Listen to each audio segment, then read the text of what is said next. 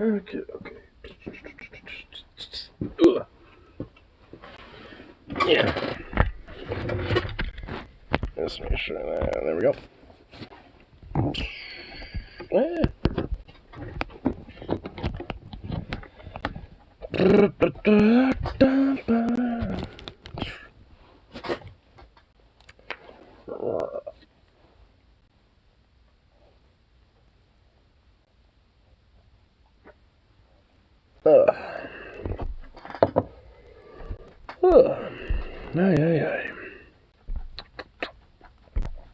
Let's get some tunes going here.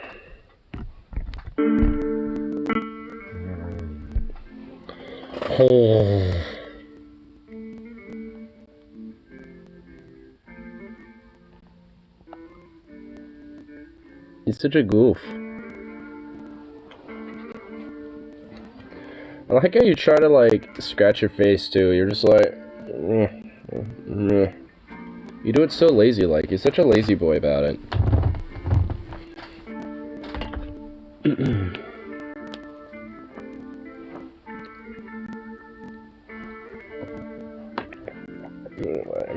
Let's get a bowl going here.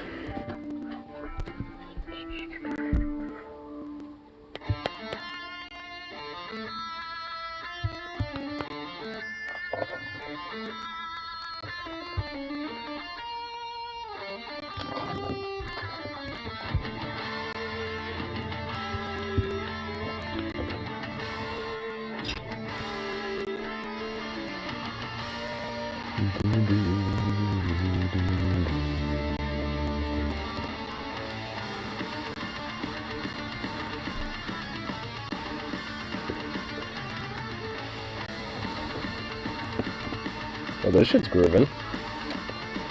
I think I could groove to this awesome sauce.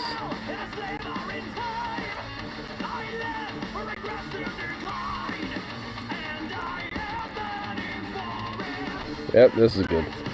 I could dig this.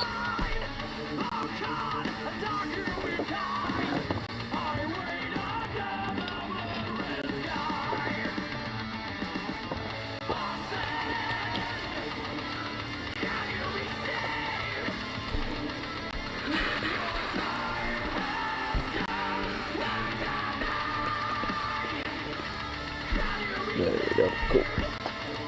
Let's get some stuff I might want to check out here a little bit. All up here. I was gonna have a Reddit. See what's going on with that. See what's happening there.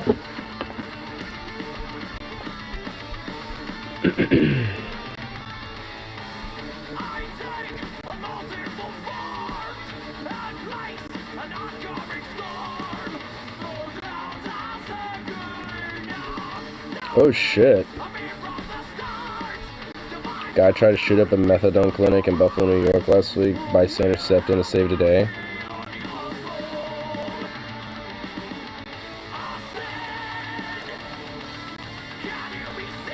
Dude, holy shit. Oh, dude, holy fuck. This is a little whack. Woo! Detain the guy, but holy shit, dude, that barrel's getting really close to that guy's head. The guy trying to detain the shooter, like, he was like, trying to, like, point his weapon while the other guy, like, had him wrapped around and holding, like, the rifle, his, like, his shooting arm, but just enough to where you can't, like, aim back at him. It's like, dude, if he, like, thinks he has, like, even that close, just to that fucking pressure, the gas pressure, might be enough to fuck you up a little. At least fuck your eye up, and that'll be enough to be like, oh shit, make you react. Like, ooh, that was edgy.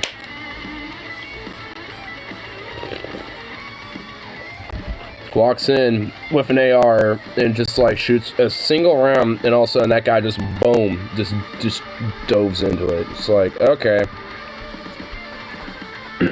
That's definitely just like, and just like, damn. It's just that, you know, there's, you know, like wild cowboy types out there still. As much as it's kind of a joke and a meme a little bit, there's still some truth to that, because, like, Cowboys wouldn't exist if people didn't have that mentality, you know what I mean? Like, where it's like, fuck it, I'm doing my own way. I mean, it's like, you definitely still got, some Vasqueros around.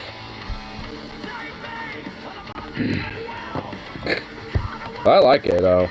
Because every now and then you get one that has a wild hair obsessed, like, no, I don't think you're going to be doing that today. And just pretty much becomes like the little local hero of the day. It's always good shit. Doctor the Tiny Little Kittens MC. Oh, you have little kittens with you.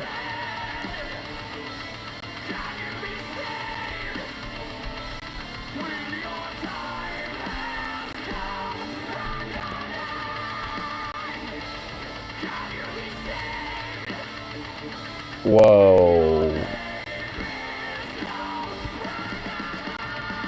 Well, this is fucking dark, dude. Iran is issuing issues a mass execution. Frankly, at this point, like, the leadership of Iran needs to die. Like, I don't mean, like, as, like, a figurative, like, head of the snake. No, they need to be, like, lined up in front of the Iranian palace and, like, shown to the world and to the Iranian people their heads. As, the blood is let from their bodies. Dangling, like, some pigs that are getting their blood let out. It's like, that just straight up is honestly what needs to happen to the Iranian government. Like, every single one of those motherfuckers. Like, everyone in the current Iranian government just needs to be fucking done. Like, no, you don't get to go to prison or anything. No, you're gonna be buried in a ditch and we're gonna forget if you ever existed. You're gonna be a fucking nameless fucking corpse in a ditch. How it should be. I don't know, I forget the name of the fucking bastard who is the leader of Iran, but he needs to literally be some nameless corpse in a fucking ditch. Just somewhere in some random Tehran suburb, as far as I give a shit. Just bury him in, like, a Tehranian ditch, and, just let it be done. Just, like, let the rats feast on his corpse, as far as I care. Like, and honestly, the Iranian people need to absolutely start gun smuggling. They need to get guns into their country and start fighting.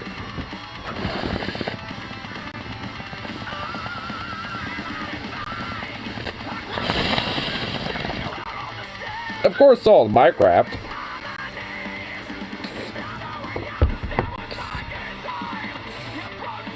Don't want to, incite nothing, of course. Not like I am inciting anything anyway, I'm just saying what ought to be.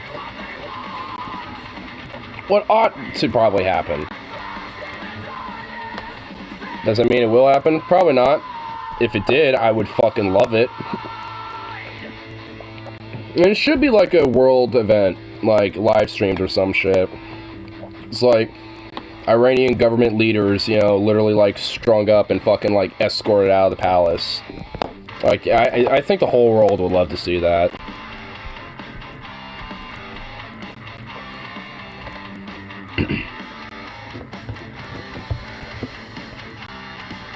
Hi. Hey, what's up? Oh. Sukov. Hey. Bruh. Stop it. Bruh, really?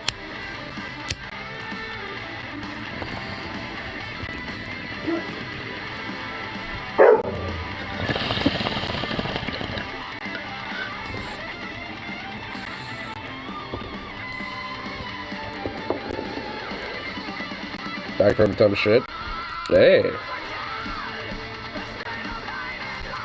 What's happening shit if I...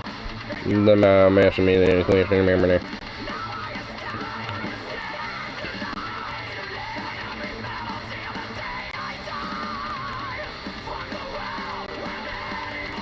Ooh, this is a base little piece of art. An artist's depiction of the execution of Nathaniel Gordon, a convicted slave trader. Gordon was responsible for the deaths of hundreds of African men, women, and children.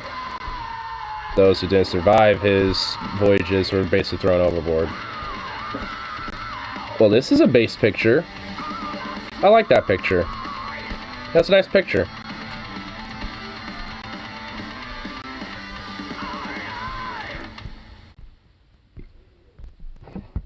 That right there looks like a pretty nice picture if I do say so myself.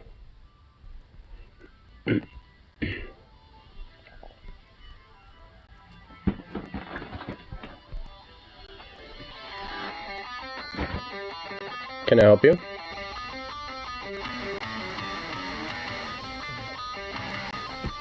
Can I help you, Pooch?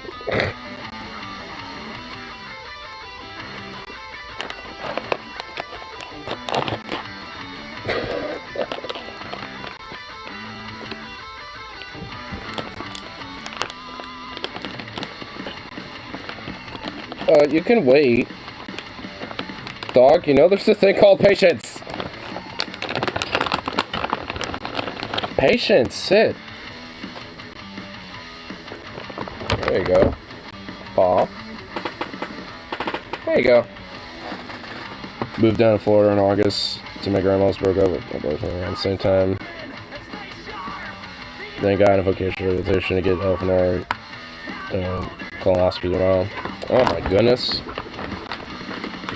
And you're in Florida? At least with that especially, my condolences on that one. Like, that just... I would not be really fond of that, but hey, you know. Honestly, like, you kind of gotta do what you gotta do with it.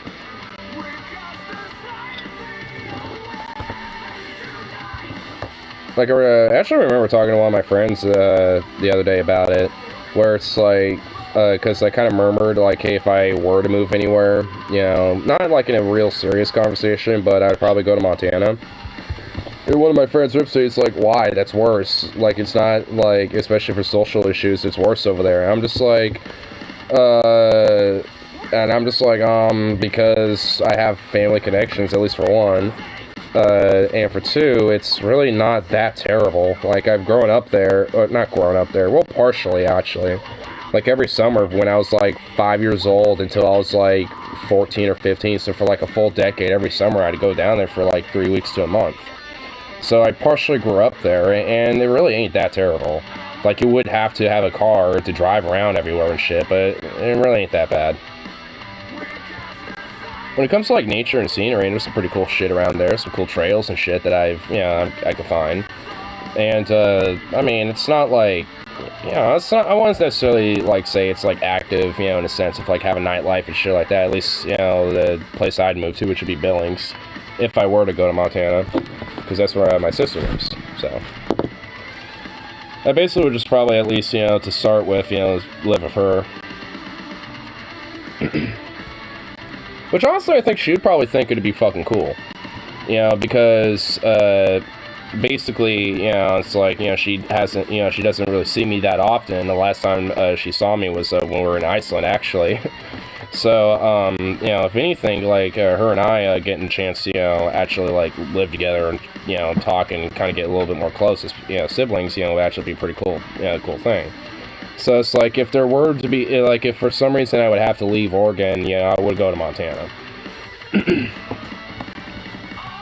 Because, you know, eventually I could be able to, you know, settle in a little bit up there. And plus, you know, at least when it comes to working a trade, I mean, like, Billings is one of these, like, boom bust towns, so it's like it has the cycles of having a lot of work when it comes to trades and shit.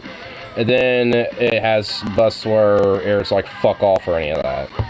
But right now, there's a boom because there's a lot of development and rapid growth going on. And basically, you know, you know, it's right now at least, you know, kind of getting more developed. But one of the downsides is right now is that its main industry is basically fossil fuels. Like, that's pretty much the only thing that keeps that fucking town afloat, which is a real major problem, and honestly, I think one of the worst things about the town. Second worst thing is religious as fuck. Like, I mean, like, conservative religious. Like, Catholic. Like, Catholic type of shit. Like, hardcore, like, Catholic religious. Like, there's kind of like a mixture of either Protestant Christians or Catholics. You don't really get anything else in between. Like, anything else in between is basically going to be, like, pagans or Wiccans or, like, you know, like, animists or some shit like that, you know what I mean? Like, you know, spiritualists and stuff. You don't really get anything else in between. It's evangelical as fuck. Yeah, I imagine. Like, a lot of the Catholics around here tend to emulate a lot of evangelicalism, honestly. Or, well, not around here, but, you know, in Montana, where I'm talking about. So either way, I don't know. I wouldn't necessarily say Montana is, like, terrible. Oh, speaking of which, what's up, Bridge City? But, yeah, but, like, it's definitely got problems, obviously, but I'd say, like, at least to some degree, it isn't, like, it's not, like, gonna be seen as, like, some conservative haven like fucking Florida, you know? Where it's gonna be evangelical, far right as fuck, instead of just conservative, you know? And it's gonna be, like, nationalistic as fuck, and anyone who's, like, remotely, like right to center is, like, and anything left of that is seen as, like, undesirable, basically. Ignores me, my hot shits. Well, I'm just chilling, bruh. Like, I mean, you know, I can't read every single thing. Just how close to the Simmons talked about, like, fuck you. So, like, no. Not that close, you fucking weirdo, you goober. Like, you know, just, like, to actually, like, know her more, and, like, you know more about what her personality is, and, like, what her, you know, quirky, unorthodox views are, because she's very unorthodox. Like me. If anything, I feel like, you know, she can help kind of open up my more unorthodox self. Because I'm still, I mean, with my more, like, even with my quirky side, I'm still kind of basic bitch. I'm a basic bitch. And plus, I know she knows people that, you know, I can easily get tatted up and pierced if I wanted to, so all in all, if I really wanted to, like, I can easily start getting tats and shit, probably for cheap, you know, and shit, because her husband knows somebody who's a tattoo artist, and they're also all in a band, too, in, like, a local metal band scene, so there's, like, a local metal scene and music scene there. He said I'm a basic boy. When it comes to quirkiness, like, you're a basic bitch when it comes to, like, everything. Like, I mean, you like your fucking steaks like they're fucking hockey pucks. Cheap tat sounds like a hell of a bad time. No, I mean, like, a quality, actual good tattoo artist, but I get a family discount, you know what I mean? Like, oh, yeah, you know, it's like, because, you know, your brother's with, you know, a good friend, with one of my good friends, yeah, you know, like, yeah, sure, I'll give you, like, a little discount. Instead of paying, like, $200, I'll just, like, pay $100 or something. That's what I mean. I don't mean, like, some dude who's, like, a fucking idiot who doesn't know what they're doing and is just doing it for, like, $10. I mean, like, if you, I mean, I've shown you pictures of my sister's husband, because he has tats, and, you know, it's because it's, like, the, you know, artists that I'm talking about, like, that they know. I'll give you a 5-finger discount. Sorry for this info, but I need to go. Tomorrow's pursuit feels like it's on fire, and I'm hungry as fuck. Nah, that's all good. I mean, I imagine it can't be that bad. It's just one of those times, like, where it's like, where you just don't want anything in there, and it's like, but, you know, no pun intended, but hopefully it's just a quick in and out, you know what I mean?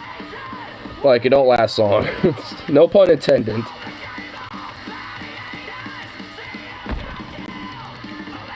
Oh shit, this goes fucking hard. Let's turn this up.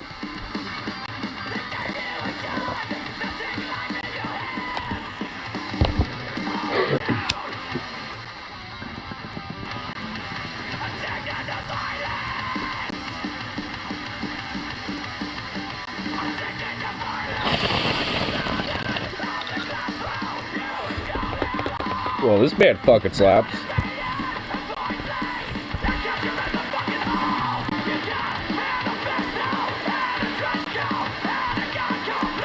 The Sasquatch was spotted in city. Oh shit. Oh shit, a Sam Squanch. I like the raccoon.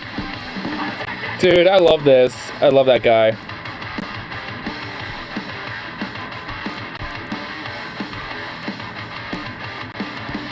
Okay, this riff goes hard. Okay, this shit really did go hard. I love this song. The more I vape indica, the more I sleep. Just stop smoking indica. You goober. Smoke some sativas. Salinas 1, Oregon 6. Nice. At least there's some good news out of the Oregon congressional districts. Unfortunately, my shit is fucking flipped, so that's trash. I get Lori DeRaymer, fucking borderline Trumpy, fucking conservative dip bitch. Fucking random ass chick bitch, fucking random stuffed suit fuck. Like, oh yeah, that's great.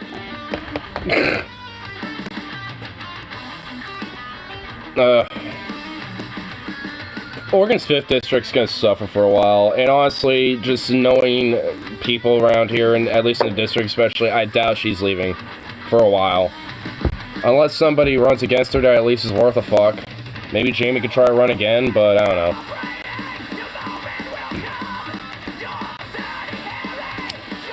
Ugh. I swear to God, if Kurt Schrader runs again, I would be... Ugh.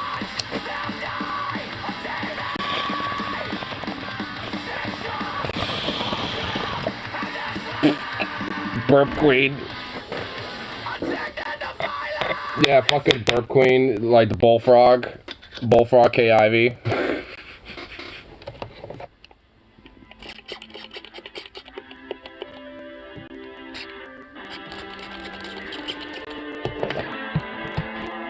No, Democrats be aggressive right now, like they don't even try it.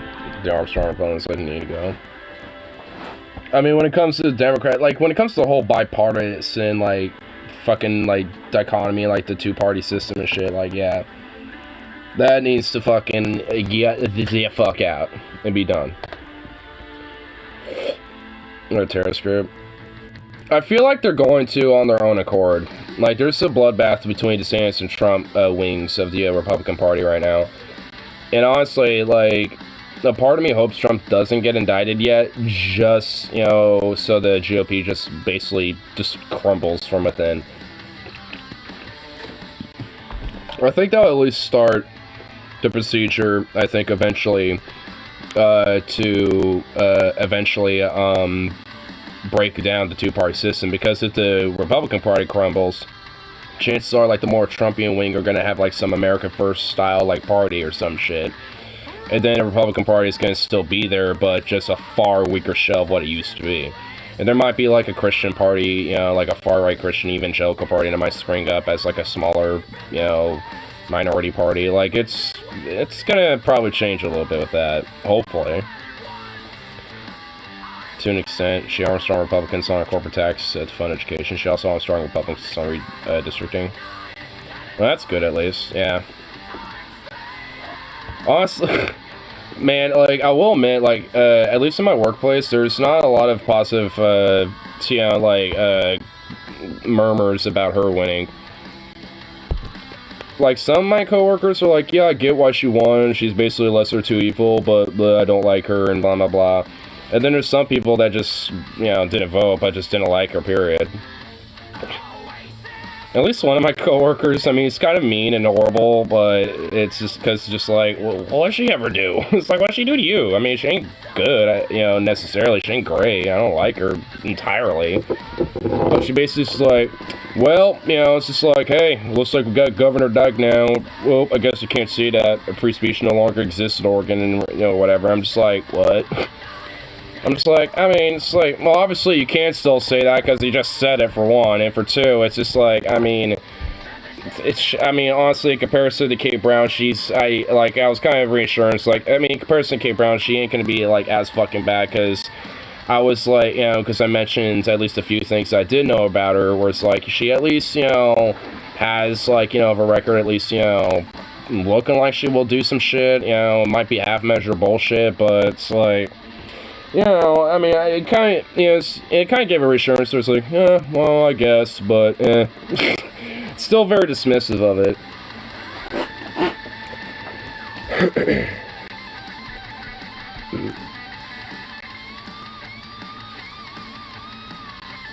So, when you have a proper horse, such as Louisiana, even Lincoln would have rolled in his grave. Well, yeah. Measure 111-1. Good. It's fucking sweet. Now Oregon might actually get closer to fucking some decent healthcare. Boomer Dude was wicked salty on Thursday when she was officially declared. Yeah, there was I mean, yeah, Milwaukee is pretty progressive, but but bro, like, I mean, I work with, and I know people even here that are conservative. They might not necessarily be like far right, but they're conservative. They're like because like I said, they're not like far right Patriot Prayer, MAGA, like hardcore Trump types. And even the one person that I do know voted for Trump, even in 2020, he's not like a hardcore patriot, like front fucking, radical extremist dude or some shit. If anything, it's just like someone who doesn't pay attention that much to, politics and issues and shit. At least, from what I've talked with him, when it comes to some issues. Very surface level, basically. So it's just like, I mean, even with, Mog being progressive in itself, like, the people that aren't, I mean, they're not, like, hyper far right or anything like that, but they're still pretty conservative. I mean, there's still a lot of that around here.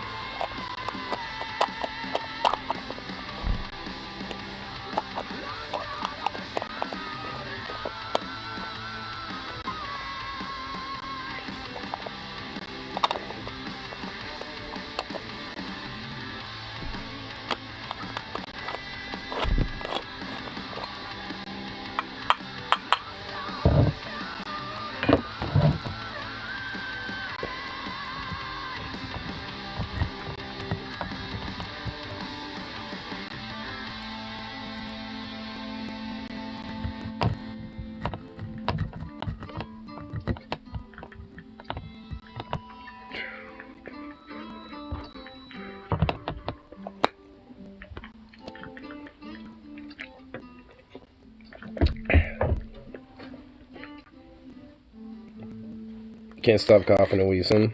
Is it because of the vape, or is it because are you getting sick? You better not be down on me, boy. Not on my watch. No.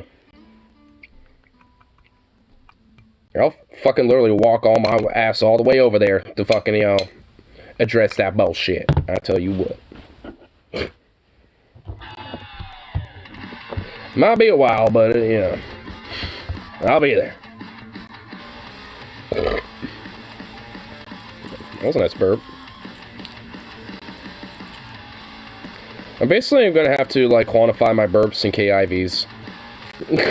Like, because if, if I can get a burp to match at least the equivalent of KIV, I feel like, I've succeeded as a human. So if Joe P. wins the House, does that mean Pelosi is finally forced to retirement? Fucking better. But it also means that, progress is still going to be stonewalled, because even if Democrats have the Senate and fucking Republicans got the House, I mean, it's like a split, so... Like, even if the Senate does, start passing shit through, I mean, what the fuck is that going to do if, like, the House is just going to block it? Recently about how Pelosi is, and co fucked up hard in swing districts, including Oregon 5th. Yeah, I fucking think... Because, honestly, this is a part of what they did, too, leading up to the elections. Democrats and Pelosi and co., the DNC, funded some of these more Trump-friendly type of Republicans and shit, including Raymer, by the way. And people like fucking Marjorie Taylor, fucking, like all these, which a majority of them lost, but that was kind of their strategy. Get the more fringe types and the more extreme types to win the Republican primaries, and thus more likely for us to win. Which... Did it work? Sure, I guess. But at least in the House, no it didn't. Because that's like the only place where the Republicans, at least some of these, MAGA types, won.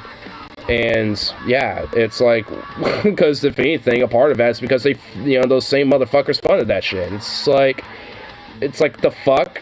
That crypto bro facing Salinas in the primary? Yep, that's another one. Did any Republican... I mean, sure, but, like, she is a lapdog to them. I mean, especially when it comes to economics, because they essentially, continue the status quo. They keep the status quo as is, which they all, at least, when it comes to that, agree with. And when it comes to social issues, especially Democrats, they don't give a fuck. They'll give you like a nice little medal and be like, hey, look, see, you got rights now, and basically pander to you in that way, but won't actually do anything, you know, when it comes to fighting for, you know, queer rights and shit like that. So then Republicans get to walk all over that shit, and then Democrats can pretend that they fight for that stuff by, you know, pandering to it, but don't actually really fruitfully and forcefully do anything about it. Or at least fundamentally, you know, it's just like, I mean, you know, it's like, because at the end of the day, they're all in tandem with each other with that. If we had actual competent leadership, Democrats would have won the House. Yeah. I mean, honestly, I mean, like, Pelosi is a fundamental root of the problem when it comes to the status quo, including to the Republican side of things. Because people like her think that, you know, working together with them on some issues, especially economics, is how you gain more power, especially for the Democrats or something. Because question mark, question mark, question mark, as long as I get more money and power as an individual. As long as my stocks are up, you know, and at the highest since last quarter, and that I get my lobbying checks, I don't care, because I'm Nancy Pelosi. Well, I guess she might care a little bit now, because I guess her husband is, well, not just an alcoholic fuck-up, but also got attacked in his house, so, I mean, all in all, like, you know, it's like, I'm sure she's like, oh, how can someone so depraved do this? So, look in the fucking mirror, bitch. You weird, mummified corpse. Super telling that Maloney lost. Patrick Maloney, New York house race. House Dem campaign chief Maloney concedes. Oh, I heard something about this. I saw, like, I haven't watched it yet, but I saw the Human Report make a video about that a little bit. Probably check that out in a second.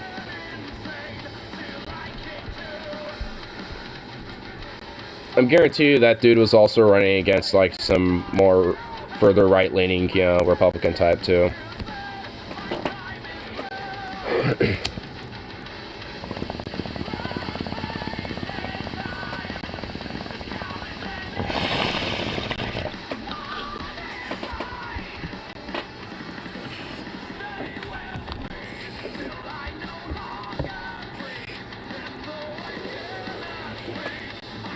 What's up, big boy?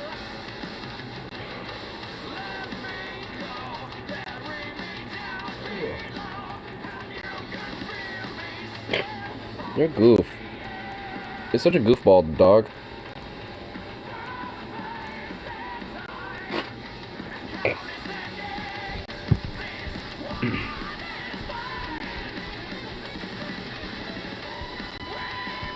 sure I didn't miss any other comments. Yeah, so we're all caught up. Cool.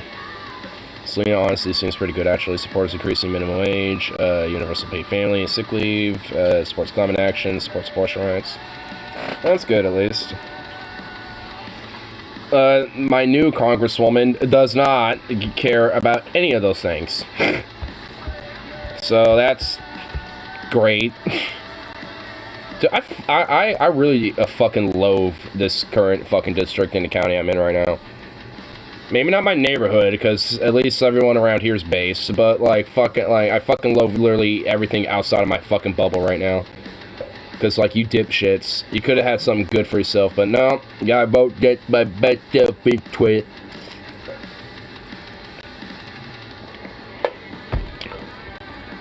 It's just a bunch of random, you know, false accusations, crime and stuff, but, you know, it's just like we need some law and order stuff. Just fuck home and tell you what, brother.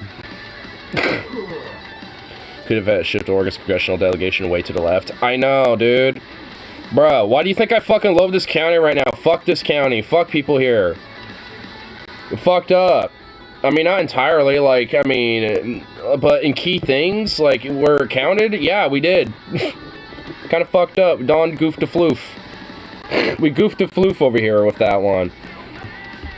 Like, at least, you know, I guess statewide we're counted, out, you know, outside of certain areas, like the 5th, and then, like, our county and shit, like, I mean, at least, you know, some areas, like, it went okay, but, I mean, fuck. I mean, it's like, especially where I think, you know, really counts with some of the more side shit.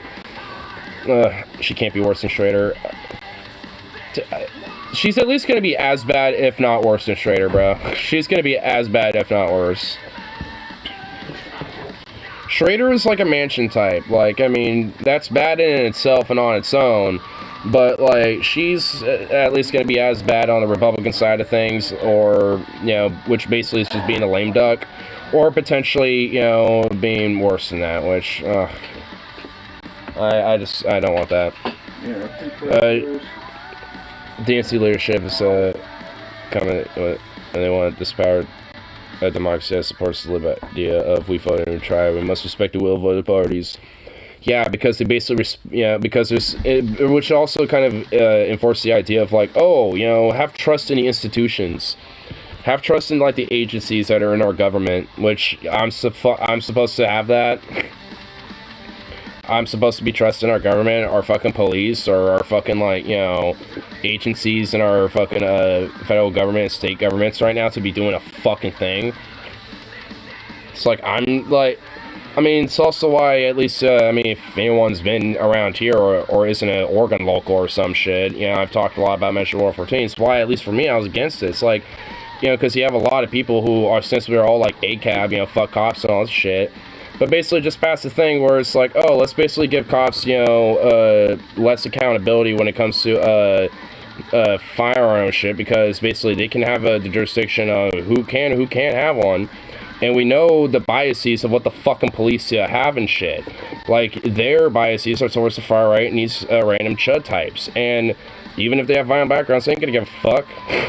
A lot of them already said they ain't gonna even enforce it if it goes through. I mean, anyway, so it's just like, pretty much fundamentally, it's like, what did you expect? Of course they are, because they're, you know, going to be in favor of just, especially giving people who are on the right-leaning and these type of militias these type of guns and stuff, because that's what side they're on. A lot of these cops are in these groups. I mean, and it's like, well, we're supposed to trust them with these type of procedures? It's like, fuck that. No, that's a disastrous. I mean, it's just kind of ridiculous with, like, you know, how, you know, like, you know, just, like, giving them less accountability, you know, when it comes to these type of things, of that measure. Yeah, because they're, you know, because they're fueling the whole idea of the whole social issue of, like, oh, you know, they're trying to ban guns and take away all of our guns and shit, which is literally not what it is doing. It gives cops jurisdiction on who to give that to. I mean, it's like, yeah, they oppose it because that's just what they always do. I mean, a lot of these gun control measures have exemptions, and Measure 114 is no different for police officers. Like, cops don't have to follow those measures because they're outright exempt from it. Like, they can have high cat mags all they want. They don't have to go through background checks or anything. They don't have to do that. That's another problem to measure. They are exempt from all this shit. We have to jump for all this type of hoops, and they get to fucking be in charge of it, but they're exempt from all of it. They don't have to go for any of it. And it's just like, what? But we're supposed to trust them, and, you know, when it comes to, like, you know, like the institution with these type of things, and, you know, trust them being able to, like, deal with the problem of gun violence when they're perpetrators of it. Where they literally let it continue going on. We're supposed to trust cops when it comes to accessibility of firearms when you look at a place like fucking Uvalde? No. Fuck cops. They should be nowhere near in charge of anything when it comes to this type of shit. Period. I mean, it's absurd.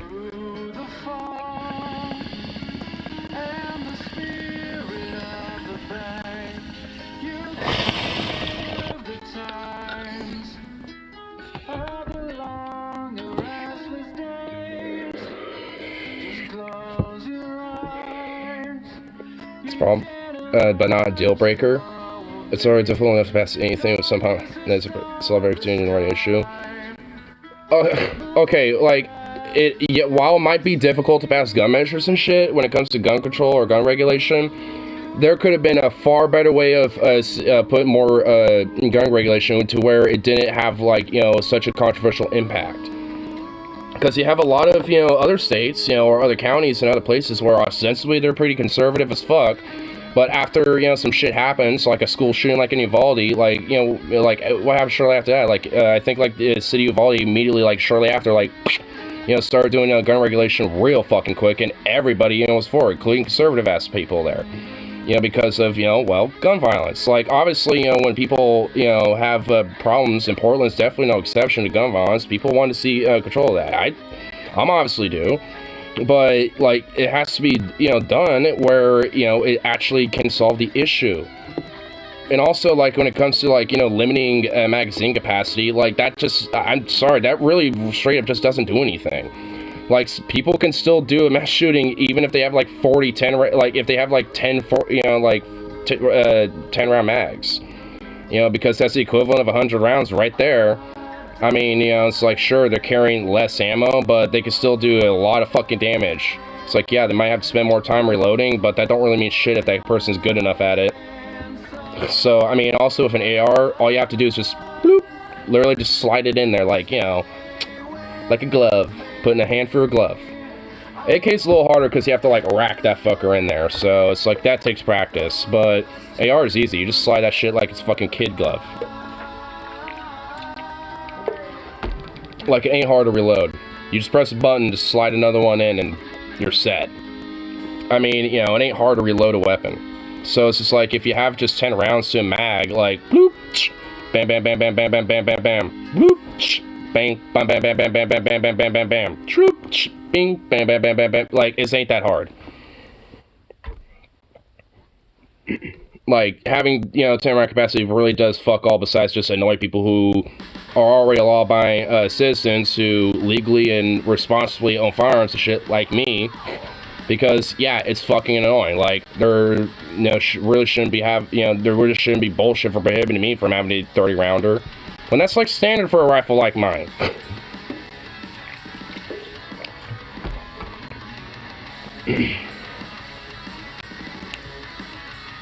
It didn't want to have to try to sell something completely new to voters. I mean, gun regulation isn't necessarily a new thing. Just because you have to, like, you know, maybe write your own unique little, like, you know, law and stuff or whatever, is, like, I mean, not necessarily, like, really trying to sell something new to voters. Like, putting gun regulation into law is not new. I mean, it's, like, yeah, maybe, you know, putting some different little details into the bill or some shit might be new and stuff, but that, like, I don't think that isn't necessarily a problem. Because for a lot of people, especially if they're, like, liberal / like, progressive leaning and shit, it's, like, I mean, all in all, I mean, like, when they see gun control, they usually vote for that pretty easily. Usually, not usually would be something new. I mean, why not, like, change the precedent at that point then? Because I think that would be a better precedent. Like, honestly, like, I mean, because it's, like, I don't want, you know, like, the police specifically. It should be, like, an independent agency that's tied with the feds that deal with that. I mean, that's, you know, how I feel about it. Like, I wouldn't want cops to be doing that, especially considering how they themselves are irresponsible as fuck with guns half the time. And don't know, you know, like, responsible shooter's etiquette. You know, it's like they basically mag dump the fuck out of anything and don't pay attention to what's behind the target they're shooting, and like, you know, in like a third of the time they're hitting bystanders. Like, remember that UPS driver that got hijacked and there was a fucking police chase and shit? When they fucking started blasting at that motherfucker, they killed the driver and I think killed somebody else who was just some random motherfucker on the road. Like, and those cops were using cover of other people's vehicles while those people were still in the cars. Like, they don't give a fuck. Like, cops are irresponsible as fuck with guns, and I'm supposed to trust them? You know, to train me and, like, qualify me? Like, I'd rather have, like, actual military vets do that instead. Because that shit's, like, ingrained into their fucking skull for, like, 6 months at boot camp.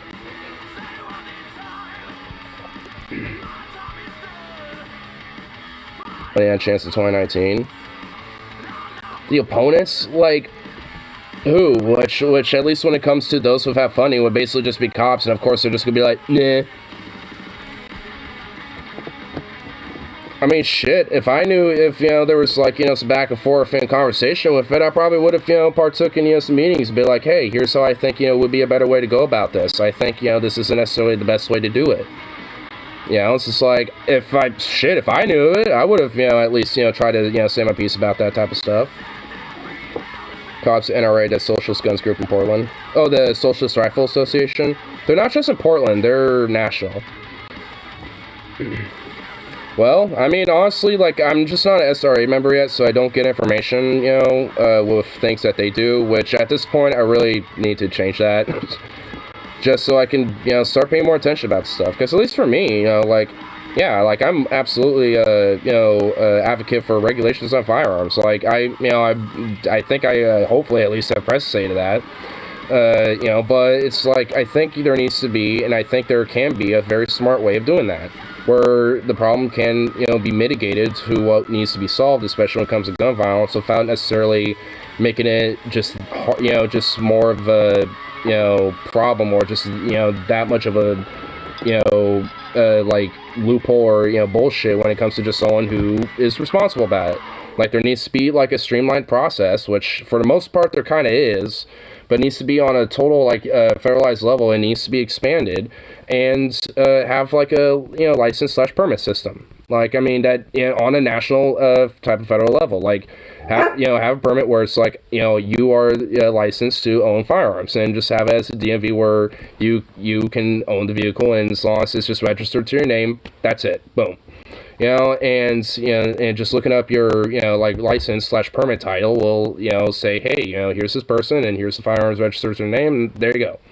Like, just a basic little simple, you know, database, just like a DMV, you know, will also be, you know, it will also help, especially when it comes to going through criminal cases, when it, you know, obviously when it comes to, like, you know, finding a gun that was used in a crime, or one that's lost or missing or stolen, you can use that to investigate and backtrack who was the last owner of that weapon.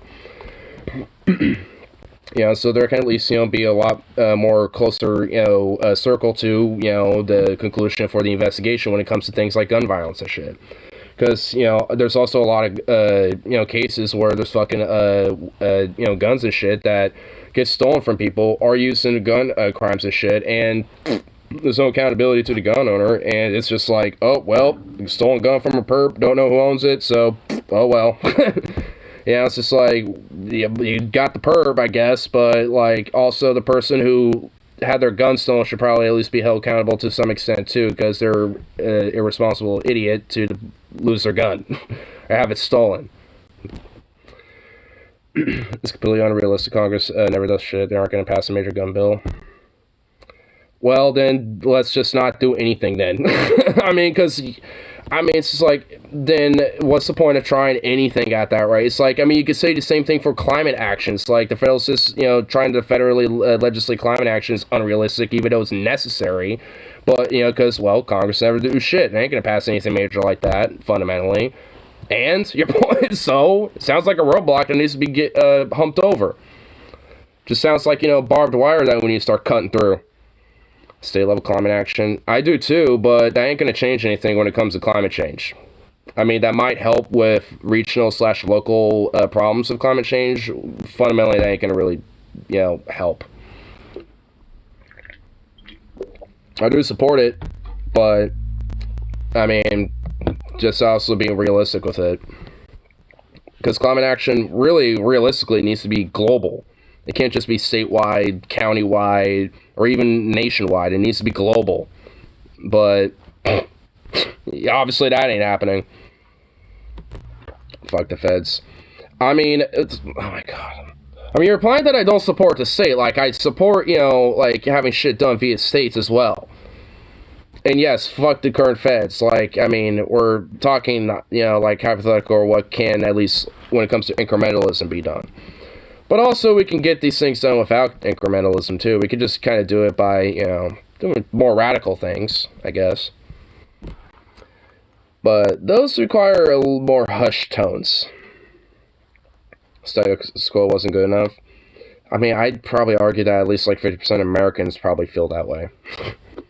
But yes, I mean, yeah, I imagine half of Oregonians feel that way. I mean, shit, even my libertarian boomer-ass dad feels that way. Different reasons, but, you know, he also feels the same. Because also, realistically, like, I mean, most people don't like the status quo in one way, shape, or another. They want to see it changed in some form. Now, that could be good, that could be bad, but, I mean, it's just like, I mean, you know, it's, like, it just kind of depends on where they come from, I guess, and what their ideas are, but, I mean, either way, I think majority of those type of people, you know, want something that's better, you know, at least, you know, to some extent for everybody. At least, you know, for most people, or at least, you know, to some people, at least to a degree. Now, I'd rather it be all people, but, you know, at least, you know, I imagine there are at least, you know, people that, even if it's not like a for-all thing, at least expanding, like, you know, like affordable healthcare, like with Measure 111. That doesn't necessarily get everybody, but it does expand it to where more people are going to be able to get better accessibility towards healthcare, and for cheaper, because it's going to be more affordable. So, you know, there are things that, you know, while it doesn't get everybody, it's getting us closer, you know, to those type of things. And honestly, that's, like, you know, meaningful and fundamental incrementalism that I think, you know, needs to be kind of, like, taken as, like, yeah, this is, like, the, you know, the tips and the ways, you know, to go when actually getting more socialistic and progressive leftist type of ideas through. Like, don't get me wrong. Like, that's why I think, you know, I have a little bit more of a, I guess, sophisticated mindset about it, I suppose. Quirkier mindset with it, because, you know, incrementalism can be done very well. I mean, but it just needs to be done smartly. And you can't just be like, oh, we're just gonna do, like, you know, a 10K bailout student loan. It's like, it's like, no, do like $500,000, bitch. Like, that's some incrementalism. But no, they don't want to do that.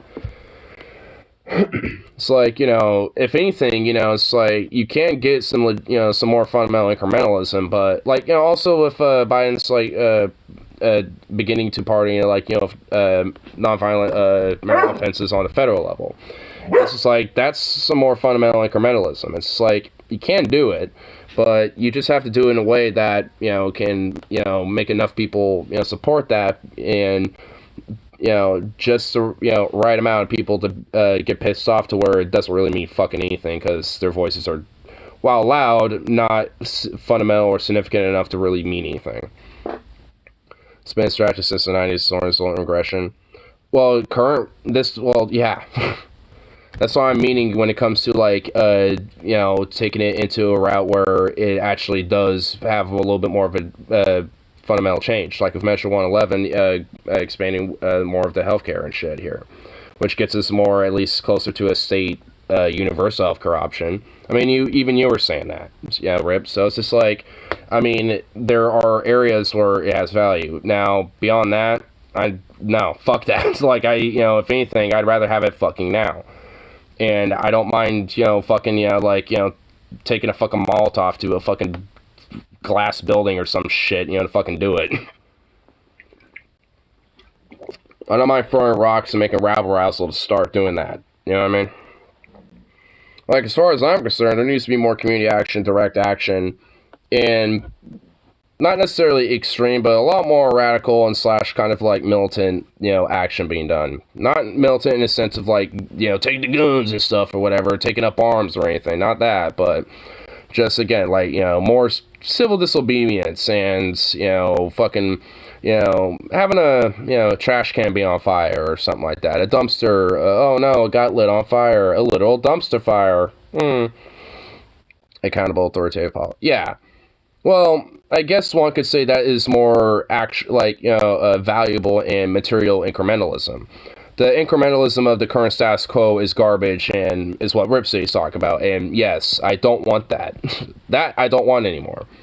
Like, if we're going to have incrementalism, actually have it be, you know, fundamental policy that, you know, gets us on the track to something better. You know, it's like there's, you know, there's more, you know, I think that can come with that versus just like, oh, we're just going to kind of like, you know, do this like fickle fiddle, like, you know, basically kind of like a test code for the corporations. But, you know, like a test code for you guys too for like a year. Oh, here, you get like a stimulus check that's like a quarter. It's just like, what? It's like, that incrementalism can go suck a dick. Like, all the dicks. Like, every dick that is on this fucking planet. Literally every dick. Every dick.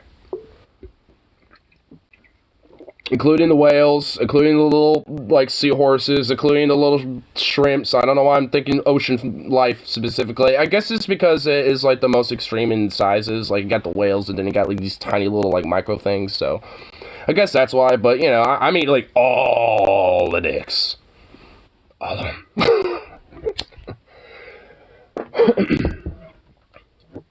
I've been to the Iceland's Museum of Penises, and it is quite interesting, to say the least. I'm not kidding. And the only reason why they have it is literally to flex on Canada. Because Canada had a Museum of Penises, and Iceland is like, you know what? We're going to flex. No, we got the Museum of Dicks, and it's bigger than yours. Like, they literally try to one-up Canada's Dick Museum. And, it's quite interesting. Like, honestly, like, it's kind of weird how, like, it's, like, while the same, almost, like, obviously in shape, practically, but yet so just fucking different. There is really legitimately something kind of weird about it. I mean, honestly, if anyone goes to Iceland, like, hey, Rip, if me and the crew, if we all go to Iceland and shit, we are going to the Museum of Dicks. That's not what it's called, technically. I think it's called, like, the phallicological, like, the Icelandic Phallic Museum or something. Or, like, the phallological museum or something like that. I forgot what it was specifically called, but I just like to call it the Museum of Dicks or the Dick Museum. Because that's literally it's just what it is. And yeah, there's quite a bit in there. A lot of them. We need to focus. Wait, hold on. Sounds like United Sanctuary. Well, it's in Iceland. So, I guess, partially. Well, I kind of missed some things here. Doing supply for the month. Seriously, man, you could move to St. Louis or get a job at Hipster Grocery, buy a fuck ton of weed. I guess I'd rather have heavy-handedness of Soviet than the incrementalism of dams. Well, yeah, because at least, like, the heavy-handedness of the Soviet Union was like, alright, 5-year plan to mass industrialize and mass progress. Boom. Do it. It's like... Is the ethics questionable? Sure, but they did it. So it's like, you know. I mean, I guess if there's anything that we should probably take a little bit of tips, it's like, yeah, why don't we do, like, you know, like, mass public 5-year, like, you know, infrastructure / public works programs. Like, you know, we set a goal of, like, you know, get these type of things done within a 5-year plan and have it all be, like, a massive public works program. Like... That's kind of something that, you know, say what you want about the USSR, that's, you know, kind of something that was actually, like, good a little bit. Again, how they did it, ethics are very questionable, but at least the concept is actually good. And honestly, the USSR isn't the only country to do that either. But, you know, at least since it was brought up. So, Elementals, just want to say, I just want to car launch and freeze myself, like, fried for 1,000 years. Yeah, didn't you, like, come out and it's basically just like a Venus, too? And you're just like,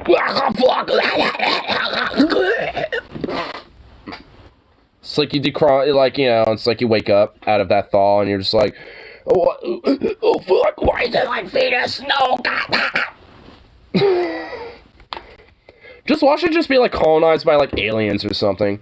You just, like, you walk out and you just see, like, this, like, you know, this environmental bubble off in the distance, and you have, like, you know, a few research aliens, you know, next to you, and you're just like, and then they, like, you know, put you back in, and then they, like, freeze you, and then they fucking, like, take you and put you right back into, like, you know, their little environmental bubble, and wake you up, and you're like, oh, fuck, what was that weird thing? Oh, God, you are, oh, shit, this is real. It's like, fuck.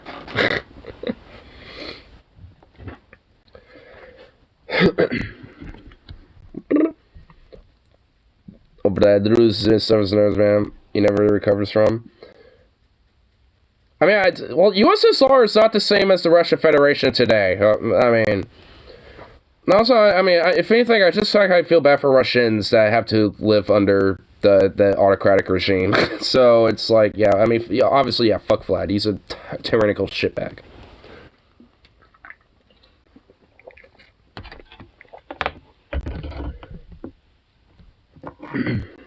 If anything, it's like, you know, it's like, can the war be done already? It's like, yeah, I mean, it's like, take the L. Like, take the L already. Like, basically just, like, Russia, like, the Russians on, like, the Kherson front basically, like, fucking deserted. They're like, fuck this, we're just done with this shit, and they just, like, left. They, like, blew up some of their shit that they couldn't bring back, so the Ukrainians couldn't use it, but that was, like, the last, like, thing, you know, like, order, I guess they did. After that, they're just like, fuck this, we're just leaving. This is not worth it. Which, yeah, it isn't. You know, it's like, I'm honestly wouldn't be surprised if a lot of the same, you know, Russians that left that region, you know, decided to stick around just to defect and surrender. I mean, I'm sure there probably are, but, you know, like, I mean, it's, like, I mean, it's just, like, the front is, like, it seems like at this point, like, the front lines in Ukraine have collapsed, from the sounds of it. Like, I mean, it's, like, just take the L. Like, I mean, at this point, I'm just kind of waiting for, like, the official, like, peace talks to begin, because I've heard murmurs about it at this point, but it, you know, just because it's like just kind of what it seems like a victory for Ukraine at this point, as far as I'm concerned. It's like, I mean, just, I mean, it's like, I'd say just at this point, just like, you know, let them keep Crimea, and then just like, you know, have the borders as they were pre-war, and just like, just fuck off, because evidently you tried, you failed, get over it. And then, you know, give it, like, you know, 2 years, you know, for things to restabilize and shit. And then fucking, you know, just be like, hey, you know, fucking, like, we'll let, you know, these regions, you know, have, like, their little, you know, vote after, like, you know, fucking, you know, 3 to however many years and shit. And then, you know, just give it, you know, obviously, because obviously you're going to need more time to rebuild and have people move back and shit. You know, so you have little faith? No, I just don't want war to continue.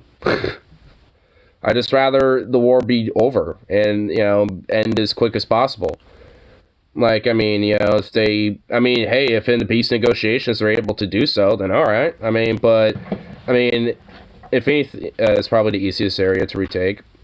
I mean, considering that, you know, the, like, pretty much, like, that whole front line collapsed, probably, yeah. But also, like, at least when it comes to the towns and, like, some of the, docking areas, there's definitely going to still be a strong garrisons there. So they might be able to take most of the region, but they're going to probably, you know, encircle some of these areas and probably have a tough time cracking those little nuts. I mean, obviously it'll probably take a while. It's not I have really no faith. It's just like, they could probably like achieve that via, you know, peace negotiation by reclaiming it that way.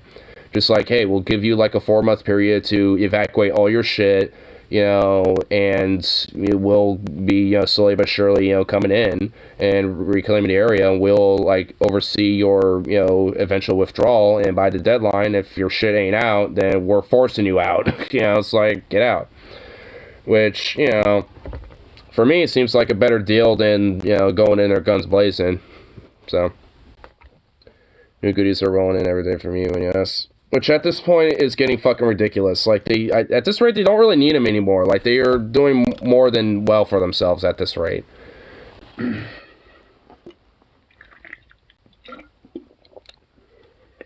know, Vlad ain't going for that. Yeah. The Ukraine's, like, stocked up to the fucking gills now. Like, I mean, they ain't, you know, it's like, honestly, like, I mean, the U.S. needs to quit, you know, like, giving them funds. Like, the EU can continue to do that if they want. But, like, as far as I'm, you know, kind of concerned, it's like the U.S. needs to, you know, start investing a lot more of this funding into other shit. Because a lot of it's still profiting the military-industrial complex, you know, when it comes to giving weapons over there, because who's making all the Benjamins off of that? Not us. we ain't seeing a return on that.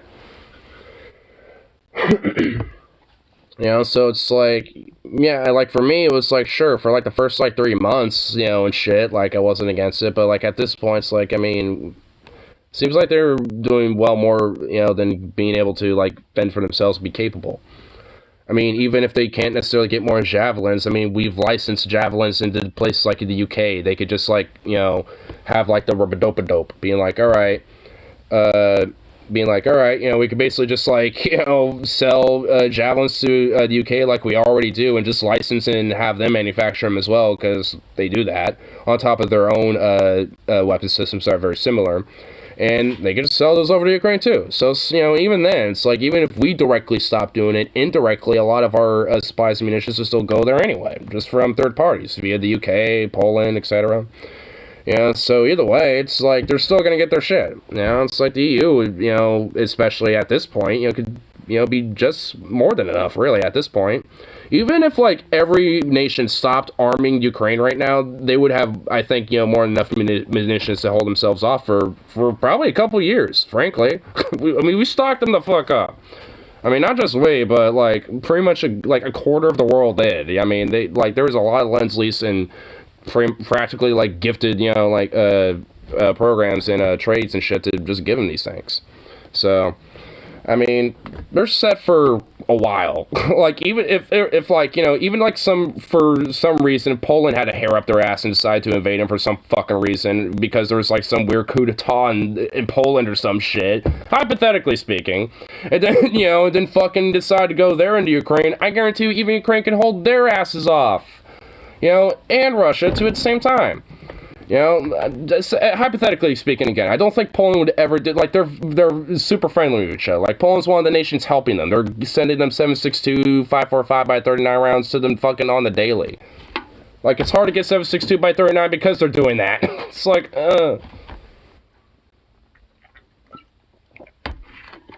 So, it's just like, shit. I mean, you know, it's just saying, like, I mean, I feel like Ukraine can hold its own pretty well at this point. Hard to imagine they could keep up after all this. They will. I mean, a lot of those guns are in the hands of a lot of, like, different, you know, militias that have kind of formed, you know, by some of this populace and shit that are kind of in tandem with the military.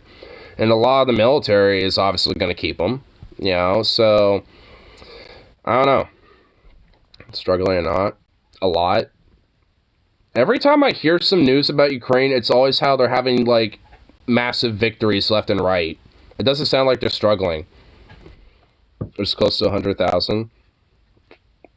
Well, yeah, I mean, that's what happens in war. I mean, a lot of people die on both sides, which is horrible and tragic. There's 100,000 people that could have, yeah, at least, you know, still been alive if it had never happened in the first place, but obviously Vlad is a tyrannical shitbag, and he's a fucking... He's a fuck. You know, it's like, what else can be said? Like, I mean, honestly, there's a lot of things I could say that that I'd probably have to reserve, you know, for more private conversations.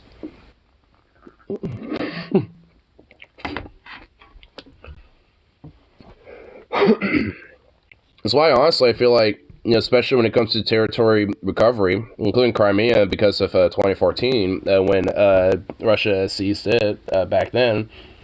Like, I feel like a lot of it could be done via peace negotiation because of just the international pressure. Like, if basically, like, half the fucking world is, like, pressuring, you know, these, like, specific demands, you know, pretty much, you know, via by Ukraine, and Ukraine's, like, directly also advocating, saying it too. Like, I mean, even within Russia's internal, you know, like, affairs and shit, like, there's a lot of back and forth, you know, of, like, yeah, we're kind of, like, doing things behind Putin's back because he's not, like, having a fucking sound mind with, like, anything. And if anything, there's even been murmurs about potential, like, contingency plans about, you know, usurping him even. Because of, like, you know, of a lot of his more irrational decisions at this rate.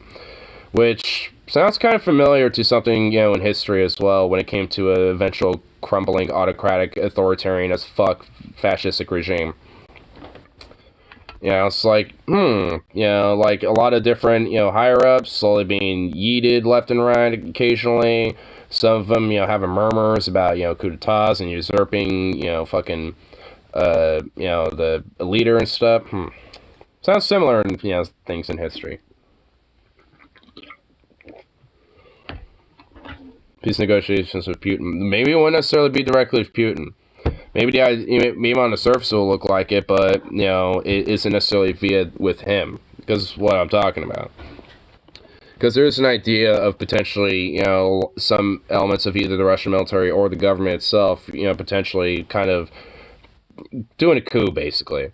Which, if so, would create a pretty big power vacuum and do a lot of fucking major issues to, internally, domestically, to Russia, what could happen. Whether it's essentially full-on revolution status, Russia Revolution Civil War 4,926 or something, it's honestly, I really feel like that's probably going to happen. At a certain point, it's going to be the 800th fucking Russian Civil War, and then it's going to, fracture into a bunch of different mini-states or mini-nations. You'll get, the Far East, you'll probably get, a Vladivostok city-state maybe or some shit. You'll get, different warlords in, Central Russia and, maybe, Midwestern Russia, too. You'll probably get fucking, different, socialist little communes and shit. You'll probably get, fucking far-right fascist nationalist types and shit trying to push their fucking... it would be a fucking clusterfuck of nonsense. Yeah, so I would not expect anything that happened from that being pretty. And honestly being, question mark, as what happens as a result. But there would not be any progress in that region of, the globe at all for probably at least, decades to come, sadly, unfortunately. And I think that would also reverberate, to a lot of their neighbors, too. Ignores Hearts of Our Brain as shown. Fuck you. But am I wrong, though? West Coast equal best coast. When I'm talking about Russia is fucking bloody and bad. You don't want that for the U.S. And honestly, why do you think I have, the leftist best friend Kalashi? Saint Kalash. Why do you Kalashnikova? Why do you think, I'm with Saint Kalashnikova? In case things do get bloody, okay? I don't want that, but fuck. I don't want to get murked. If that shit ever pops off, I ain't getting murked. I'm in a blue bubble, but fuck. Those people are not that far away. I'm on the edge of that bubble.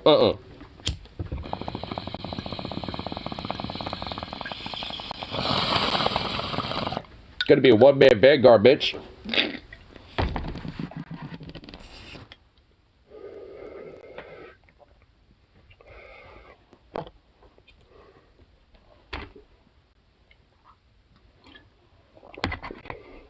So, but let's say let's go their separate ways. Again, what I was describing, about Russia will be war, for them at least, because it would be a civil war type of thing. And honestly, even for America, even let's say, even the first American Civil War didn't start as a war. The Confederacy seceded peacefully at first. Even if that was the case, that doesn't necessarily mean war wouldn't happen. There's a chance that, depending on who's in charge of, some of these different nations, they might be very far right, and especially the South. They definitely will. And depending if Idaho is its own separate state or in tandem with another right-wing Midwest type of nation or some shit, they probably will. It's you'll get these, more right-leaning nations that would have more ideological, delusions of grandeur and likely do these things, and do things like a war. Or at least, do a false flag to start one and justify one. Hey, some of the Cascadian, Pacific State, troops, on the border of the Idaho-Washington border, fucking had a skirmish with us. It killed 3 of our men. It's shit, that's justification for war. That's a declaration of war right there. We're going to war, even though it's they shot themselves, but did it as a false flag. Because their own men were wearing, Oregon Cascadian, Pacific State, border guard troop uniforms or whatever the fuck. It's, again, that's a false flag type of idea. Gulf of Talk and shit. So it's just it wouldn't behoove me for these type of things to be a possibility. It kind of opens the door for that type of shit, I think. because you end up having a little bit of a power vacuum, because there will be some people that want to reunify the states. You know, even though it's fractionalized, they would love to reunify it to some degree, or at least, you know, in their idea of how it should be reunified, pre-breakup and shit. You know, so you will have, you know, like, it would add for, you know, some really interesting diplomacy for North America. Let's put it that way. Very interesting. Like, I imagine, like, a lot of nations, like New England states, like, if they're their own nation, you know, and like the New England provinces, you know, and like the Pacific states, like, I imagine they would be very friendly with each other and have, you know, a strong trade and commerce. Like, you know, I don't know, but I imagine maybe like the First Nations would probably try to at least like try to collectivize and formulate, you know, at least some form of autonomy, you know, to an extent, you know, and probably try to at least establish their own nations as well. I mean, I don't know. It would be interesting to see what would happen with that. It would also be very messy and question mark, question mark, question mark, because there's obviously like a rough idea, you know, that people can make up, but like there's also things like, you know, like the indigenous nations, like, you know, like, because the federal government, while it basically just does not know or give a fuck, you know, about, you know, the Native Americans, but they, you know, what's gonna happen to them? You know what I mean? Like, you know, obviously there's reservations and shit, you know, in places like in the South and well, all over this country. So it's like, you know, what would happen there? I suggest in the states balkanize and form their own militaries because that could get interesting. Well, what do you think the National Guard in these states are going to become? I mean, the National Guard for all these states will essentially be at least like the foundation to these, you know, militaries to these new nations. I mean, like, every nation has at least some form of a military, small, you know, as it may be, you know, it's like, and obviously, you know, they will basically just essentially be the National Guard battalions and regiments that will, you know, be in these states. Like, you know, I don't know, like, how many, National Guard, like, battalions are in, Oregon, but at least, let's say if Oregon in it itself was just a state, that would essentially be its army. You know, so, like, the National Guard troops that are stationed here in Oregon and shit like that. Most nukes are in red states. Yeah, in the Midwest and shit like that, yeah. If Oregon does, it's because of our submarines. You know, our, you know, submarine, nuclear subs that might be stationed here in Oregon. But all that's going to be stationed in California, but if there is balkanization, it'll either be like a Cascadia or a Pacific States, you know, where, you know, there will be the whole West Coast, aka the Pacific States, basically. Because of the Pacific Coast, and, you know, yeah. South right again with nuclear arms. Oh god, yeah, that's a great idea. We're gonna have the sun of the Confederacy shine on New York City right there, brother. What's that? The bomb. It's like, oh god. That's just... yeah, let's just let that exist. That's a great idea. Sounds great. Oh god. Yeah, that's another thing to deal with. What's gonna happen with those things? Yeah, what's gonna happen with that? Why'd you mention that, Mornax? What the fuck? Why'd you have to bring that to the table? Well, because it is on the table. Fuck. What, distribute them equally amongst every fucking nation that forms? That means Native Americans will have the nukes too. What would they do with them? Actually, they wouldn't. Why am I worrying? They ain't gonna do anything with them. They're just gonna dismantle them. And they're gonna be like, no. If we use these, it will go against the land, and we don't want these. Destroy them. We will repurpose the material for our own. Like, they're gonna do that shit, you know? Like, they're gonna, you know, like, why am I worried? What the fuck? I thought they're gonna be like, now we can take vengeance against the... like, you know, I thought it was like, we can now take vengeance, fuck these people. Just like, hey, you're gonna let us, you know, retake everything and conquer our shit. Now we have nukes, bitch. It's like, get off our plate, get off our, you know, fucking region, get off our continent. It's like, oh no, oh fuck, oh shit. Canada maybe Canada will accept. Oh yeah, Mexico too, probably. Well, not Mexico. What the fuck am I saying? Like, but Canada definitely would. Yeah. Honestly, I'm sure Canada will offer, like, you know, a program of like, hey, if you're an former American citizen, want to be Canadian citizen and move up here, there's probably like, a multi-step program that they will establish, for, refugees and shit. But honestly, like, especially in the South, and like the South, like Florida South and shit, like, honestly, I feel like they're gonna be very militant. I mean, like, like fascistic as fuck, like, you got like, goose stepping like military parades like every month and shit, like that type of shit. The fucking like governors, like the fucking like former governor, now the president's house or the chancellor's house of like, that's in fucking Florida, just like the very front of it, that picture of like that building that has like the statue of the face of Mussolini, and literally the entire wall just says C, C, C, C, C, C, C, just endlessly. It's gonna be that, only it's gonna be like the fucking like front face of like DeSantis, and shit, in that same exact style, just saying yes, yes, yes, yes, just endlessly. In fact, to be inclusive, it's going to be multi-language. So the top layer will say all yes, the bottom layer there will say si, and then it'll be ya, and then it'll be, something else in Chinese, and then it'll be like something else after that, and then, like something else after that. They'll go, to be inclusive, to pander to inclusivity, question, quote unquote, question mark, question mark, question mark. They're going to do that instead. So instead of it all being one language, just saying yes, it's just going to be like yes, yes, yes, yes, yes, C, C, C, C, C, ya, ya, ya, ya, ya, we. I don't know how to say yes in Chinese, but it'll be right there. Same thing for Vietnamese, etc., so on and so forth. Da, you got Russian somewhere in there, da, da, da, da, da. You got all of it.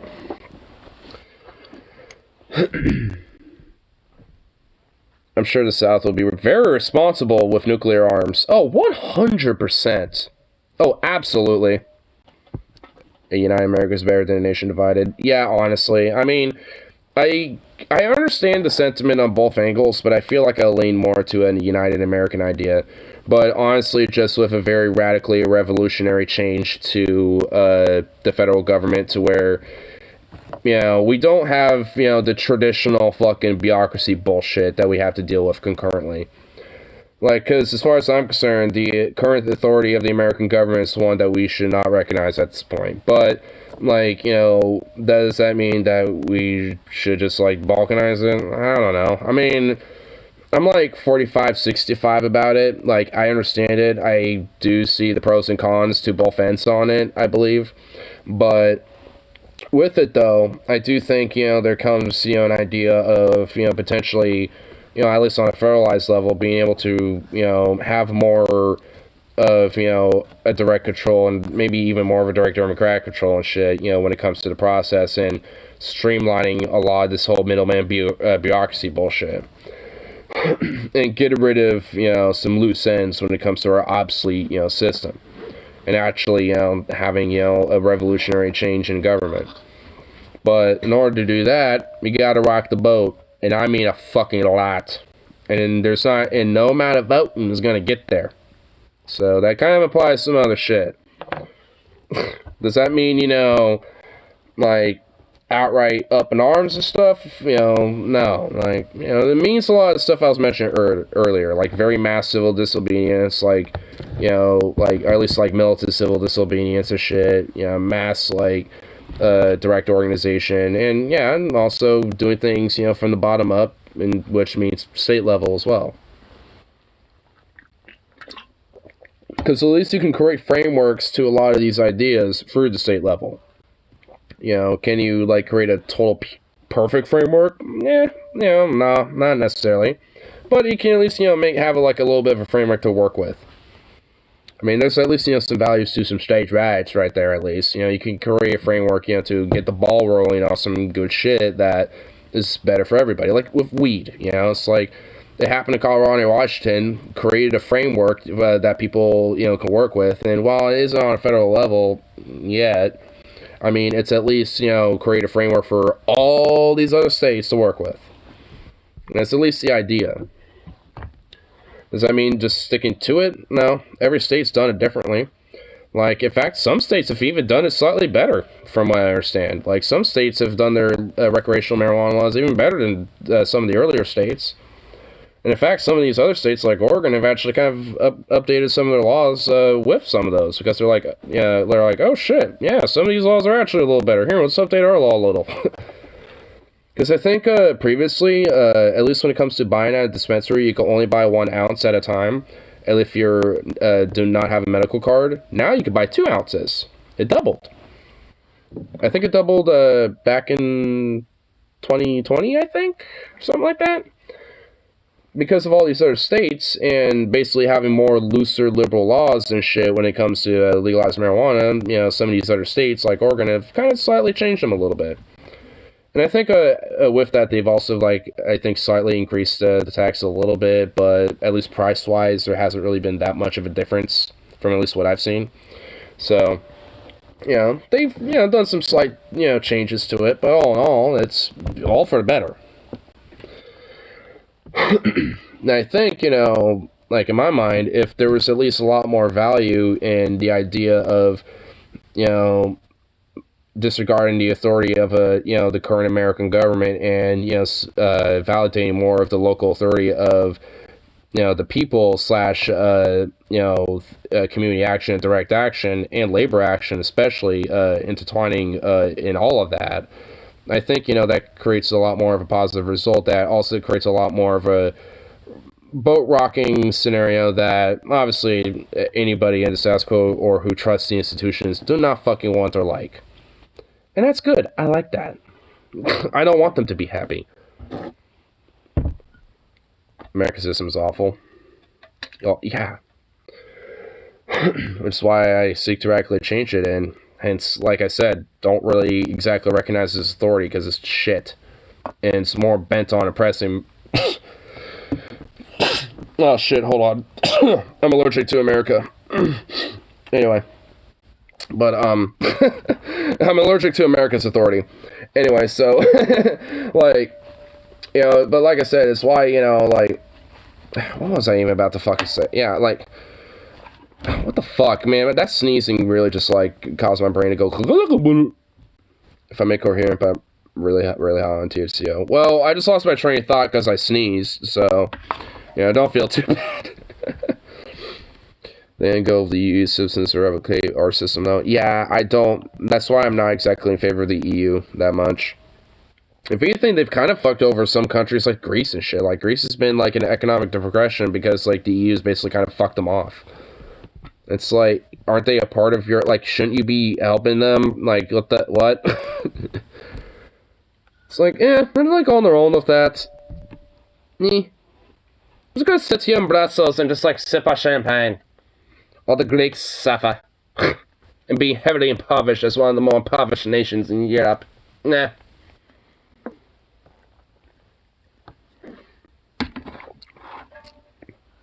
Greece doesn't pay their taxes, just part of their culture. I don't know if that's just a part of their culture, though. I mean, maybe it's just part of, like, their fucking shitty corporate tax laws they probably have there.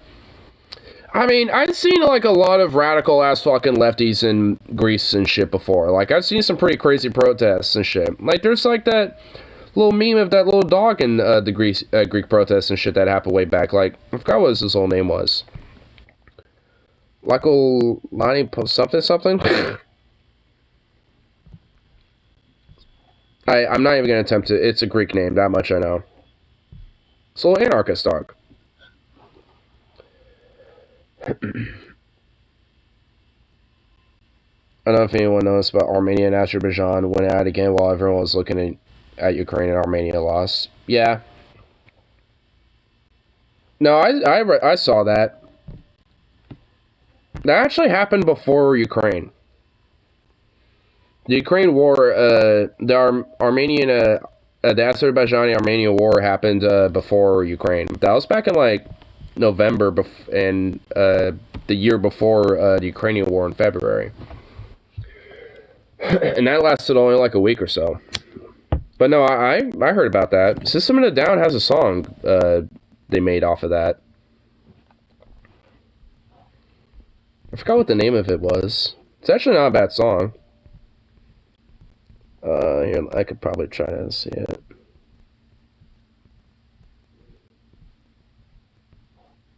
They just had skirmishes while Russia started up in Ukraine. Oh, so wait, so there's a wait, so they're so wait, they had another war again? So it was again? Oh, and their song I was thinking of was "Protect the Land."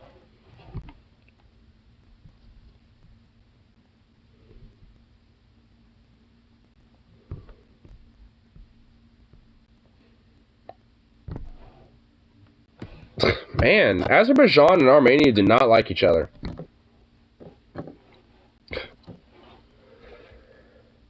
Yeah, you remember Ignar. Yeah. Yeah, that was 2 years ago, actually. I saw you saw the videos of that. Yeah, I did. Yeah. This song right here, Protect the Land, was literally made like shortly after the war begun.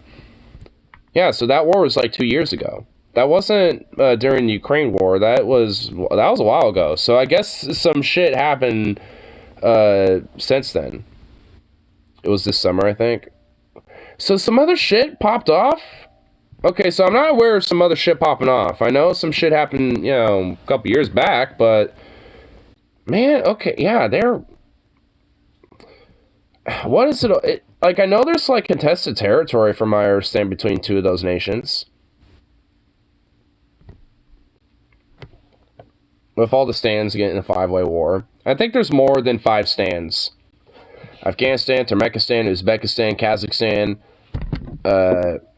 Turkmenistan, Pakistan, that's 6, Dagestan, 7,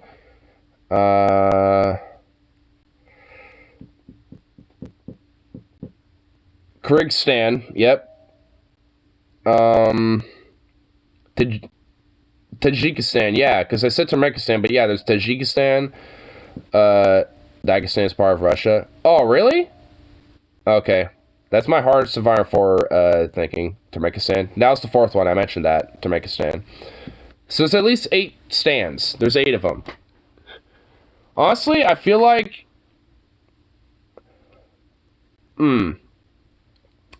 Armenia has a contested enclave with Azerbaijan. Huh. Why? Okay. I named all of them. There's 8 of them. We already named them. Oh my God. Jesus Christ. My chat's being flooded with stands. Iranian stand, Pakistan, Uzbekistan stand.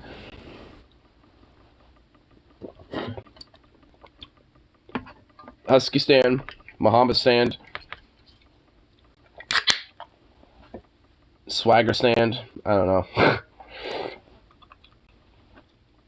Taliban stand. Al-Qaeda stand. I don't know. I think I'm getting a little racist. Okay, I think I was just being a little mean there. What are we talking about stands when we could be talking about Chad? I know, and there's only one true Chad. Just Chad. And he's in the center of it all, too. One Chad to rule them all. What I love it, too, is that they basically stole Romania's flag. It's like, nah, it's our flag, bitch. Fuck you. It's our flag. That's our flag. Oh, flex. Look it up. Romania's flag and Chad's flag are literally the same. They literally contest, like, they will literally, like, they have, like, a international, like, lawsuit with each other, from what I understand about it. Or at least they did at one point. Where it's like, hey, you basically literally have our flag. What the fuck? And the other one's like, no, we have a reason why we have this flag. You basically are stealing our flag, if anything. Fuck you. And they had, like, a back and forth with it for a minute. Like, both of those countries straight up did for a little bit. Nothing, like, serious. It was more like, you know, friendly rivalry shit more than anything. But it was, like, there was a moment where, like, 2 of those countries were like, yo, what the fuck? But I'm not kidding. They're both the same thing. Same colors, same pattern, everything. Same tricolor form, everything. Exact same shit. I'm not fucking kidding. It's kind of funny. It's like, either of those countries could put, like, a fucking coat of arms, an emblem, anything. They could put just one thing in the center of it, and boom, just settle it. Just boom, just settle it at all. And if anything, the other country would have a bigger fucking flex when they have the emblem on it in the center of it all. Chad's shade of blue is a tad darker. You know what? That's how they settled it. I guarantee you that's how they settled it. Chad was like, you know what, fuck you, we'll make our shade of blue just that much darker so you don't have to worry about your shade of blue being ours. Fuck you, Romania. But yeah, no, yeah, they're pretty much the same though. I mean, yeah, maybe their blue is a little darker, but I guarantee you it's because of that rivalry shit, where they're like, you know what, fuck you. We're gonna change it just a little bit so it doesn't look exactly the same. But they're pretty much exactly the same.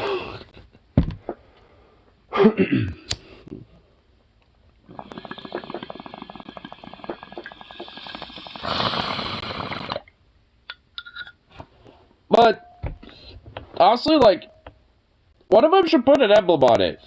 Honestly, Chad should. Chad should be the Chad. And put, like, a cool, like, coat of arms in the center of it.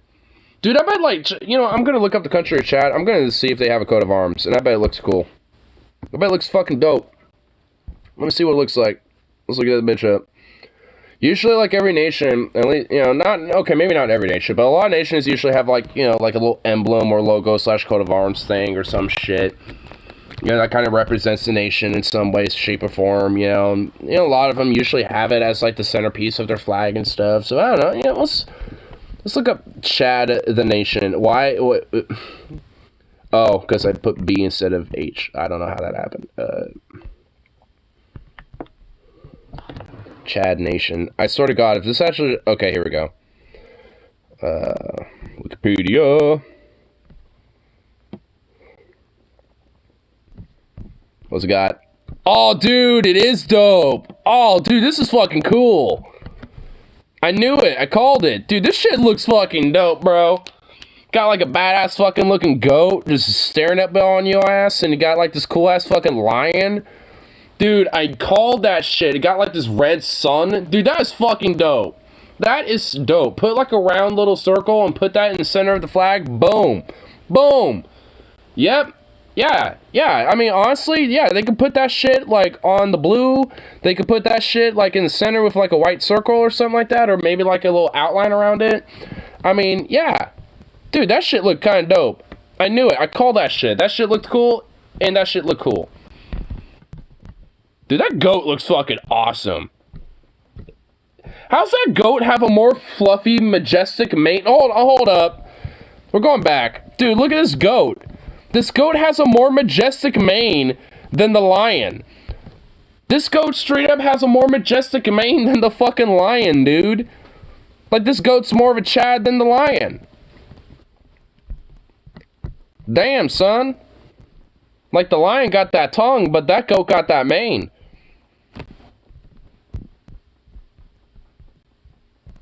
It's a fast forward chat asked the United Nations to examine the issue. However, Begone, the president of Romania, announced no change will occur to the flag as the existence of Romania's tricolor predates the existence of Chad as a whole.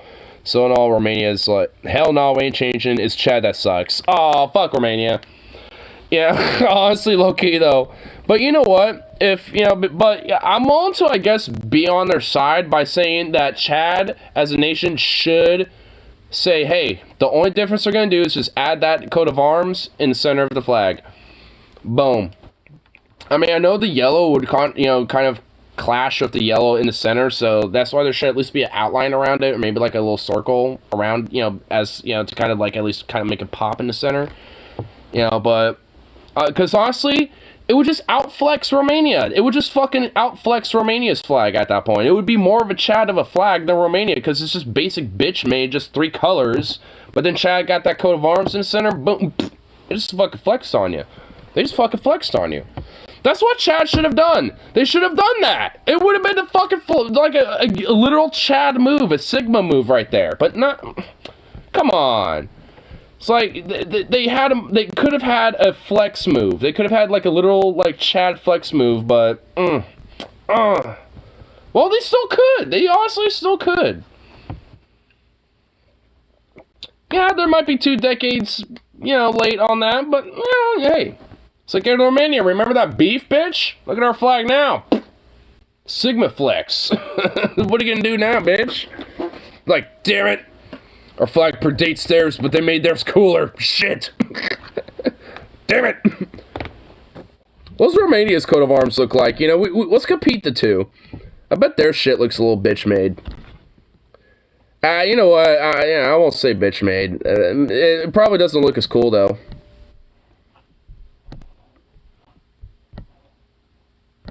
Yeah, Romania. Yeah, let's show up that coat of arms.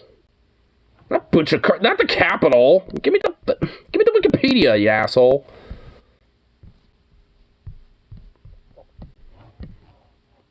Okay, here we go. Yeah, I mean it's cool, but for me personally, not as cool as Chad's coat of arms. It's just a shield with an eagle holding a cross and like a shield within a shield. It's like it's cool, but for me personally, not as cool as Chad's coat of arms. Chad got a better coat of arms. If I had to pin two together, I'd say the former, not this one, is better. I mean, this one's good. Honestly, it's cool, but I mean, and they also could put that in the center of their flag, but the blue would not fit with that blue in the flag, so that would be a problem. So even if they put a coat of arms to try to outflex Chad with the coat of arms in their flag, it would still not look good. In fact, it would look shitty because that blue would not fit well with that blue. They would have to change the shield coat of arms to the shade of blue to their flag in order for it to fit. If not, bitch made. So yeah, Chad has a better coat of arms. Like, Chad's even more of a Chad when it comes to the coat of arms. Like, see, my point has been proven. I feel like my point has been proven here. Case closed. Case has been closed.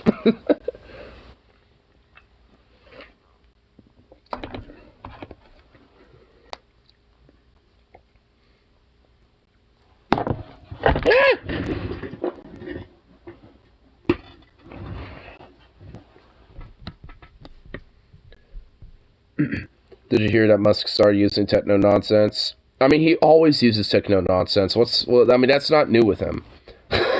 Just to be fair, to try to make himself seem smart. Well, as what I stated, and then started firing people who called him out for it. So yeah, he did that with Twitter. Also, like, I think he begged for like half of those people to come back after firing them, like literally a week later. He's like, I know I just fired half of you, but can you come back? Oh, I didn't really mean that. It was all a joke. Oh, I'm Elon Musk. Oh, I'm a really big fucking idiot. Oh. I feel it. I'm pretty sure that's how he laughs, and I hate it. If I could, like, just honestly, just with his voice box specifically, if I could just like take that weird wormy fucking like piggly looking throat and then just like do like some surgery to just like take that fucking voice box out of his fucking neck, that'd be nice. Because then all that would come out of his mouth is like, you just won't be able to hear nothing. That's all I want. It's just white noise out of his ass, like actual white noise. Unfortunately, I won't stop his tweets, but that will at least stop us from having to hear him. I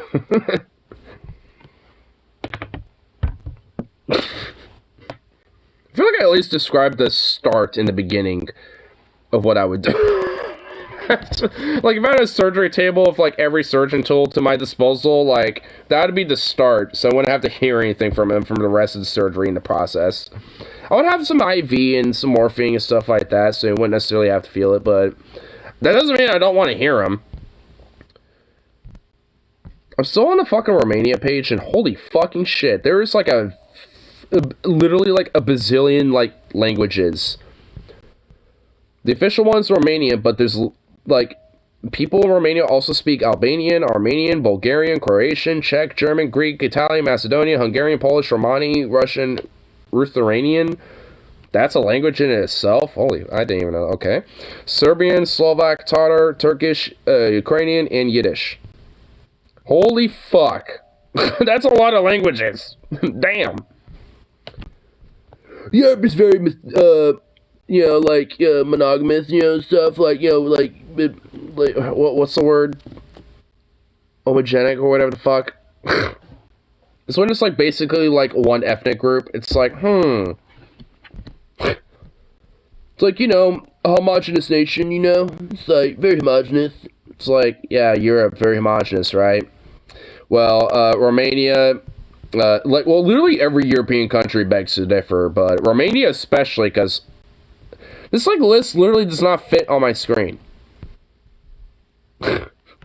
It's so huge, it doesn't fit in my screen. That's just for Romania. Dude's total fuck dumbass. Everything he's saying to himself about his whole life. Well, yeah, because he's an apartheid emerald slave miner inheritant and fucking, basically has done everything in his power to essentially just, get what he wants, like the little fucking man-child baby little fuck that he is. Like I said, the things I could do on him. I wouldn't want to just basically, have, a French Revolution thing with him.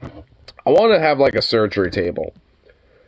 I have it, reserved. I have, a hierarchy of levels of, these fucks. With these billionaire types. There's, the French Revolution status, which is kind of in the middle. And there's also, kind of the, Tsar Nicholas and his family and shit, where it's just, you're just kind of quietly just kind of taken care of, basically. And then there's, the French Revolution where everyone gets to see it. And then there's, yeah, we're gonna have, a nice little secret surgery room with you. Oh, the patient didn't survive. How unfortunate. It's I have, a little tier hierarchy going on here with some of these people. And Elon Musk is definitely on that top tier of, oh, the patient didn't survive the surgery. How unfortunate.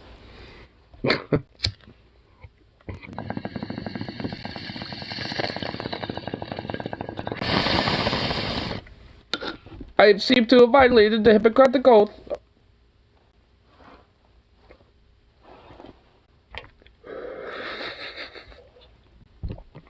Shame, shame.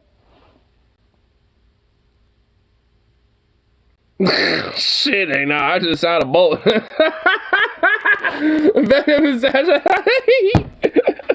Venom's like, Jesus, bro, goddamn. It's like, come on, bro. Just call it one and done, man. Hey, I said I had a hierarchy here. Hey, majority of them are on that level. Or that middle level. That's where most of them are. I only have 3 of them up in that surgery level. Elon Musk is one of them. Bezos is another. I don't know who the other one is. I don't know. I'll pick one eventually. I mean, there's a select few for that top one.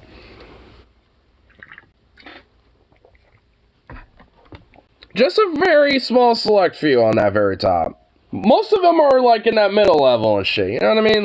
It's oh, you got, your Warren Buffetts, your JP Morgan fucks, Oh, you got your Pelosi's on, oh, yeah, French Revolution them or whatever, oh, yeah, hole in the head, ditch, yeah, okay, yeah, cool. But, it's a select couple out there, I'm yeah, a little surgery for you, maybe. Let's see if you are a human or if you are a reptilian. I mean, it's curiosity. They're fucking reptilians, you know what I mean? It's I want to see if they truly are reptilian. I mean, you gotta take a few to study. You know what I mean? I'm fucking morbid. All satire, YouTube. Had a gay lover and was assaulted by him. Which I think is fucking comical. It's I don't care about Paul Pelosi and what happened to him. I really don't give a fuck. But, yeah, he was a far-right lunatic and unhinged as fuck. And basically did not have an idea, really didn't have any core ideas outside of just being a lunatic, really. He was, mostly delved into far-right, but he also, lived with people who are, hyper weird, lefty hippie, fucking nudist types and shit. Who basically everybody in the neighborhood hated, apparently. On all this other shit. And also, even within the people that he was living with, they didn't even like him then. And also, when he was, in, a part of these, events that his roommates and the people living there would go to, because they were nudists, a lot of them would be nudist events, he would show up to him clothed up and shit, because he was that insecure and that much of a fucking weirdo. I mean, even, with the weird hippy-dippy nudist weirdos that he was hanging out with, not saying not all nudists are weirdos, but at least this particular people that he was with, they were, And it's just like, I mean, and even then, he was, like, even fucking weirder and more unhinged than them. Leftist hippie nudists, especially. By the way, like I said, leftist hippie nudists, honestly, for the most part, are probably cool fucking people that will probably do shrooms and have, like, the craziest fucking sex appeal. Like, honestly, if anything, they're all about free love and shit. But, like, at least the ones I'm talking about that was hanging out with the dude that did that shit, those type of people are a little cuckoo for Cocoa Puffs. They aren't like what I'm talking. What you're talking about and what, I'm confirming with what you're saying is not the same. It's not the same. Different group. A little bit more of the obscure fringe side. And, and even, because even for them, they're, like a little cuckoo. So it's just like, the dude didn't know what the fuck he wanted. Honestly, it's just like, he was just legitimately a mentally ill dude that needed fucking, like, psychological help and shit. And yet, just didn't get any, and this ends up being a result of what happens. I mean, honestly, it's just a result of the lack of fucking mental health in this country. If you really wanted to put, like, kind of a nail on what really is the fundamental root of what the fuck happened with that. I mean, because, especially when it comes to a lot of these far-right conspiracies and these far-right, propagandists and indoctrinators and shit, they prey on people who are mentally ill, like that dude, and like that fucking psychopathic incel that called the cops on the dad of a girl he was stalking who was a lesbian that he was trying to turn straight by trying to show some fucking beat and shit or whatever the fuck that he made, which also sounds... I can't even describe it. I don't even know. I've heard a song that he apparently was trying to show her, and I really can't describe it. It's something. It's something. I'll put it that way. I remember TJ and Scotty on Onion Nuggets calling it Tismcore, like straight up Tismcore. Which honestly, thinking about it, that I'd probably rephrase it to Incelcore. And then I think you nail it. Because I don't even think Tismcore would be that bad. I could probably make some Tismcore, but... but the thing is, I can make it sound good. Like... Because... I don't know. Either way, like... I mean, you got these people who fundamentally are just absolutely mentally ill as fuck. And, you see, not disproportionately, but you see, a good amount of some of these people... fall into some of these right-wing conspiracies and shit, and to these right-wing fascist fucking shit, and these, hyper, evangelical religious Christian shit that is very predominantly far-right. Like, you see a lot of these type of people fall into that trap because the people that push those type of ideologies want those type of people. Because they're the most easily gullible and the most easily to, especially very radically and boisterously and very confidently, quote-unquote, push their fucking ideas.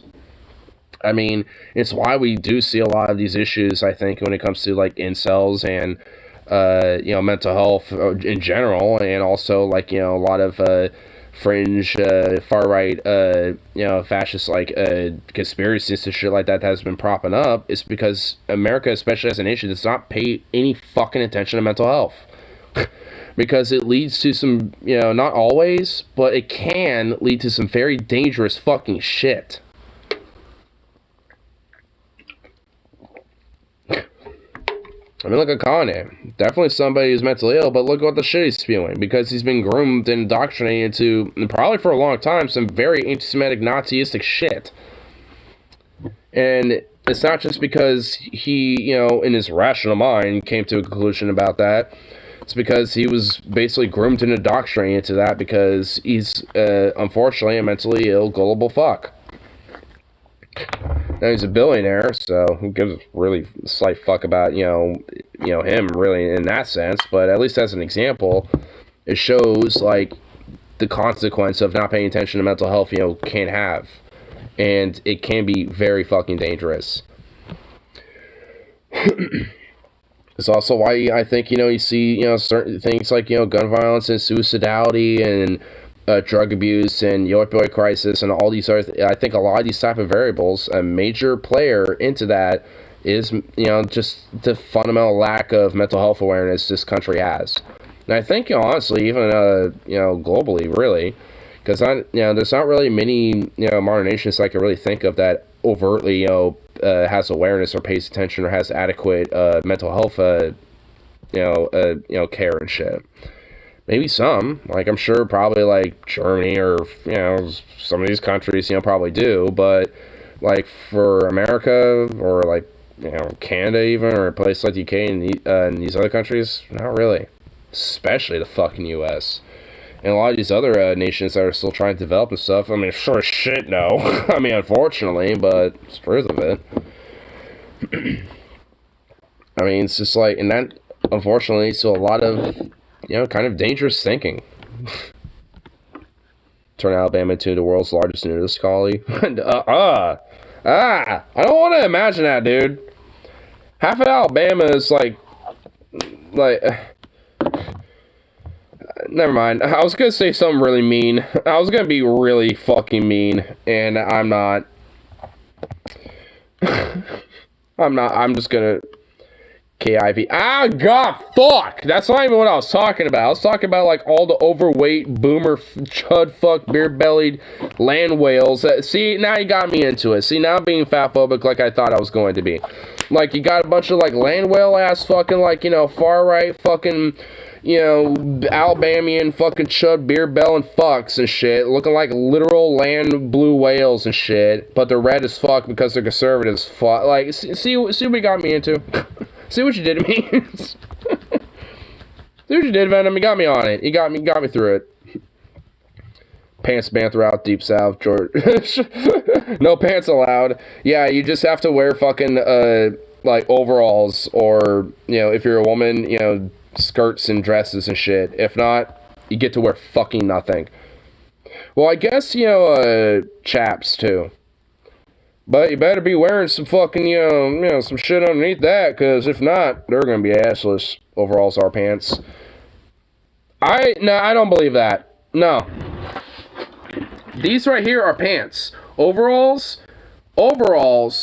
are those things that have those straps on the back, and you got, like, this big-ass fucking, like, basically an apron right here, where you fucking have, like, those straps coming around, and you attach your shit right here, and you got, like, pockets right here. All sorts of fucking pockets right here. Boom, boom, boom. Pants with extra straps.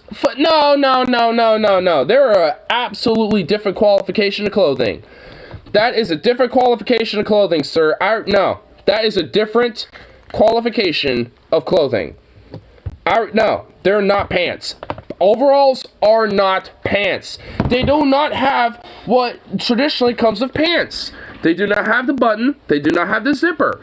They have the overall straps and, right there. And, like, when you untie those, you got that shit flopping down right there.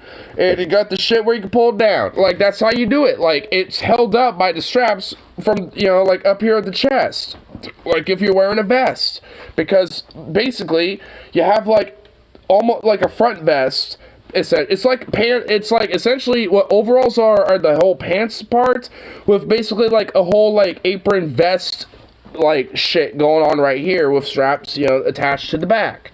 That's what overalls are. They're not pants. I will die on that hill, and I know other motherfuckers will agree with me on that.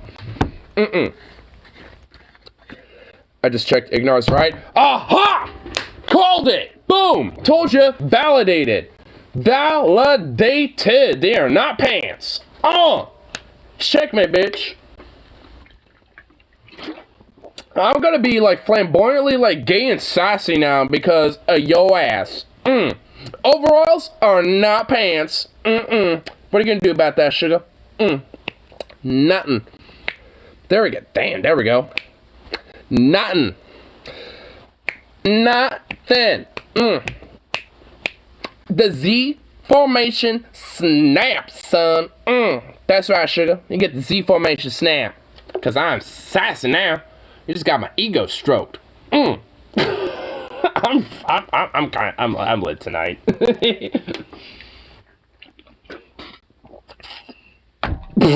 I'm gonna overhaul your God damn it, that's the first thing I said. I'm gonna overhaul your God, that almost sounds bad. Jesus. That almost sounds like not good.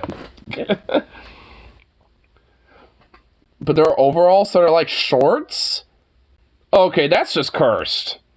Overalls should never have like shorts implied into it. Overalls need to have the full length, son. The full length. We can't have none of this shorts bullshit where it's to the knees of overalls. We can't have none of that bullshit. We need to have the full fucking length. From, you know, like, okay, hold up. I'm gonna balance myself here. This is not a good idea, but I'm doing it. You need to have the full length all the way from right down there, all the way up to the chest, son. That's an overall. You can't have none of this fucking shorts bullshit. Like, what the fuck is that? Like, what am I supposed to call that? Overalls, but shorts? Shorteralls? Shortferalls? Like, what the fuck am I supposed to call that shit? Overall shorts? Like, overshorts? Like, the... Boo. No. It's like you're changing a format that need not be changed. The whole point of overalls is basically like if you're working on, like, a fucking farm or some shit. Like, because if you have, like, the whole shit in the front, the whole idea is implied that you're probably getting a little darn dirty, and hence why you need the length on the bottom, you know, with your boots and shit. So then you don't get all fucked up, because then what you're wearing underneath doesn't get all messed up. Like, I mean, why the shorts? Why, what the... Why? That's cursed. Shorteralls, dude. Why? What the fuck? Best orgasms ever. Hear someone that you hate say you were right about something. Yep. I got a lie through it. God damn it, Venom. What the hell? What the hell?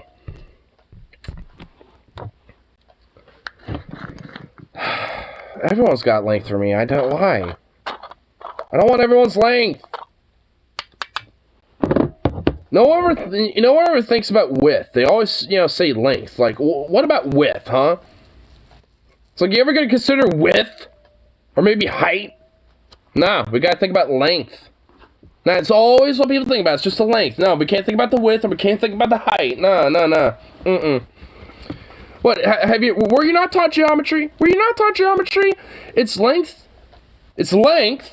times width times height. See? Come on. Know your basic geometries. Yeah, girth is the same as width. Like, that's another way of saying width. Girth, yeah, you got a little... I mean, come on now. Like, no one ever says that shit anymore. No one ever considers the length / girth or the height. No one ever considers that shit anymore. It's always length. What the fuck, people? What the... Come on!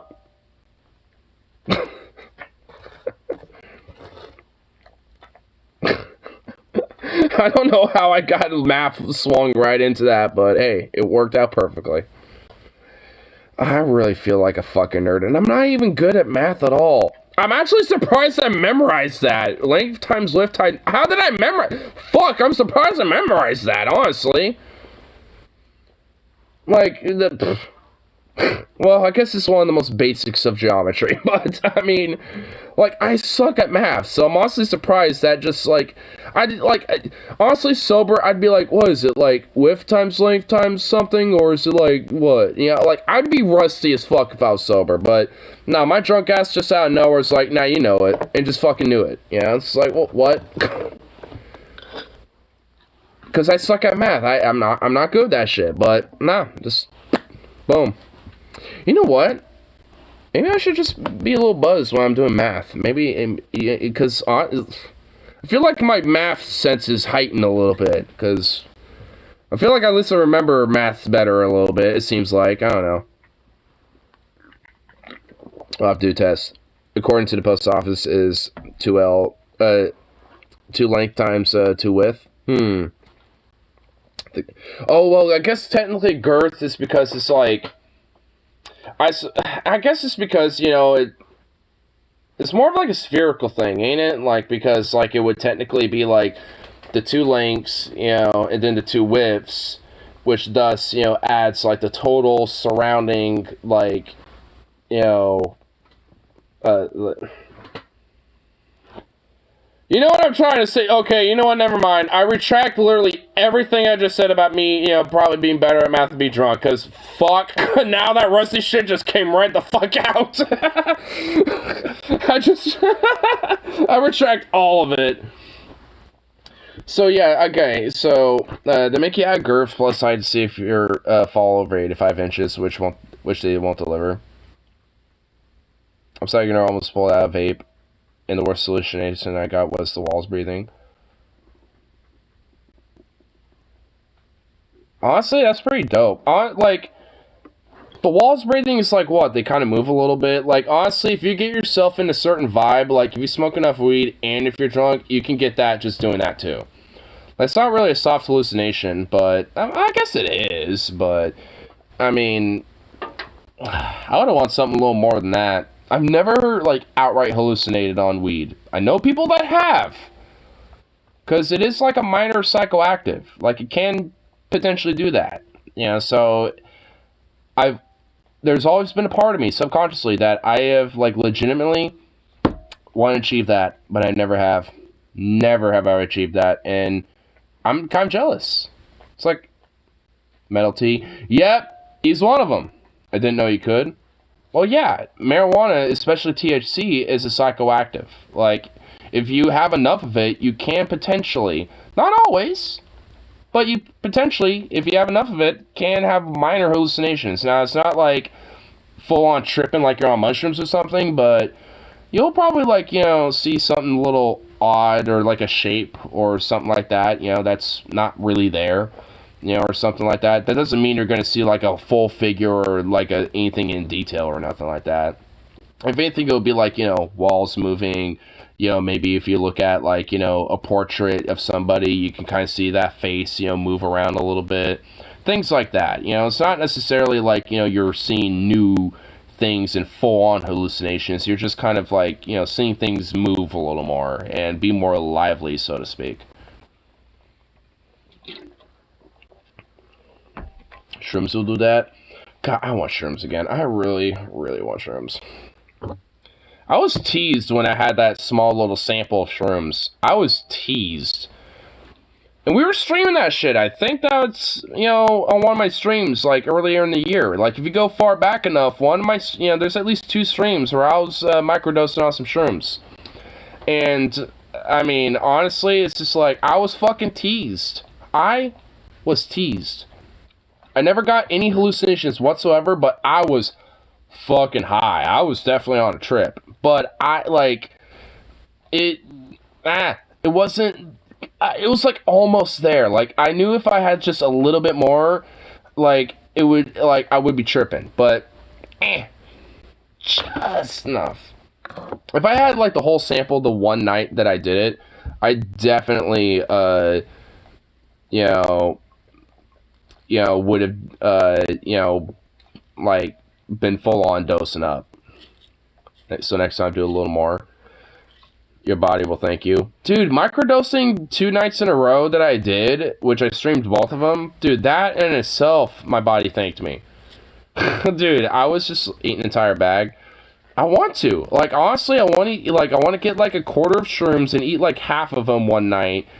And then just, like, have, like, you know, the other half of what I didn't eat, you know, another day. And then have, like, the other half, you know, or the rest of it, you know, for another day. You know, it's like, I want to do that. Like, I want to buy, like, a quarter of them or some shit. Eat, like, half of that right off the bat and just trip the fuck out. And then just, like, have, like, the last 2 halves of what's remaining and just, like, use those for other times or something. Because I want, like, a full, fat, like, zonk tramp, you know, so I know having, like, an eighth, like, full up to the dome would definitely do that.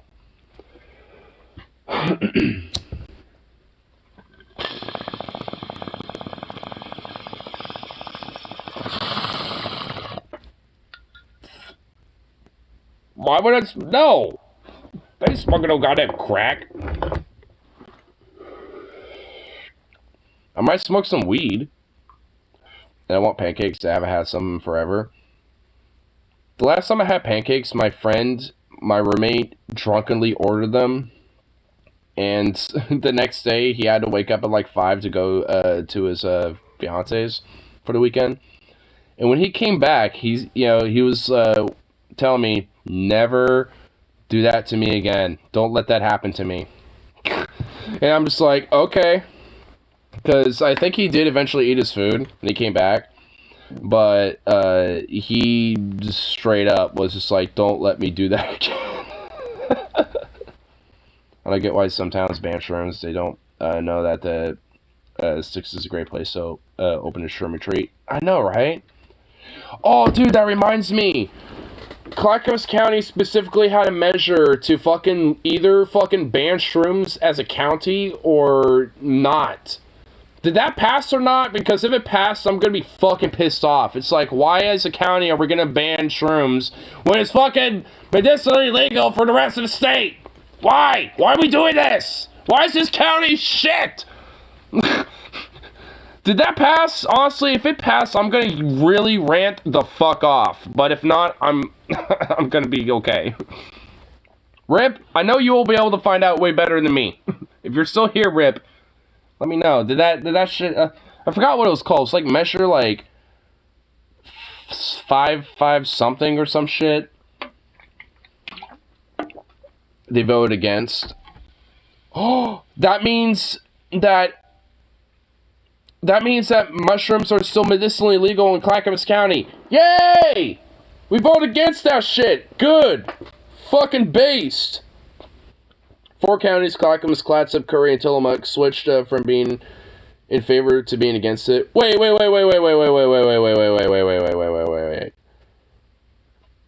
Hold up. That means, wait. So, wait, that's actually the other way around. So we did... Wait, so you're saying actually that we just fucking, like, we in Clatsop, Curry, and Tillamook County basically are just like, fuck mushrooms. We're banning that shit. It's illegal in our counties. Is that what you're literally saying? Is that actually what happened? Or is it like, now we... Yeah, it's bad. No! Fuck! Okay, no, I'm about to rant. I'm about to fucking rant, son. Especially Tillamook County? Okay, no, fuck you, Tillamook County. Fuck you, especially for doing that shit. You're the county that has basically all the fucking shit when it comes to shrooms. That shit is accessible as fuck naturally. This shit comes from the fucking ground. It's fungi. Fuck all of these counties. Fuck Clackamas and fuck Tillamook especially. Fuck you. Boo! Why? You had a good thing going. Why did you go against it? What in the fuck is wrong with these people? What is wrong with everybody? Oh, I hate this place. Oh my god. This is just a good example that shows that like progressive liberal Oregon isn't really progressive liberal. We just can't fucking have nice things. Why? Ugh. What the fuck? I said I was gonna go on a rant, and I did. It was a short burst. I thought it was a little more, but it was a short burst. But, oh, fuck, why? Why? Like, what the fuck? Oh, we just don't want a bunch of, like, hipster hooligans, like, carrying their depression or nothing. What the fuck? What is this bullshit? Like, Oregon did something based, like, back in 2020 in medicinally legalized mushrooms.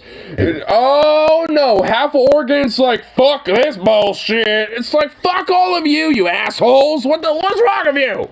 I guarantee you, half of those pieces of shit that voted against it, half of those motherfuckers have done shrooms.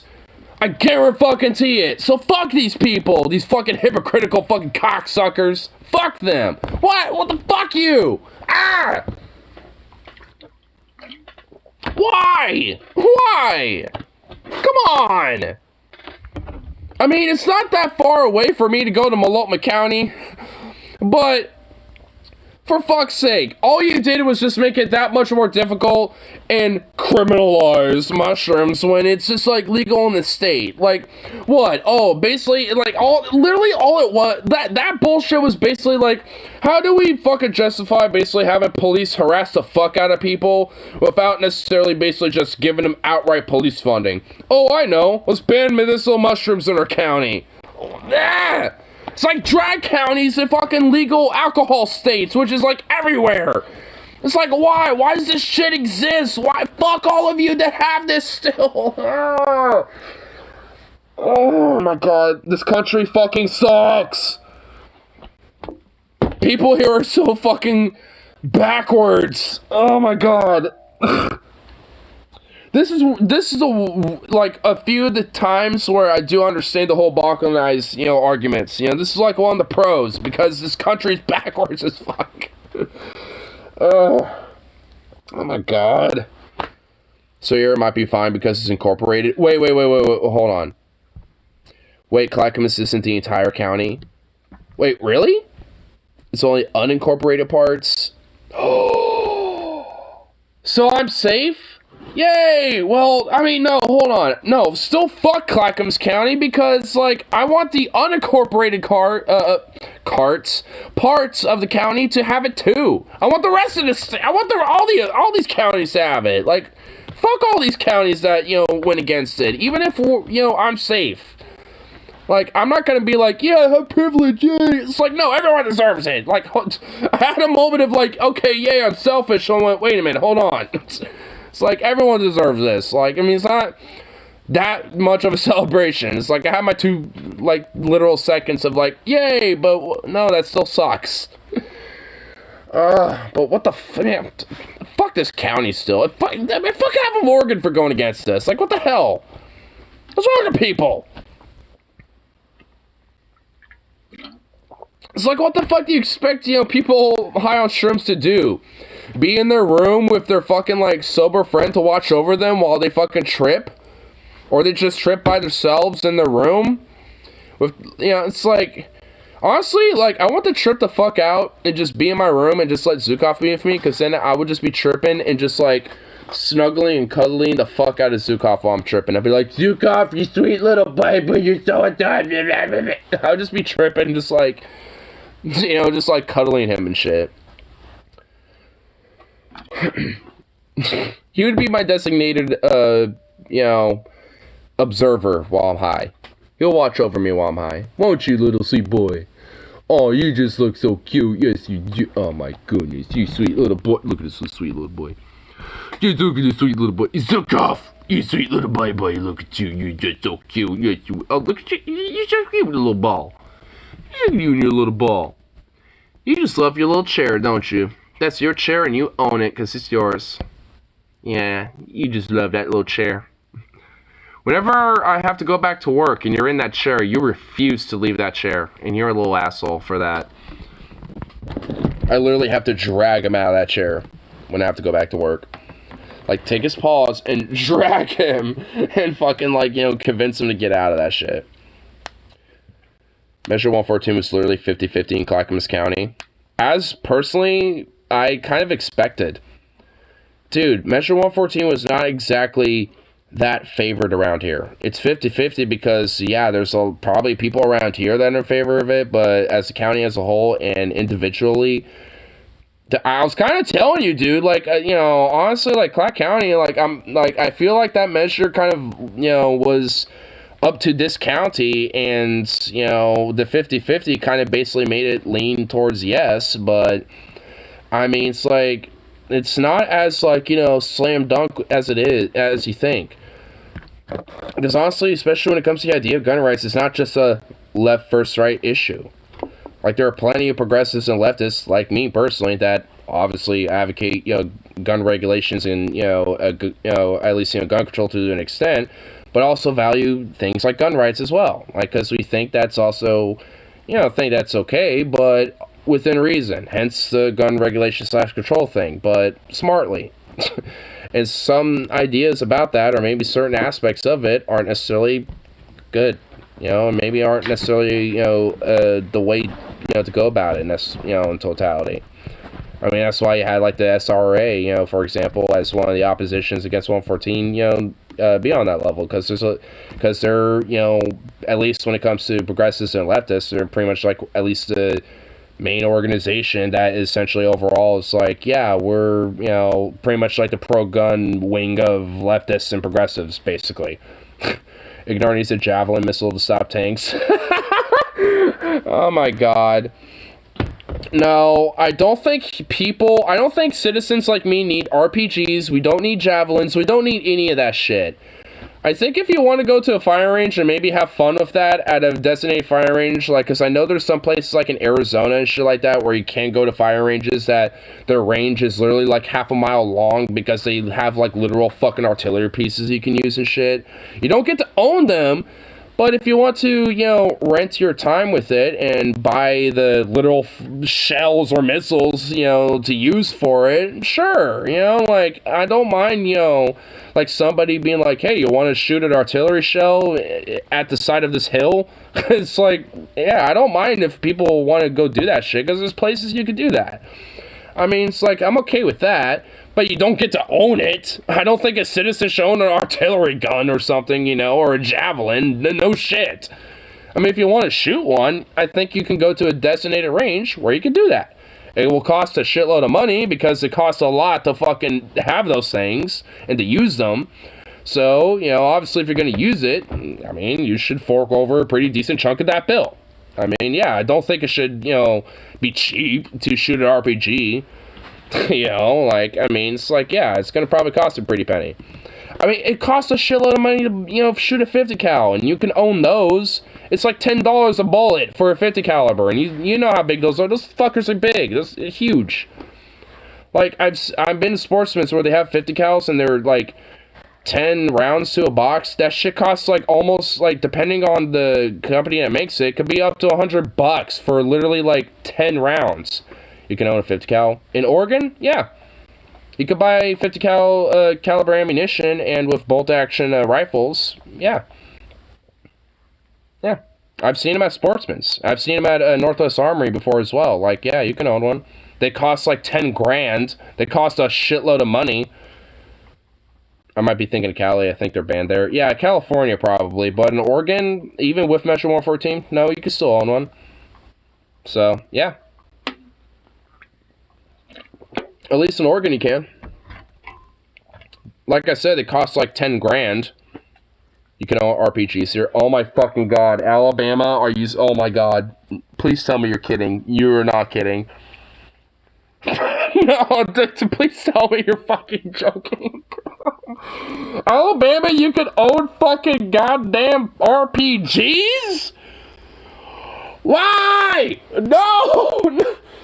I don't like... What? Why? No! Why? That's not what the Founding Fathers intended, you fucking freaks! What the fuck? Oh my god! No! No! I don't want Uncle Jim Bob owning a goddamn RPG! I'm sorry, I don't give a fuck! Like, what? Oh my god. Oh, Jesus Christ. This is why balkanization is a bad idea, because you want, like, southern militias with their RPGs fucking, like, you know, doing skirmishes on the borders and shit. Like, fuck that. No. Boo. I don't, no. Oh, God. Like, they have, like, literal armories, like, with each individual. Like half of the people, in the South, like, they own, like, 50 guns each. Like, bad idea. No.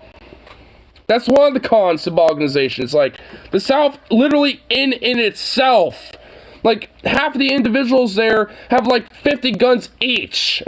Like, they're, like, half the individuals are, like, they're ready to go to arm the other half, basically. It's like, no, that's just a bad idea. Like, I mean, just with that alone, because you know what that's gonna turn into.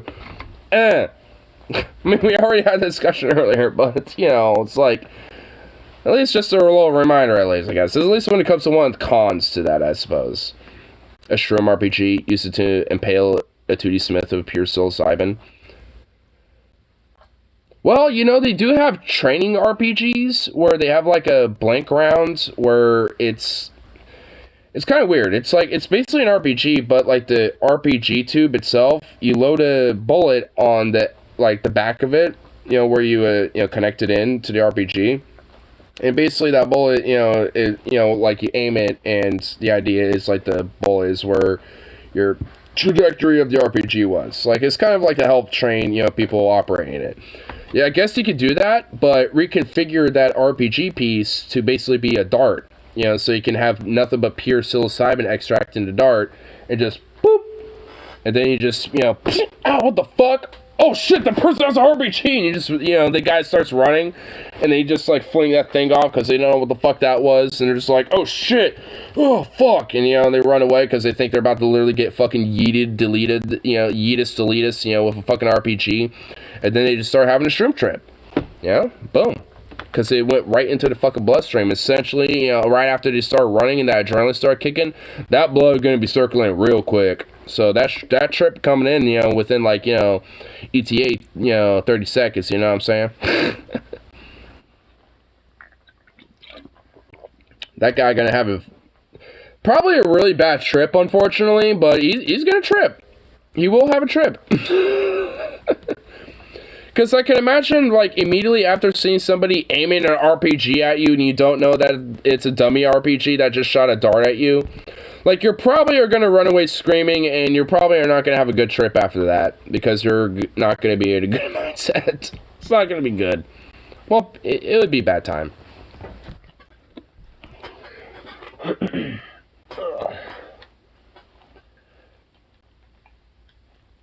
They might not have a bunch of reloads, but they have at least one or two. So they have, like, a actual, like, a couple of, like propel grenades to, like, oh my god, so they can actually use the fucking thing. Jesus Christ. Lord help us all. There, gotta go to the bathroom real quick. I'll be right back. Zooks. Little fruit bat. Oh. I'm not going out there. I'm going over here, bro. I'm going in that hole.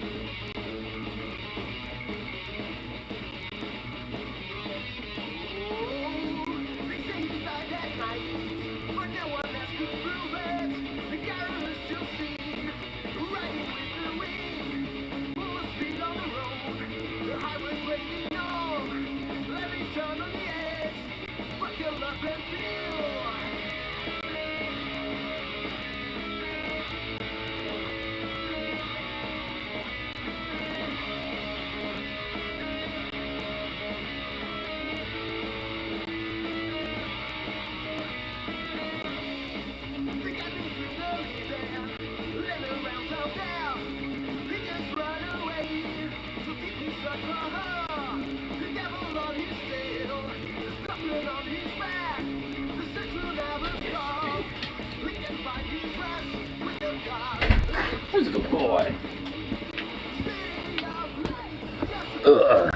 Hey.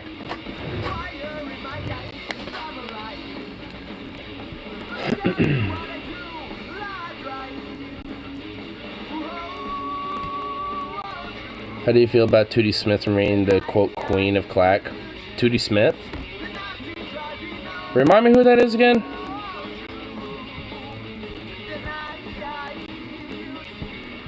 I swear, if these species somehow makes it to like the 3000s, it'll still be like, Second Amendment's clear, the right to bear arms, and the weapons will be some kind of antimatter laser rifle that scatters people across 6 different dimensional planes. Dude, for real, bro. 100%, dude. I mean, it's like, what the fuck? I mean, at that point, I guess the argument of, like, you know, generic, like, laser/plasma rifles, like, Fallout, like, style, you know, weapons or some shit with that type of stuff, like, energy weapons and shit. I could see people maybe owning stuff like that, but, like, oh my god, like, anti-material rifles that can, like, just, like, traverse you into 6-dimensional planes, and, yeah, oh god. She was re-elected as commissioner, wasn't she? 2D Smith? I'm not gonna lie, that didn't help me.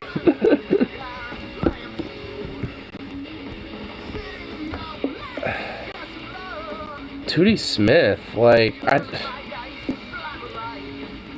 I feel like I should know this, but it's going over my head.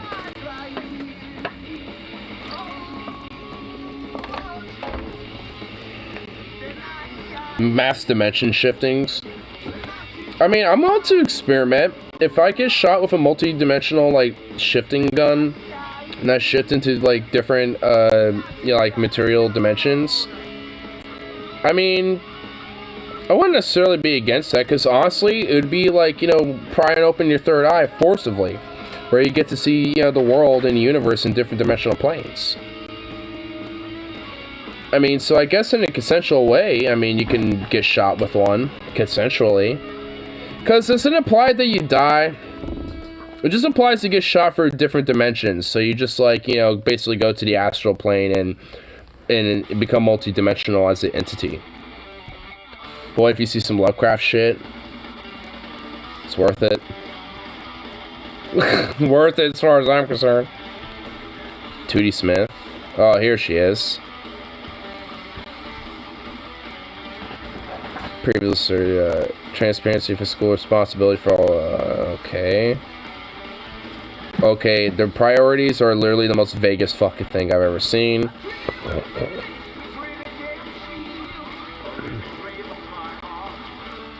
Pay to play sexual harassment, American lifestyle. Okay, she wrote a book.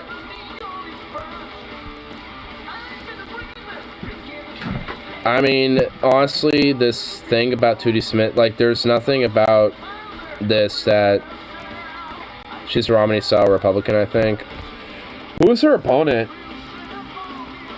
Because, honestly, I don't know anything about her, to be honest with you. So, I get... if she's conservative, and honestly, considering the shit here that I'm seeing, she seems like a very vague centrist type. Which I already don't like. So, we got, like, some, at least, at best, a centrist. Like, some centrist, like, you know, middle line, fucking, like, both sides, you know, type of fucking weirdo. I remember she was fucking shit up way back when I was in high school. Well, if... I'll take your word for it. I mean, she sounds like a shitbag, so I already don't like it. I'm pretty sure I voted against her, because... I don't remember voting for any, quote, 2D Smith. If, you know, so whoever her opponent was, I must have voted for them. But I don't remember seeing her name on the ballot, to be honest. So, I don't know if it's like a chair that isn't necessarily, like, you know, in Milwaukee's jurisdiction. If that's the case, then I don't know how, like, so I don't know, like, I didn't see her on the ballot, at least not that I remember. I mean, maybe it was the 2021 election, or the 2021, yeah, I don't know. You know, no, yeah, it was 2021, yeah, because her current term says 2021 to 2024. Yeah, it says right here, yeah, current term, 2021 to 2024, previous term is 2013 to 2016.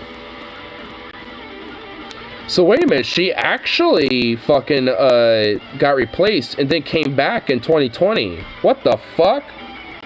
She came back after her previous term. So there was like some lame duck before, in between her previous term and her current term. There was somebody else in between that. She won't go away. Yeah, she literally won't go away. Oh, no, dude, she's probably gonna win re-election.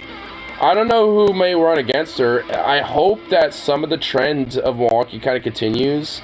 So maybe that might, you know, have an influence in getting her the fuck out, depending on who runs against her. But, she pandered to MAGA people at one point, but then quickly regretted it. She thought that it would be beneficial in her favor, but realized that the county and the local area was not exactly in favor of that as much as she thought. Like, there's, like, some cliques in Estacada and Oregon City that are, you know, are like that, but beyond that, not really. Maybe some more rural areas in Clackamas County beyond that, but, like, that's not where most of the population of Clackamas County is. Like, I mean, well, SK and Oregon City, yes, but, like, the rural areas, not as much. Like, it's gonna be, like, SK, you know, Oregon City, Milwaukee, and there's, like, 2 other towns. So, I mean, definitely no way that, you know, she's gonna be able to use that to her advantage. Because even in the towns where there's like a little clique of them, it's not even close to being a majority. And even as a minority, they're a tiny minority. Outside of like Oregon City, they seem to have had a presence there that's been pretty predominant recently in the past. I don't know about right now, but I know in recent past they have. Which is literally a hop, skip, and a jump away from me. Milwaukee's literally like just above Oregon City. Which is why I see these fuckers all the time around here, you know, especially back in 2020, because a lot of them living out in SK and Oregon City and shit, where they make their stomping ground. And they like to come patrol around here and shit. What the fuck do you want? What's your deal? Can I help you? Hold on. Actually. You want some ham? Oh, whoa, hold up. Be patient. Sit. Sit. Good boy.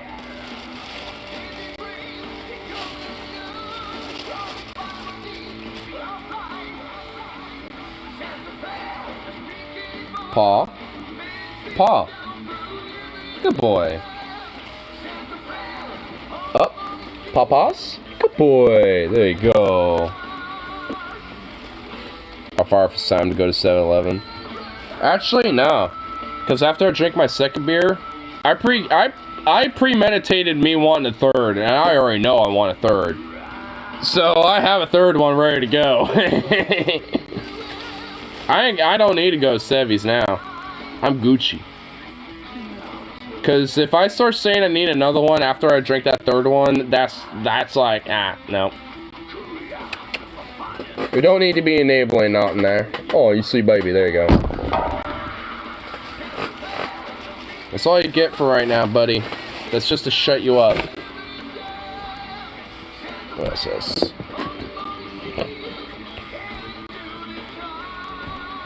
Clackamas County Commission meetings go virtual due to anti-mask protests. Halted meeting on Thursday and moved to a virtual format after warning audience members multiple times to not interrupt. What a fucking maroon. Hey, excuse me, anti-masker fucking weirdos that, you know, basically, you know, like, I support and I'm okay with. Like, can you stop being interruptive while we, you know, do this thing? No? Okay. I mean, it's like, what a fucking maroon. Smith said she made it a point to allow in-person public attendance until now, but there was a targeted attempt at Thursday's business meeting to disrupt shout down and not let business proceedings take place, and she subsequently learned that the disruptive group intended to return at the next meeting. Well, I guess I'll say this. At least she, you know, kind of, you know, like, put her foot down a little bit and said, hey, you know, even though I support you fucking weirdos and shit, like, if you're not gonna be civil about it, then we're just gonna make this virtual.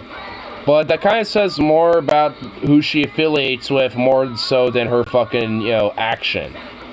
It's like, I mean, it shouldn't have to be that point. Like, maybe, you know, if you knew those type of fucking people were going to be, you know, disruptive, maybe you should have had extra security precautions to be like, hey, you know, if these people are disruptive, then you just escort them out. And it's like, no ifs, ands, or buts. If they start getting disruptive and I tell them repeatedly to fucking knock it off and they don't, like, 3 strikes rules. Like, if I tell you to knock it off and shut up, like, in 3 different occasions and you don't, then you're kicked the fuck out. It's like, you know, it's like either wait your turn to fucking say your piece or, you know, just shut up. You know, because at that point you're disrupting shit. And it's like, especially on a county level thing, it's like, there's legit, like, important things that could be, you know, being discussed and all this other shit. But you got these fucking weirdos that want to disrupt this shit, especially when it comes to, like, education boards. It's like, I know, like, you know, education is shit, and there's, like, problems with the education system fundamentally, but with what little good that does come through for, like, some of these meetings and shit, these motherfuckers hijack it and disrupt it and make it, like, some fucking agenda, you know, because, oh, we think pedophilic queer people are fucking, like, indoctrinating kids. It's like, fuck these motherfuckers. Like, it should be a felony, you know, for these motherfuckers to be disrupting this shit. 5-year minimum, bitch. It'd be like one thing to be like, you know, disrupting once, but these motherfuckers make it a point to just do it over and over and over and over and over again. It's like, if you say one thing because you disagree with, you know, what one of the council members says, it's like, yo, that's bullshit, blah, blah, blah, blah, blah. It's like, you know, just doing it once or something, and be like, alright, you know, it's like, whatever. You can, you know, dismiss that shit. But these motherfuckers don't do that. They just constantly do this type of shit.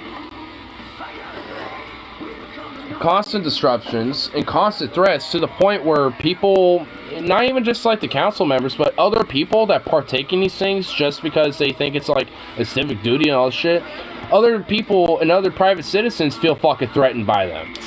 It's like when you have these other motherfuckers and other average people who are your neighbors for all intents and purposes, but you don't see them that way, are fucking threatened by you, then you're the fucking problem. As far as I'm concerned, they need to be kicked the fuck out of these towns. It's like, go to your little fucking sanctuary in Florida. Hey! Zirkoff agrees. Hey, we all know. You agree. We get it. Oi! I know you agree. Shut up. Come here. You made your point. Come here. You baby boy. It's like, go to fucking Florida where it's your fucking sanctuary, or fucking, I don't know, go to like some, I don't know, like, what was that fucking like island again that was in Svalbard? Like, there's Svalbard, and there's like an island that has no like people on it, but it's basically the largest island, I think, in the Svalbard region. North Icelandic, I think was the name. Like, that island specifically, just ship them all over there, or send them to fucking Saudi Arabia or some shit. I don't fucking know, and I really don't fucking care. Like, either Florida or there. Like, those places. I don't give a shit. Go to a place that would find your fucking ideas acceptable. I mean, honestly, Saudi Arabia is probably no-go because, I mean, the fascistic Islamic, like, extremist ideas of what Islam can, you know, bring is, I mean, yeah, perfect. But, I mean, that's the thing, though. I mean, these Christians also think the same shit, too. So who am I kidding? Of course, there'd be 2 peas in a fucking pod. Never mind. Who am I kidding? If they knew the details of Muhammad, you know, like, these evangelical Christians from top to bottom, but didn't tell them, like, if you told the story of Muhammad without saying Muhammad's name to these evangelical Christians, they would, and say, hey, that's in the, that this is a biblical character, they would think 100% without a shadow of doubt, and they would not even question it, would think that that is a character in the Bible. And they would think it is totally okay and acceptable and okay under the eyes of God. Which, funny enough, is. The thing is, though, it's in the Quran, not the Bible. If you left the details of it being in the Quran and it's Muhammad out and told everything else about Muhammad's story and shit like that, including Aisha and all that other shit and that other pedophilic garbage, and told it to a Christian, I guarantee you, especially if you told them that that was in the Bible, that they would be okay with it, and they would think that it's, you know, like a good, you know, Christian thing or whatever the fuck, and all this other shit, because of, you know, the old times of woe or whatever yeah, it's like they would absolutely think it's okay. It's really just because I identify as a different religion. It's just like, oh, suddenly, you know, they're fucking the most evil demon spawns, and they're like the undesirables. It's like, bitch, you basically believe in the same fucking shit. It's like, get over it. It's like, what? It's like, not literally the same shit, but like, I mean, it all might as well be with how extremist these far-right fucking religio fucking fascist psychopaths are. There might as well be two peas in a pod. Why do you think, you know, the fucking far-right evangelical Christians are called the American Taliban? Because they're pretty much no different to them. Outside of like a couple things. Mainly just cultural differences. Like when it comes to like the ideas that they enforce and advocate for, those are no different. But how they are different is basically literally just cultural. That's the difference. Like, other than that, they're pretty much the same fucking shit. And the same type of fucking ideas.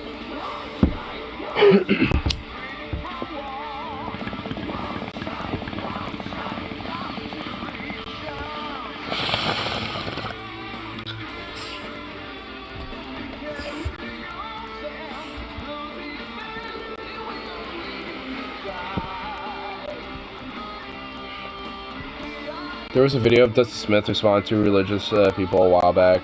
And one person said, if the Bible said 2 plus 2 equals 5, he would accept it as fact. I'm not surprised. Because honestly, I guarantee you, if you told like a lot of these evangelicals, because most of them only read the Bible as basically as much as they hear it. They only read it as much as they hear it because of what their pastor tells them. Like, they don't want to read as much as what their pastor says. When their pastor says, open up James, or whatever the fuck, like, open up, like, John 3:14 or some shit. They would open it up and read the passage with the fucking pastor. But beyond that, they ain't reading that fucking Bible. So it's like, if you told these motherfuckers, like, a story or some random fucking thing, and said it was in the Bible, and made it sound like it was at least, like, you know, within, you know, biblical text and shit, they would absolutely fucking buy it and believe it. 100%, because they're gullible. I mean, it kind of comes in circle of what I was mentioning earlier about mental health and shit, because a lot of these same type of religious propagandists fucking, you know, want people who are gullible and are easily manipulative into these type of ideas. And if you went to one of those type of people and said these type of things, like I'm saying, they would buy it. They would believe it. And that's honestly more of a sad fact of, like, you know, how little we care about our mental health in this country more than anything. And it's more of an indictment of that, more so than an indictment of the indoctrinator, because they're just taking advantage of a fucking problem. I mean, they're just capitalizing on it, which is typical with these fucks. I mean, that ain't nothing new with them. They've been doing that for thousands of fucking years. Now that we actually have an understanding and a more modern, sophisticated, nuanced look about mental health and shit, it just, you know, shows them, you know, for who they are to people who actually study and understand that shit. Even then, at least even a cursory glance like me, you know, would be able to understand that type of shit. But, you know, nonetheless, you know, they've been able to get away with this shit for thousands of fucking years, even before Christianity has been a thing. And, if, you know, it's just like, they've been able to just, like, keep it going up to this fucking day, because we don't pay attention to things like that, like when it comes to mental health and shit, because they prey on those type of fucking people, because that's who they want. It's just more of an indictment more to that more than anything when it comes to this type of thing. Why Christians so scared to read the Bible? I don't know if it's necessarily fear. I think it's more or less it's that they have a sense of trust. Is that they trust the authority that tells them what's in the Bible more so than wanting to do the thinking themselves. I don't think it's really fear of reading the Bible. I think it's just like they prefer to have a more authoritative figure tell them, you know, tell them what's in it, you know, instead. because they don't want to necessarily do the, you know, mental straining of like thinking about it and actually, you know, doing the thinking and reading it themselves and be more critical about it and doing self-interpretation. I think honestly that's a lot of it, because, you know, there's I mean, because it's actually ingrained in a lot of Christian sects, where, I mean, it's even literally in the Bible, the shepherd and his flock. I mean, because where else is that described in? A shepherd and a flock of sheep, right? Like, so you have like a lot of sheeple who will look to the shepherd to guide them, and that's essentially it. I don't necessarily think it's, you know, them being scared to read the Bible. I think they're just ingrained into, you know, having the Bible read and essentially, you know, ingrained by the shepherd more so than themselves. I don't know if it's necessarily being scared. I think it's just more so that they just accept the authority of who's who's saying what's in the Bible and shit like that, and the stories in it. You know, because especially if you look at, I've grown up, you know, Christian, so I know how these pastors work, and it's across the board.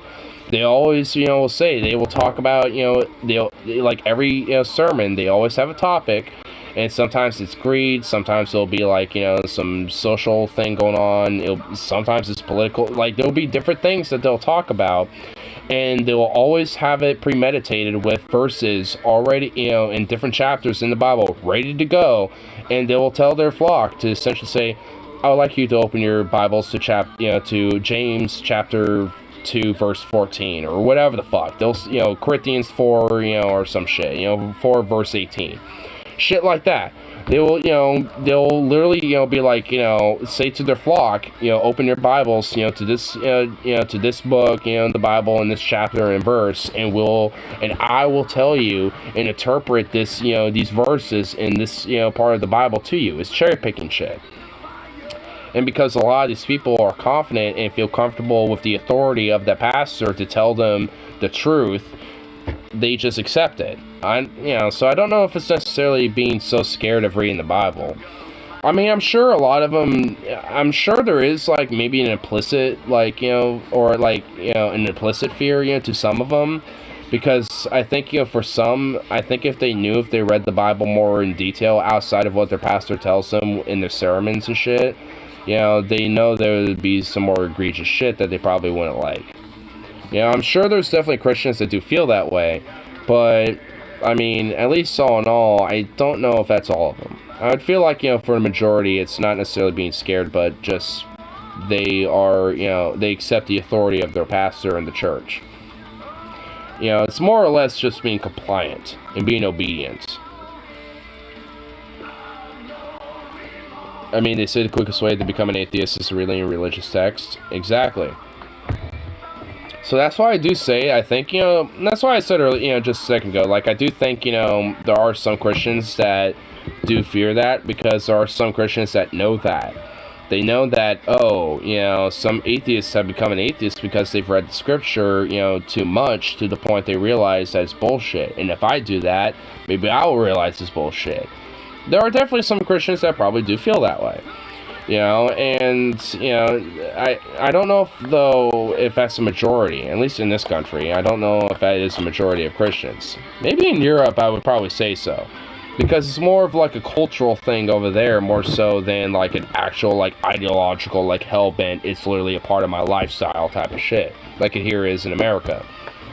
You know, so, and because of that, you know, I think that's another thing. I mean, I think, you know, it's not necessarily, you know, Christians are, you know, scared to read the Bible. I think, you know, they have grown up with, you know, these certain books, like, you know, like Exodus, Genesis, all these other different, you know, little books in the Bible, like Revelations and all this other shit, and have very specific, you know, scriptures and very specific things that are in those books, you know, that they can look into, and essentially have just built their entire lifestyle and culture and their, you know, way of living around that, and have essentially disregarded anything else that might be in the Bible, you know. So, and even if they do go into that, it's more of like a study as like, you know, here's like, you know, some stuff in the Bible, but we don't necessarily believe that because, you know, fundamentally this is the real word of God, and this is just something that, you know, was a test or a challenge or just a part of the time. I mean, they have some justification for it,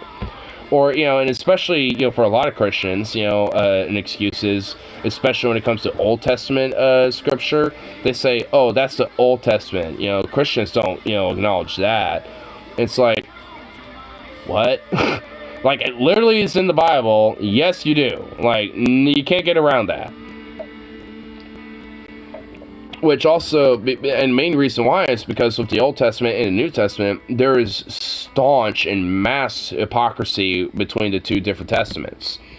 Like, massive hypocrisy. Like, Old Testament God is more of a militant, sadistic piece of shit, while the New Testament God, not as much. He still kind of is, but nowhere near as much. And so there's definitely a difference between the two. And that's a lot, and that's also a reason why, especially more empathetic or sympathetic type of Christians who, have more of, that have more of, I guess like a better word, a more progressive sense of thinking about, their religion, will look to the New Testament versus the Old, because the Old is a lot more draconian and barbaric in nature. It literally just is.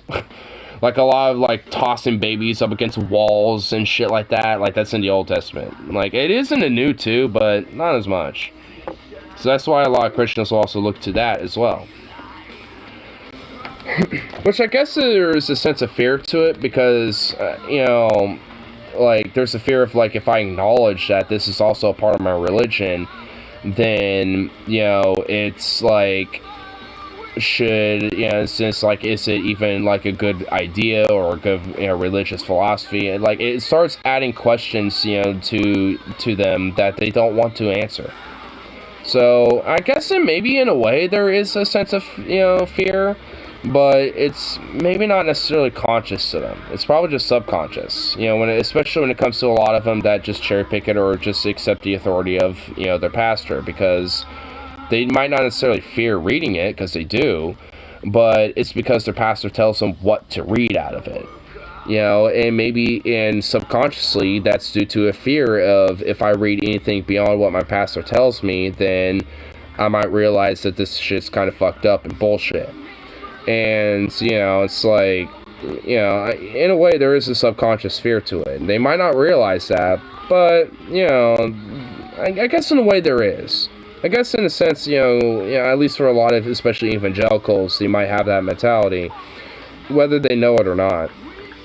And honestly, I feel like there is a validation to that, especially with my family in Texas and shit, because, like, there is, funny enough, like, a weird, like, conflict between, Christianity, at least the Christendom, within my family.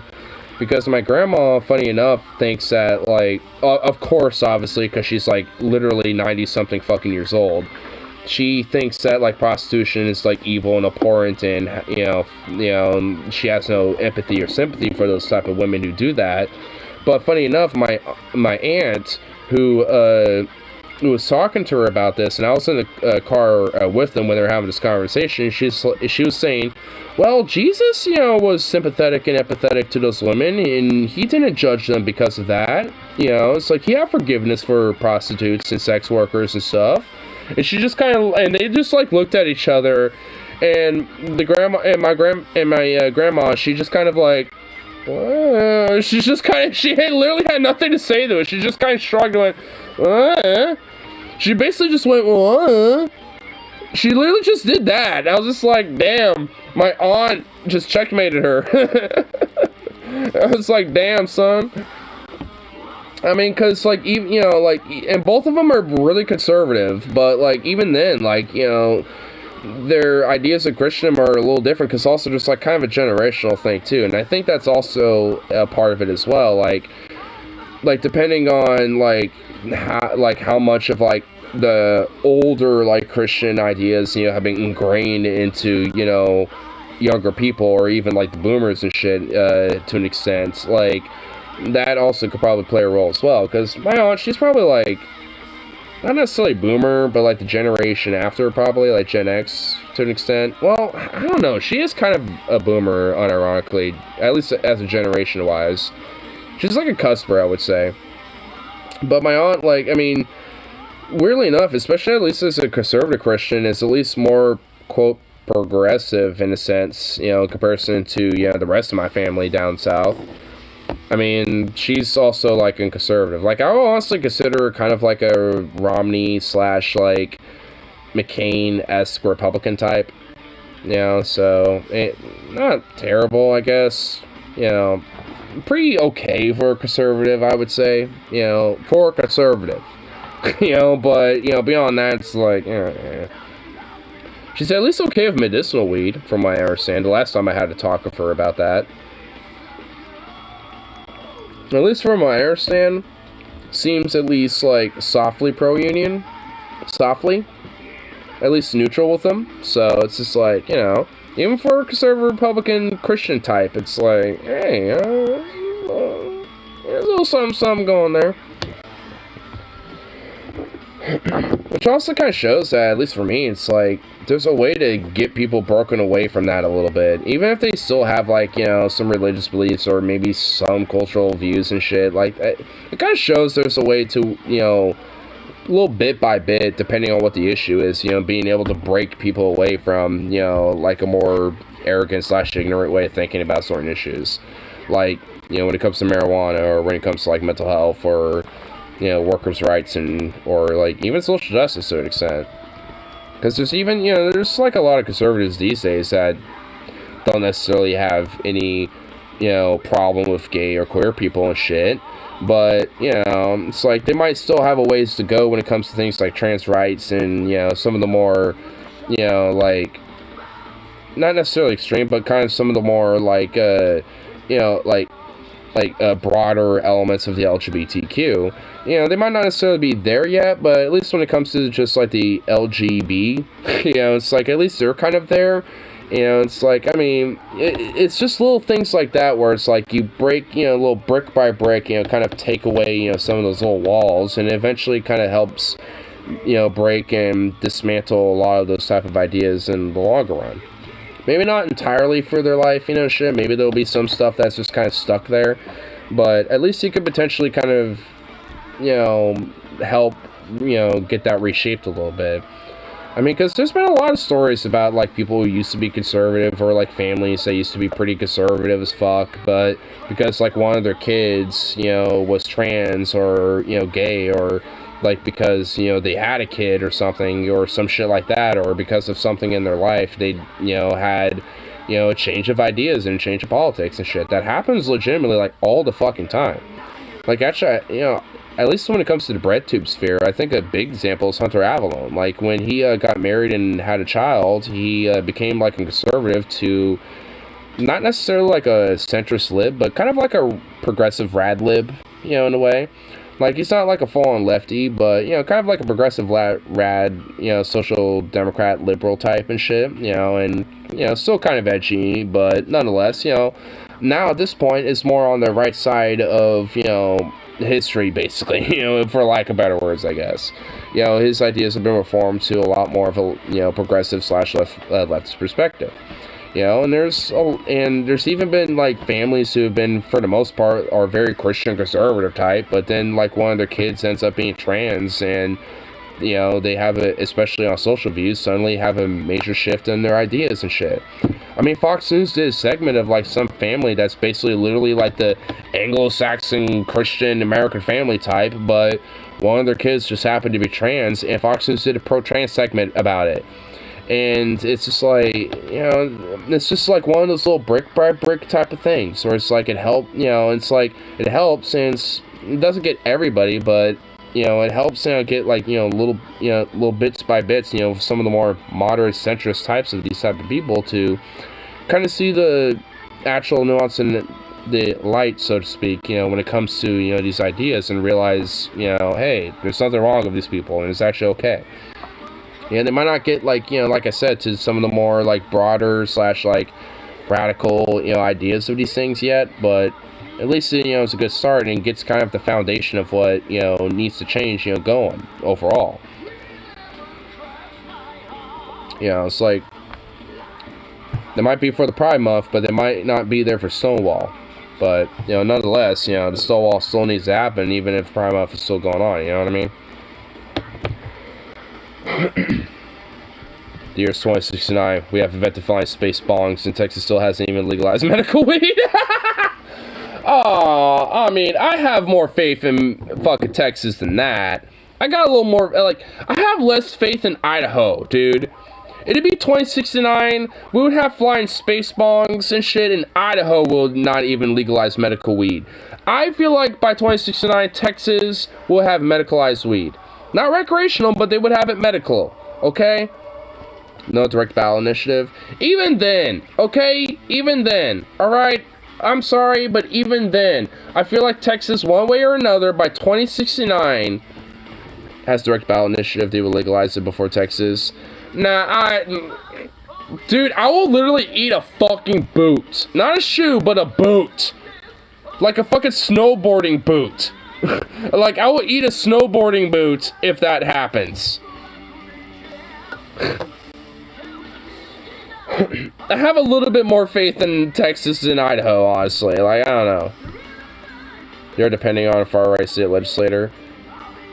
Right now, but in, like, 2069, things could change. Have ye little faith, sir? Have ye no faith, son?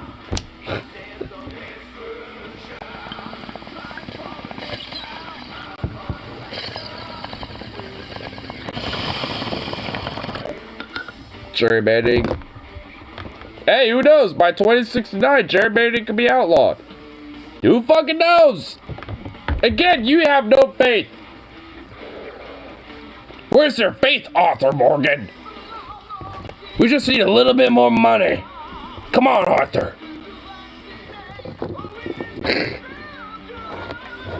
Had to throw a little Red Dead Redemption 2 reference in there. I don't have faith in Texas. I have a little bit. Not a lot, but a little bit. More than Idaho. I have no faith in Idaho. I'd at least have, like, a shred of faith for Texas. A shred. It's a little bit. It's not a lot, but it's a little bit. More than Idaho. I'm not saying I have, like, yeah, Texas is going to be, like, a fire blue state within 10 years. Like, fuck no. Like, don't get me wrong. I don't think, you know, Texas is going to suddenly, like, flip like that. You know what I mean? Like, I just have a shred of faith that Texas is going to be just a little better, you know, by at least 2069. 2069, like, that's a long time from now, okay? Like, I mean, you know, that's going to basically be within our, that's going to be, like, basically we live a full life. It's like we're retired and we live a full life, you know, like, who gives a fuck, you know? It's like at that point, like, you know, we're going to be at that stage of our lives. Like, I mean, by that point, things could change. You know, it's like, I'm not saying Texas becomes like Oregon all of a sudden by that point, but, you know. Well, I guess it would basically be like 1990s Oregon, I guess, or 1970s Oregon, you know, by that point. They'd be, you know, they would like be a couple steps up by that point. How much faith do you have in Idaho? I just don't. Idaho's like Idaho. But it just is not, would have legalized marijuana if they haven't been the most corporate proposal of all time. Yeah, true. I mean, Ohio is just sad. They also are like the wannabe Rust Belt state. It's like they try to think that they're Rust Belt state, but they're just like, they're just not. It's like, sorry, you're not. It's like you had an opportunity to be the Rust Belt state back in like the 1890s, but you failed. It's like, no. It's like, same thing with marijuana. You had an opportunity to be a marijuana legal state, but you fucked up. So, no, you failed. It's like Ohio is like the failure of America. It's like, at least Florida has something. At least Florida has Florida Man. Florida got Florida Man. What does Ohio got? Columbus? Ooh. It's not like there's a bunch of other fucking cities that are at least like 1,000 times better than that.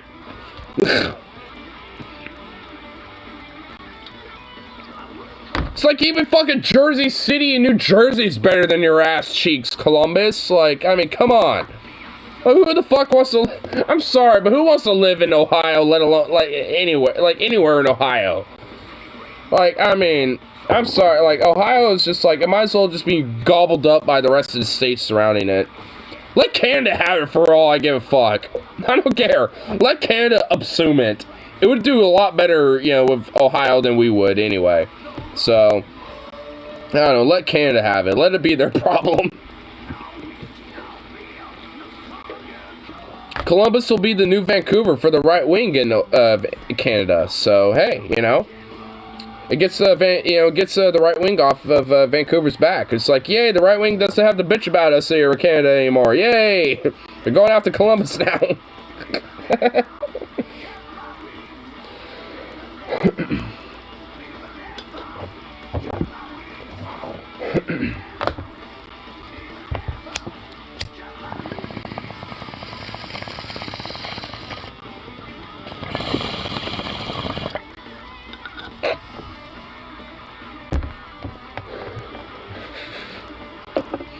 Dies.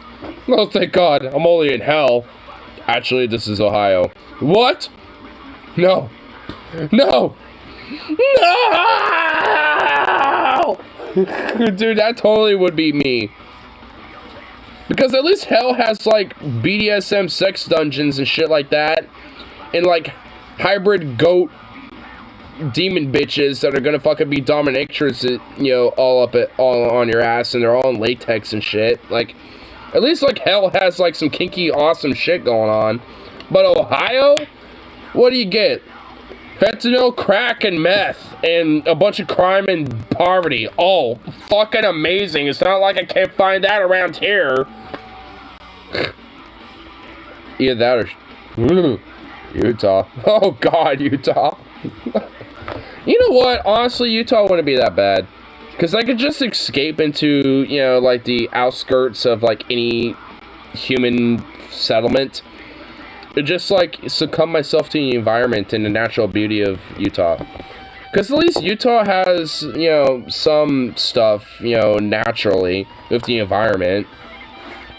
Like, it's got Grand Canyon, it's got some cool shit, like, you know, some of the natural areas around, you know, Salt Lake and some of the mountains around there. So, there's some cool shit, you know, environmentally and in nature and stuff. Like, I can at least, you know, if Utah was hell, I can at least, you know, get away from all, like, the fucking, like, populated areas and just, like, just being, you know, secluded, you know, out in the mountains or something. Just, like, settle myself in a little valley and just nestle myself in there. So, this Ohio eternity is worse than an eternity with Mormons. Well, if I can nestle myself in, like, a valley in the mountains outside of Salt Lake City or some shit, then yeah, it would be better. It would be better than fucking Ohio. You'll run into them eventually. Eventually. Yeah, they might find me. They might have, like, scavengers and explorers, you know, looking for random, like, rural fucking hermits that are living out in the fucking valleys and mountains and shit. But you know what? I got Kalashnikova, the 7.62x39. They ain't gonna be doing shit. Oh, wait, I can't bring fucking material things to me in hell. Fuck! Well, you know what? I'll have the hell's version of that. Yes, eventually. I stand whatever that means. I stand by whatever that means. True. So the most likely for 2023, Oklahoma, Ohio, Minnesota, and Hawaii. Oh, for like the 2024 elections? Oh, for legal weed? Hell yeah, dude. Ohio better fucking get it right this time. In Minnesota, I hope they do it too, because actually, like, I don't know, if I have a wild hair up my ass, I can see myself living there. I don't know why, but I don't know. Who knows? For legalizing marijuana in 2023. Is that, like, special election shit? Hold on, I gotta go to the bathroom real quick again. My bladder wants to overfill itself when I'm drunk, and it's bullshit. Why does the human body want to be like that?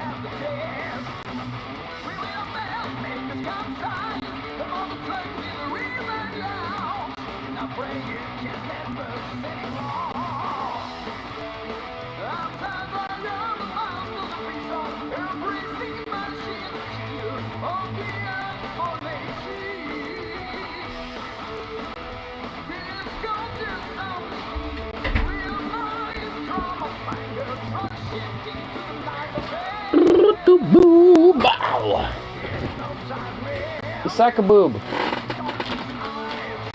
Why am I doing that? Let's give some meat. Want some ham?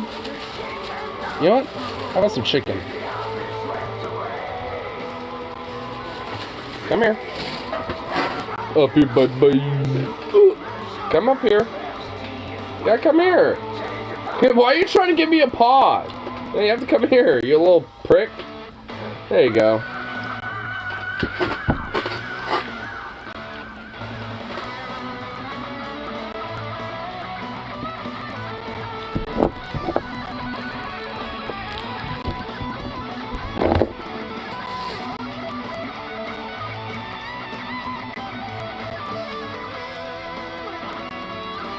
Oh, good catch.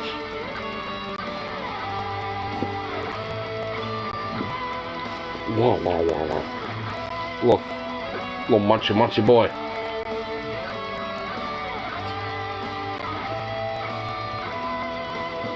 Whoa.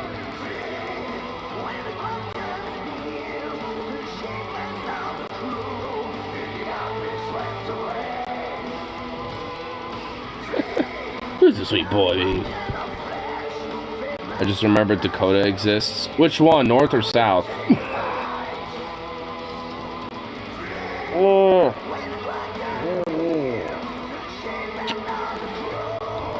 It only exists, but there are two of them for some fucking reason. Yeah, why are there two of them? Why can't they just be one Dakota? Because if you combine them, they're basically the size of Colorado. Who's a baby? Who's a baby?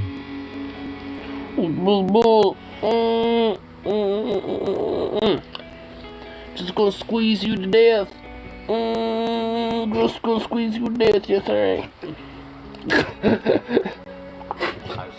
Okay, don't puke. Okay, hold up. That looked like you were about to do some puking. I don't want that. Please. All I did was just feed you a little bit of chicken. And after all these years, my sleep is still disturbed. Man. You sweet little baby. I found this addictive game yesterday.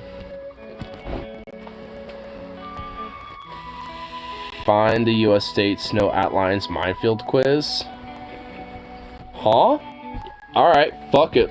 I'm gonna try to do it. Let's try it. Let's try this shit. No borders? Find North Carolina. Oh shit, I have a time frame. Oh fuck. Oh, I might not be able to do this. Oh no, what did I just do? Get out of here. I want to try to play this. Come on. I want to try to... Oh, fuck you, you fuck. I don't think this is going to be possible. Oh wait, hold on. It's, right there. What? Alright, hold on. I didn't click that! That's not what I clicked, you asshole! I clicked right there! What? What the hell? That's not what I clicked! Okay, you know what? That's bullshit. Hold on. Let's try to get... Fuck off! Oh, what? What? Okay, come on. Let's do it. Let's go. North Dakota? Oh, fuck me. It's like... It's right there. What? Wait. How's that Montana? Okay, I guess Montana's wide as fuck. Dude, this is some bullshit. Alright, hold on. Alright. Alright, we're gonna really, like, try... Maine. Oh my fucking god, that's... Okay, okay. Rhode Island? Oh, shit. Okay, if you get it right, it keeps going. Okay. Rhode Island is that tiny little fucking, like, literal island, right? It's gonna be over here or something. Oh, dude, what the fuck? It's gonna be that, right? Like this little baby? No! Ah! What? I was so close! No! I was so close! No! Oh! I got, dude, that one, okay, I got cheated. Alright, hold on. We're gonna do this one more time. Watch me do it like 5,000 more times, but I'm gonna do it one more time. Dog, you're not making this better. What are you doing, you little fruit? That's what you get. New Mexico? New Mexico! See, yeah. Let's do it. It's gonna be right there. Boom, bitch! California. Boom, bitch! Kansas. Fuck! Where is Kansas? Shit! Okay, get off me, dog. You're driving me nuts. Ugh! Don't use that. What the fuck is wrong with you? Oh, Kansas. Shit. That's gonna be over here. In this cluster of bullshit. Get the fuck out of here, ads! Alright, finally. It's gonna be here, right? It's gonna be somewhere in this area. Shit. Oh, no. Oh, man, I don't know. Oh, it's somewhere around here. Okay, that's Michigan. Ohio's gonna be right there. Oh, dude, Kansas is, like, right around here, dude. I know it. It's... Fuck. Fuck. Okay, I see Virginia and the Carolinas of it. Why did that pop up again? Get out of here. Oh, no, get out of here. Go away. Fuck, alright, I'm stuck with you. Shit. Now it really fucked up. Really? No! Come on! God damn it. Okay. I think there's an app for this, so I'm gonna have to find an app. If there is. Okay,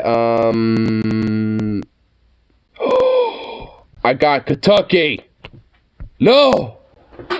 I was off! Okay, you know what? Actually, I'm not. I'm actually, like, wait, Kansas is almost a square? Okay, you know what? Alright. Maybe Kansas is that forgettable. Why does that keep popping up? Oh my god, can I not click the X button? You know what? Fuck you. Alright, you know, fuck your shit. Fuck your ass.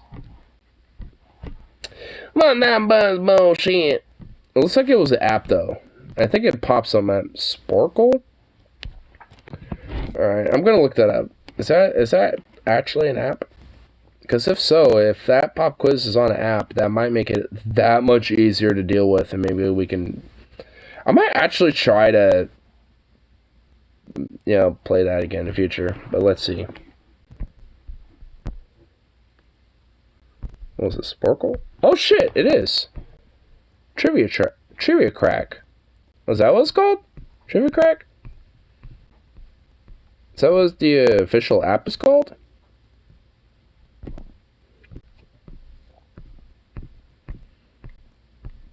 No? Yes? Yes, no, maybe so? I think. I can't, I don't think so. Honestly, that's making me want to try to look up some geography quizzes, though. You know what? Let's see if there is any geography quizzes. Oh, there's a GeoGuessr app. Oh my god. There's a GeoGuessr. I'm installing that. GeoGuessr. Yep. Yup. Dude, I love GeoGuessr. Really, dog?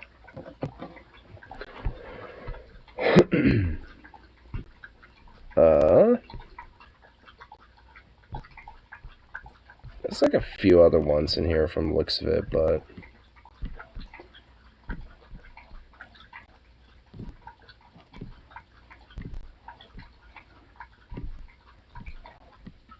Really, dog? Goddamn. Actually, it's like a whole bunch. Like, world map quiz, geography quiz, world geography. Yeah, it's actually a whole shitload. Might find a couple of them to see which ones are actually legit good. And, yeah, I don't know. At least it's like, you know, pastime, you know, maybe play some of those, you know, in the future. Because I used to play, like, Agario and shit like that when I was doing them on Twitch, but YouTube doesn't support, like, a little bubble that I can click to see the chat when I'm, you know, like, streaming without seeing the actual stream itself. Hence why, you know, like, you know, a lot of times it literally looks like this when I have it on screen so I can still see the chat and what I'm looking at, you know, when I'm not necessarily on the stream shit. Because YouTube doesn't have, like, a little bubble that I can click that has, like, a little chat pop-up thing. You know, like Twitch did, which was honestly fucking great. But YouTube don't, which, YouTube, can you get on that, please? Which I guess maybe, I don't know, maybe the app itself maybe has something like that. But if, like, the YouTube app actually was, it did actually put something like that in there, that would be really nice. Or at least, you know, collaborate, like, with Streamlabs like that, too. Because at least it was available when I was doing it at Streamlabs, but I'm still doing Streamlabs, at least when I do the streams. And for some reason, YouTube doesn't have that option when I do them on here. So, it's a little dumb. I wish it was the case, because then I would still be playing things like Agario and shit like that, because that requires, like, the entire screen to be used. Like, I can't do it multi-split screen like that, unfortunately.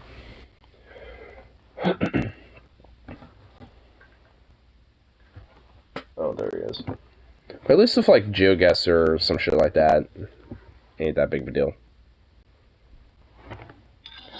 Alright, what's the middle fuck? Alright, no middle fuck. No, what's Whoa. Boop, boop. Okay, I barely hear it.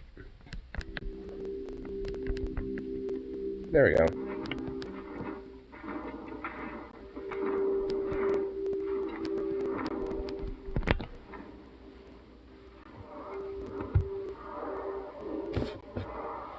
Sounds like a bunch of troops, like, slowly marching up or some shit.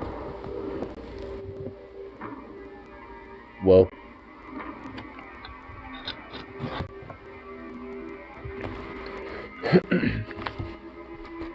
Of all the states that should be in two parts, why isn't it Texas? Seriously, if you split in half, it would probably be bigger than Japan. Oh, yeah. Both sides would probably be at least, like, equal to the size of Japan, if not bigger. If you take in, like, square kilometer size. Especially Alaska. Like, Alaska is, like, bigger than Texas, and if you think about it, not in population, but at least in just land mass. But at least, like, Texas, especially, you know, with population and land mass, it could be split into two. And probably, maybe fair for the better, honestly. Like, let, like, Oklahoma have, like, a little bit of northern Texas, you know, then split the rest of Texas into two different states. There you go. Boom. Because Oklahoma has, like, that little, like, nub, like, right above Texas, like, at that little top. So just let Oklahoma have the rest of it, so it kind of, like, evens out the bottom border of Oklahoma State until it gets cut off by Texas. Just let them succumb the rest of that. You know, just let them have the rest of that shit, and then just let the rest of Texas be divided into two states. There you go. Boom. Solved it. Then you get 52 stars, so you can still at least have it somewhat even on the stars and shit like that, and there you go.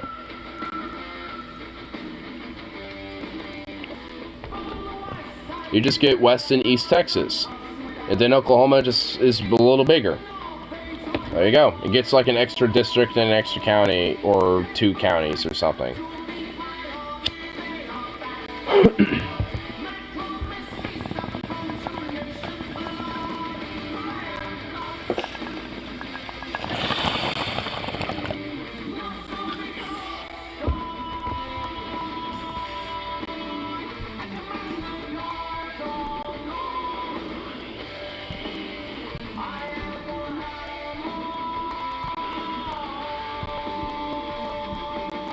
Also, what I find kind of amusing is, like, when some people try to petition an idea of, like, some states to try to, like, succumb others.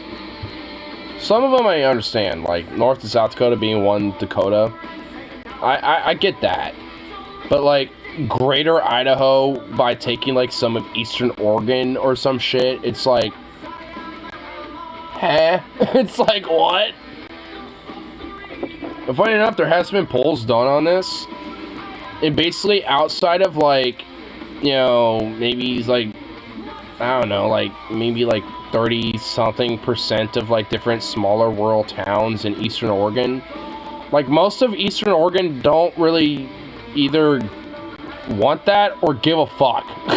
It's just like, I'm more like Lesser Oregon. I know. I mean, that's basically is the idea.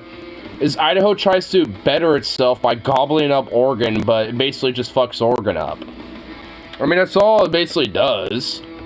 Like, Eastern Oregon, you know, the only reason why it's at least worth a shit is because of the rest of Oregon. Like, if Idaho gobbled it up, they'd get fucked. They'd be, like, you know, fucked over for the rest of, you know, their existence, essentially. Until they decide to revert course and change their mind, I guess. But, like, there ain't no way in fucking hell that, like, you know, something like that would ever go through.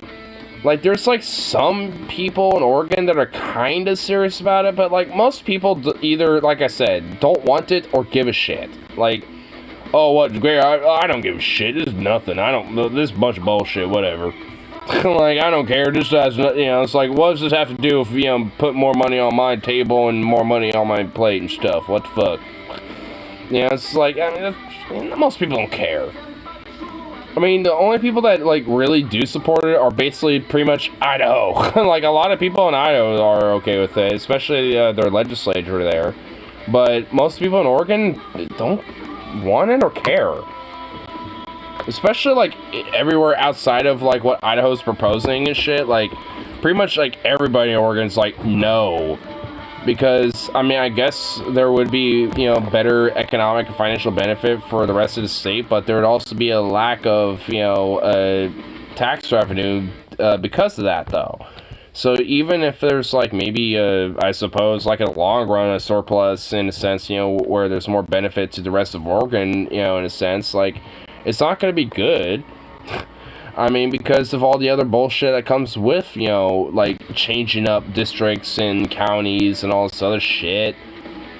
Like, where, you know, like, because, like I said, like, I mean, where it can make sense is, like, you know, North and South Dakota. I mean, hell, even fucking, like, you know, North and South Carolina, or fucking, you know, even, you know, having East and West Texas be a thing, you know, going the reverse route with it. It's like, I mean, having some states be, you know, smaller states, and, you know, some states combined into bigger ones is probably honestly better.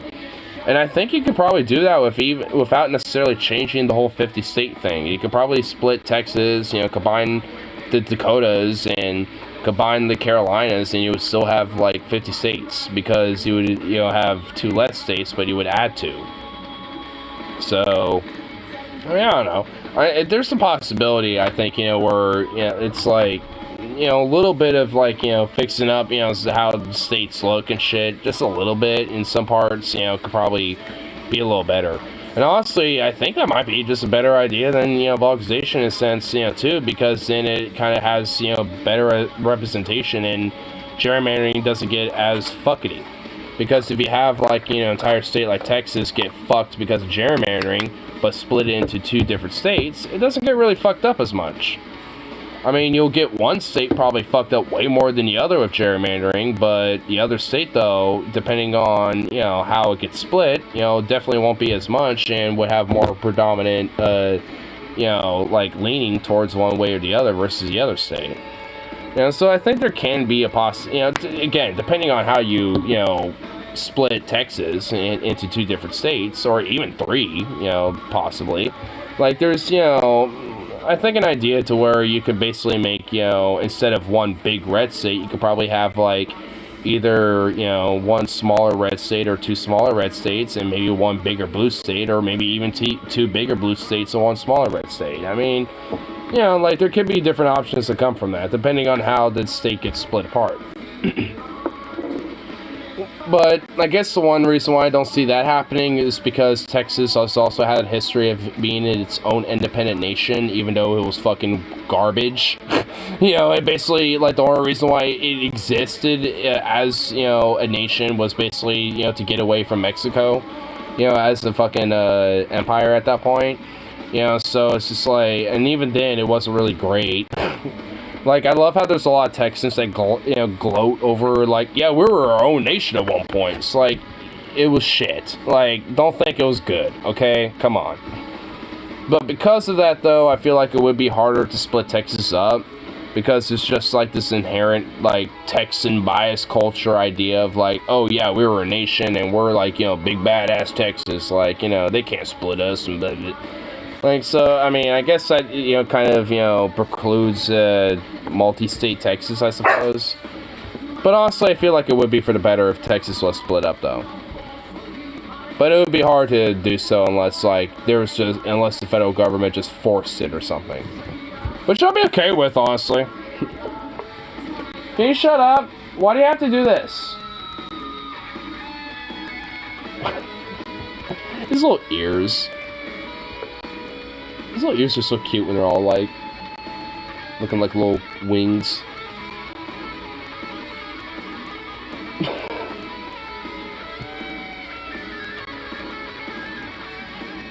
What a fruit bat. What a little fruit.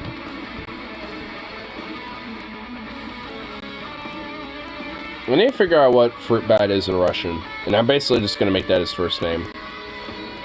You know what? I'm just going to do it right now. Fuck it. English to Russian translation. What is fruit bat? Fruit bat Zukov.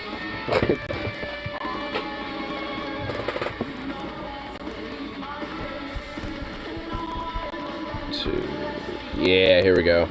God damn it, Google. Why was that my first result? That's kind of scary. Fuck you, Google.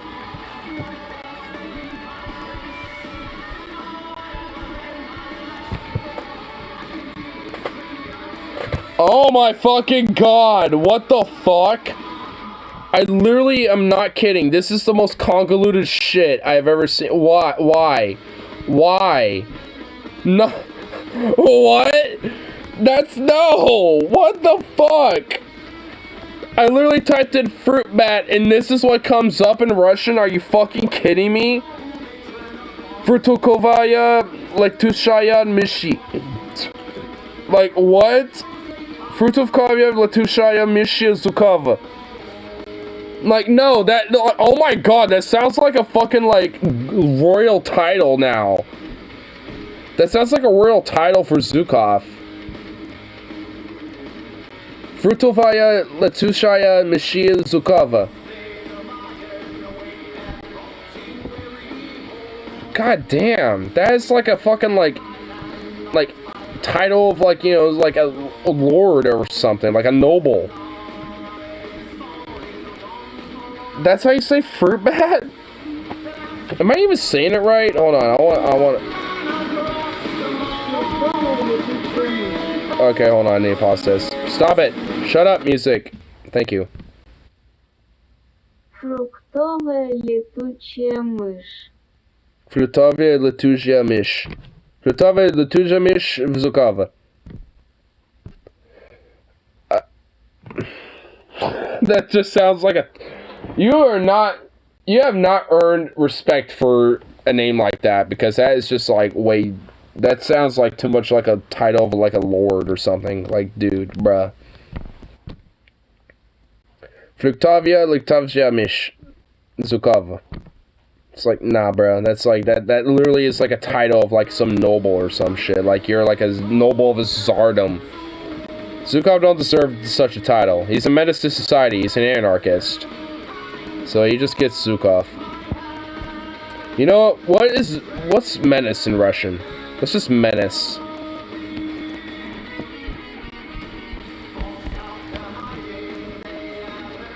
Ugroza. Ugroza Zukov. Menace, yeah, that's the name. Ugroza. Ugroza Zukov. Yeah, that's it right there. Menace. Because he is a menace to society. Ugroza. Zukov. How do you feel about your name being Ugroza? Wow, oh, Jesus Christ, you looked at me. You looked at me inattentively when I said that. He knows the name. He knows the name. Yep, that's his name. Ugroza Zukov. That's his name.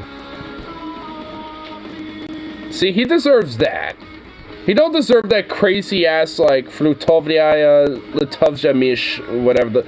Like, he don't deserve that. That just sounds like some lordly, like, air shit. Like, nah. It sounds like you're like a noble lord. Like, nah, you need something more simple. Ugroza. Like, that's perfect. Ugroza is perfect. So he has dos first names. Dosiklis. Dosikis. Dosekis. Yeah, he has a first name. Yeah, I honestly, because Zukov is a surname. So honestly, I've always, like, have pondered, like, what his first name should be. And honestly, I think that's it. Ugroza. Which just literally means menace. Wait, what about menace to society? Hold on, let me pause this really quick just so we can hear that. Because what's the... I think it says... Obshivchevsvu? Ugrozo obshivchevvu? Ugrozo obshivchevzu Zukov.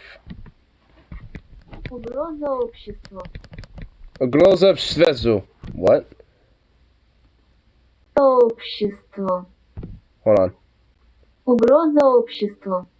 Ugrozo obshivchevzu. Ugrozo obshivchevzu Zukov. Nah, we'll just leave it at Ugroza. But he is a menace to society, but we'll just leave it at, you know, menace. Menace Zukov.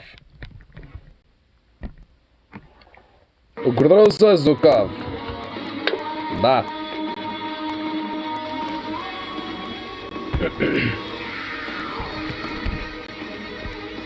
I mean, he kind of needs a little bit of a full name, because like I said, like, Zukov is technically a first name. Or a surname, I should say. Last name. Blech. But his name being Menace, that works. I mean, I guess that... I suppose technically that would be his name then, but he goes by his last name. Ugroza. Zukov. Zukov. He doesn't pay attention to either of them, though. Zukov. Zukov. You little baby. Ugroza. Loser the groza. Da?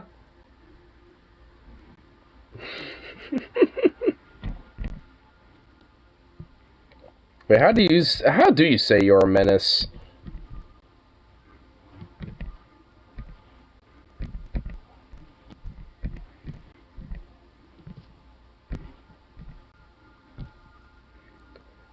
Tigroza.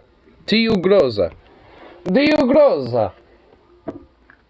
You're the menace. What about the Ukrainian version? I don't think it's that much different, because Ukrainian and Russian are pretty similar. Yeah, it's literally the same thing. Well, actually, not that much. Well, it's a little different. It's T Zadroza. So, instead of Ugroza, it's Zadrozia. Zadrozia. Zadrozia Zukov. That's literally the difference, is between Ugroza and Zaroza. Zaroza is Ukrainian and Ugroza is Russian. I really feel like I'm being very Slavic now. I'm drunk enough to not give a fuck and be a little bit mildly racist and do a very strong Slavic accent.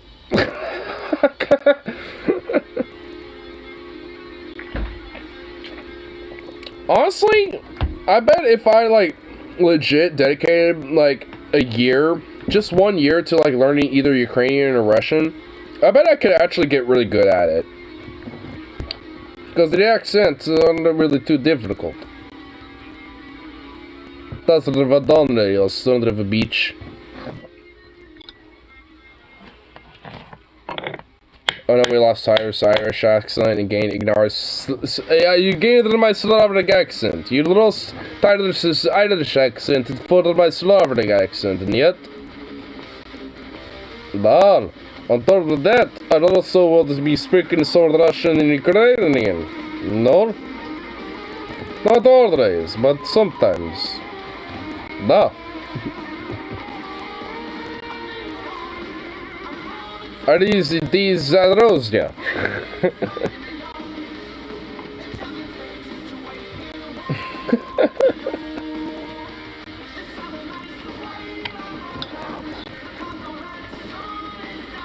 I will say this very exact same thing in Ukrainian and Russian is your A.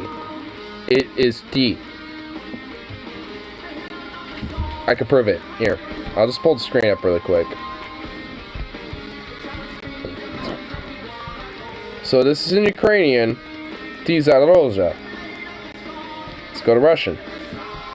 Ti ugroza. See, it's literally just a difference in menace. Other than that, other than the Cyrillic, I mean, it's basically the same thing. And the word menace. Those two are different. You know, the Cyrillic and the word menace is different, but the way you say you are, or you're a, you know, you are a menace, you know, like at least the you are a, like that is the same thing as T. T ugroza or T zadorza. Which is also, like, it kind of shows, like, a commonality between the Ukrainians and Russians as, like, an ethnic / like, cultural people. Because there really are, as a people, very similar people. Like, Russians and Ukrainians as a people don't necessarily see each other as, you know, really that much different. I mean, you know, which honestly I think is that much of a travesty when you have, like, you know, leaders like Vlad and fucking, you know, like, the entire, you know, like, global West and shit, just, like, you know, having this war kind of continue by just sending women essentially, conscripting fucking, like, Russian peasants, you know, to their death, essentially. It's, like, all this shit. And, I mean, it's just, like, it just kind of makes it just that much more of a travesty in my mind. Which is why, you know, especially for me, I'm just, it's exceptionally more so just an advocate of peace, you know, more so than anything else. Like, fuck sending new weapons, send diplomats, you know, pressure fucking peace to these people. Or at least to the leaders that are fucking, you know, still doing this shit.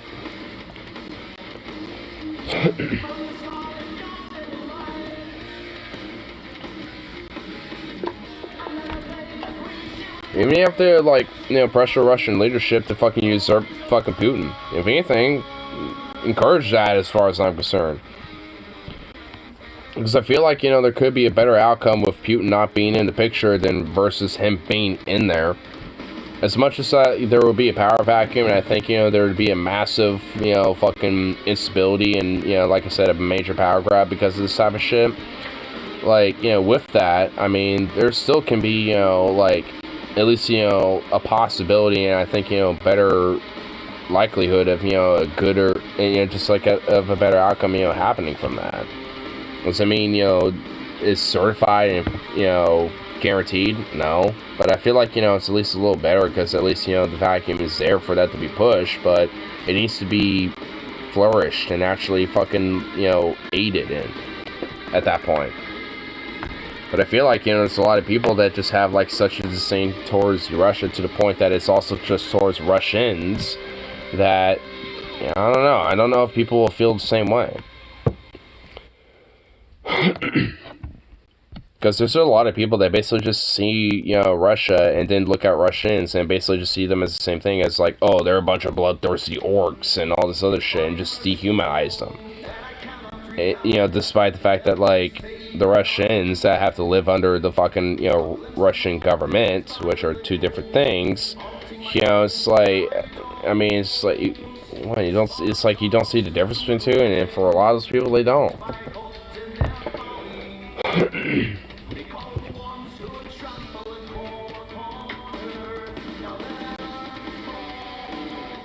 Boo boo. What are you doing over there?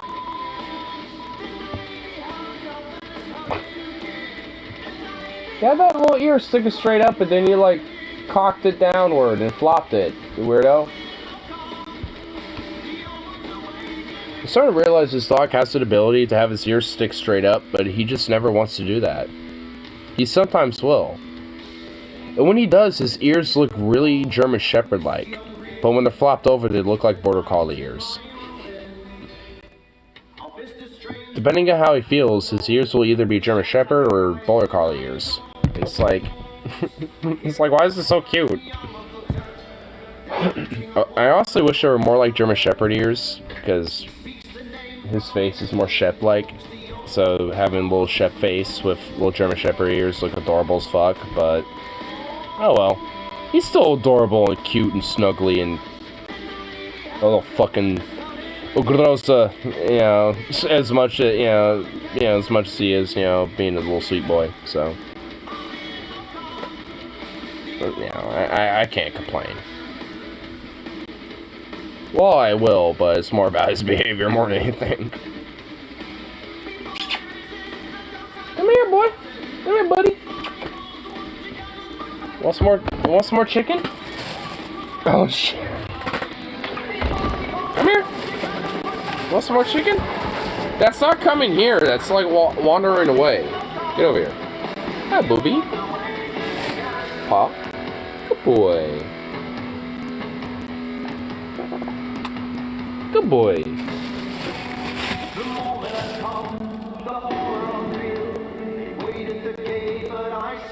Pop. You have to paw. No, that's... why are you trying to get my other hand? No, that's not paw. That's a mouth. There you go. What a silly boy.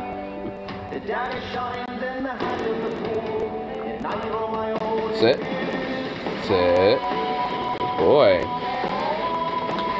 Oh, you almost got it. I don't think I was prepared for that. Sit. Good boy. Okay, get that loose little piece. There you go.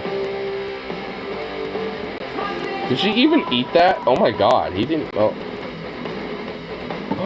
Oh, you almost got it. A little more practice. A little more practice, comrade. Tovarищ, a little more practice, da? Groza Zukava. Tovarищ, we need more practice. God damn it, I'm actually starting to learn a little bit of Russian tonight. Fuck. Well, I know comrade means tovarищ, so I already knew that. I already know niet means no and da means yes, so I already know that shit. God damn it. My Russian started... fuck. I'm becoming to go to the Soviet, no? Wait, how do you say Soviet in Russian? God damn it, I'm doing it.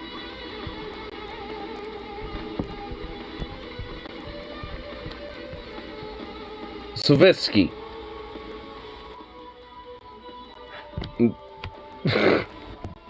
I'm becoming the more of a true Sovietsky. Brother-we is the best, yes? Brother-we, нет. Da, the best, da. Brother-we, if you want to wave the white flag like a beach. Da.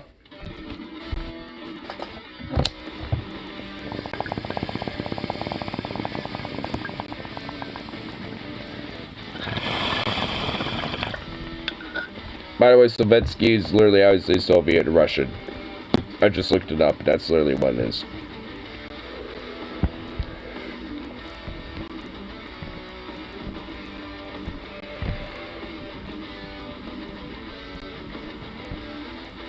Sovietsky. So, it almost sounds like a surname that you would hear in like Polish. Like Igor Sowiecki. Like, that sounds like a Polish, like general or something. Field Marshal Igor Sowiecki. One of the best marshals of Poland, yeah? I mean, it almost sounds like a surname, almost. Sowiecki.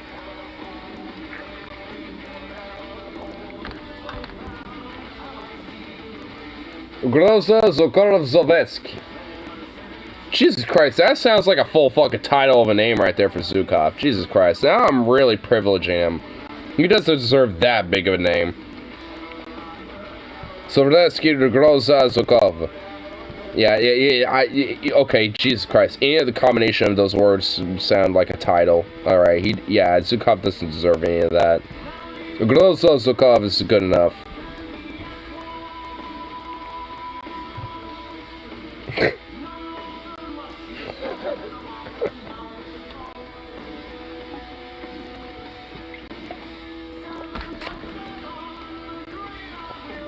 What are you doing over there? Get back over here.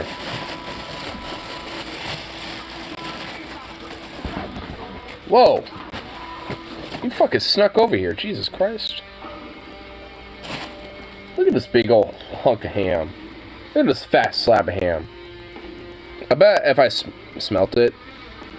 Alright, looking at the brim and the brine. This is the Primo Taglio Virginia ham. I can already tell by smelling it, looking at the brine on the edge of the meat. This is a Primo Taglio Virginia ham. And I feel fucking depressed and fucking sad that I know that just by smelling it and looking at it. Here you go, buddy. The Virginia ham, I really don't know why it's called Virginia ham. I don't know what makes it, like, you know.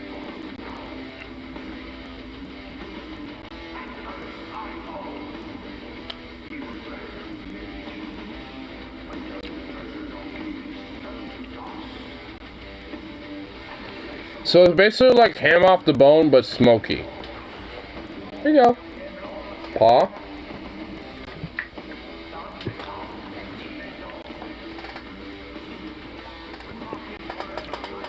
And bruh, that shit is just $1 more expensive than ham off the bones. Like, what the fuck? Why? It basically is just like a smoked version of ham off the bone. You were supposed to grab it, you fucking little degenerate little bitch.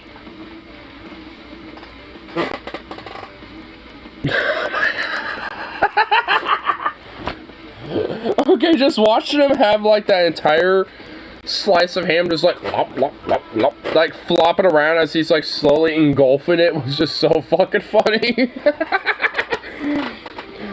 I don't know why, but that was just fucking hilarious. It's like you have these big old flap like blop, blop, blop, blop, blop, just flopping around all over his face while he's just slowly but surely engulfing it. I don't know why, but that was just fucking so funny. I really don't know why. I guess I'm just really easily amused right now. And also really drunk. That's probably why. But I don't care. Zar Prevgurz Zukov. Zar Prevgurz Zukov. Nah, I don't know if that works.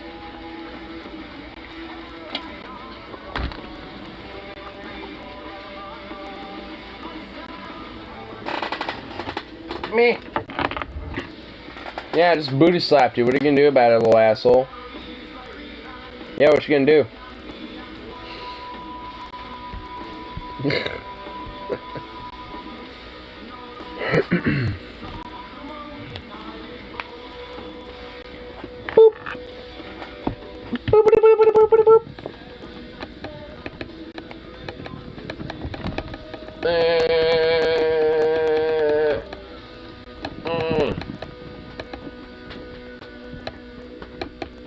Booty slaps, yeah. Why you just let me do this? I'm just like, I'm slapping that booty, you don't even care. Why? Why do you let me do this? You just sit there. You literally are just sitting here. What's wrong with you? I was literally just like doing this up against this little like booty and he just didn't care. He was just like, He just stared at me like, You're such a goof. Why do you let me do the things I do to you? You're such a little fruit. I guess I'm also a ugroza to you as well, as much as you to me.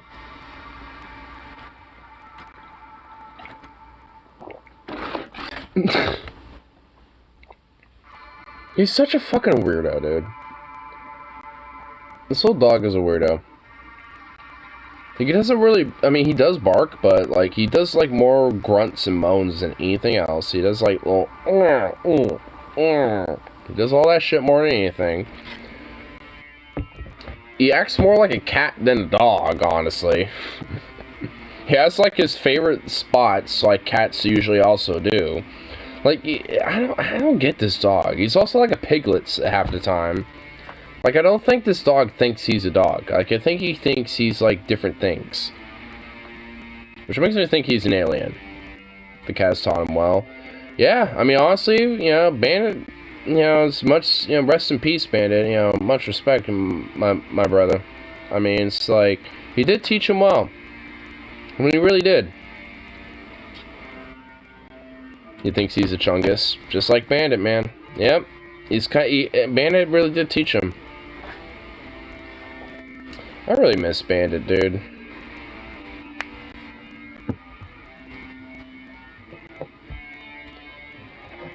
I mean, I really wish there was... there ain't gonna be, like, a cat like Bandit. You know, like... I wish I was able to, like, somehow, like, have... I don't know, like, a cat like Bandit, but there just ain't gonna be, like, a cat like him. He was just, like... straight up like a one-of-a-kind little bro.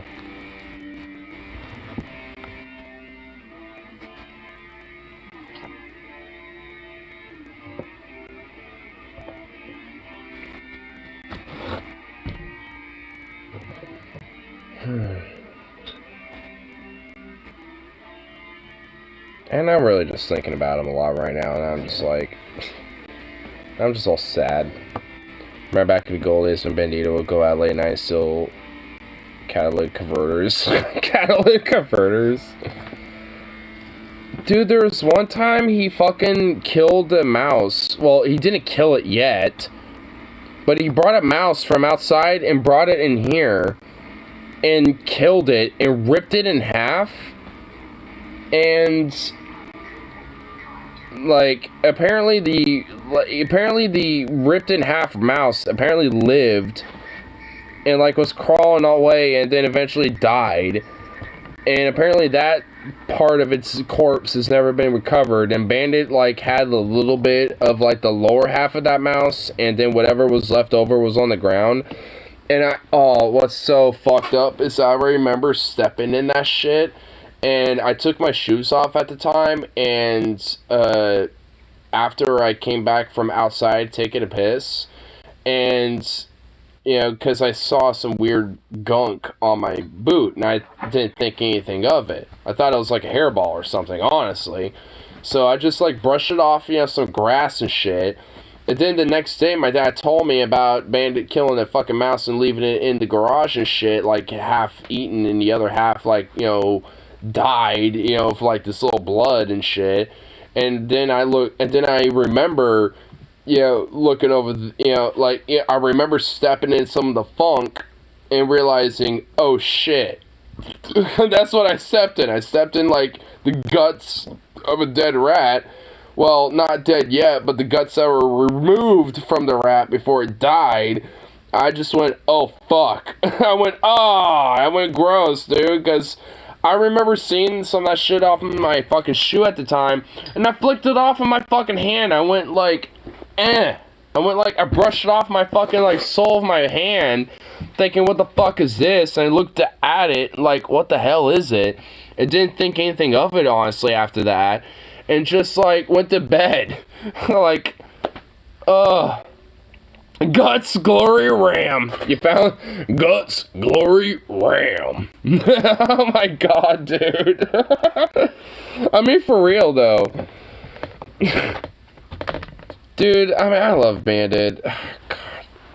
I swear, anytime I see a coyote and I happen to have a fucking gun on me, I swear to God, that coyote is gonna be dead.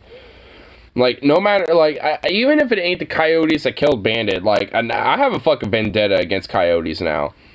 Like, one of these days, you will see me on stream with a fucking pelt of a coyote that I personally have found and killed. Like, I will fucking, you know, one of these days have that on. Not just that, but I'll probably have, like, multiple. I'll probably be like, I'll make like a fucking like cloak out of like coyote pelts. All the ones I have personally hunted. Because it's on. Like, those coyotes fucking declared war. And it is war. And there goes into Booney Sophisticated to get his dinner. You goddamn right. Yeah, you goddamn right I go out in the boonies to... Yeah, you goddamn right I will. Mm-hmm. And you know what? Even that 10-round capacity magazine limit bullshit, even I won't even need that. All I need is one. Just one. Give me a fucking, like, musket or a fucking, like, single breech loader and shit. You know, I'll fucking take care of the job. I inherited my dad's marksmanship. I'll fucking take care of that shit.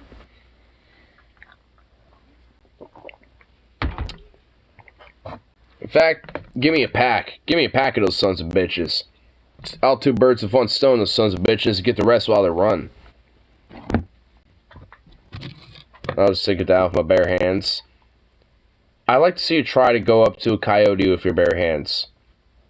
Like, unless they're in the pack and they are eager about eating you, you ain't gonna get anywhere near a coyote with your bare hands. Like, coyotes are skittish as fuck. Come at me, poster wolves. If it's a wolf, dude, you better wish you have a gun. If a wolf comes at you, you better wish you have a gun, bro. I'm not even kidding. Like, wolves are nothing to fuck with. Like, I mean, especially if there's multiple, you want at least, like, a fucking 44 on you. I'm really honestly, I ain't even kidding with that one. Like, seriously. I said poster wolf, that's what coyote is. A poster wolf? Well, if you have a whole pack of them, you still want a gun with you. Maybe a 9mm at that point, but I'm not even kidding. If you have like 10 of them that are like gaining up on you, you're gonna want to have something like that. I'm just being honest.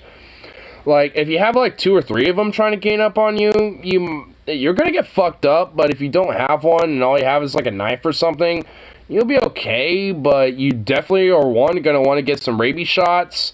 And all that other shit. Like, I mean, you're definitely gonna want to get some medical attention if you get fucked up. But if you have like 3 of them come at you, but if you have a gun, you're probably not gonna worry about that because you could be bop bop, and the other one's gonna start running away after that because his 2 little friends just got killed.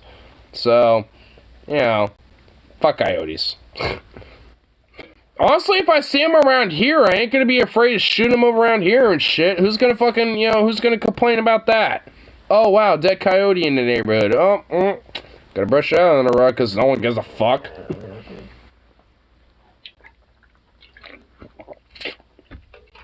What's up, Carl? What's up, my man? I dreamed Jordan Peterson was giving a live speech in my local theater, and I snuck backstage and stuck my ass through the curtains and spread and mooned all I and the internet got mad at me. Dude, I would love that. That would be fucking amazing. Because Jordan Peterson was giving a speech and my balls and butthole were sticking through the curtains behind him and he got pissed. But that's hilarious. Fuck Jordan Peterson. I know, dude. Yeah, fuck Jordan Peterson. That's fucking amazing. Dude, I would consider you like a martyr / like a hero to the cause, against Jordan Peterson at that point. And honestly, outside of like, exceptionally like weird chuckle fucks, like, I mean, who's seriously taking Jordan Peterson seriously considering how unhinged he is? Like, the dude's a fucking quirky little psychobabble, like, crusader, of morality or whatever the fuck. Like, the dude's just absurd and legitimately, like, unhinged at this point. I mean, I guess, unfortunately, there are people taking him seriously, but, I mean, nonetheless, it just makes me question their sanity more than anything.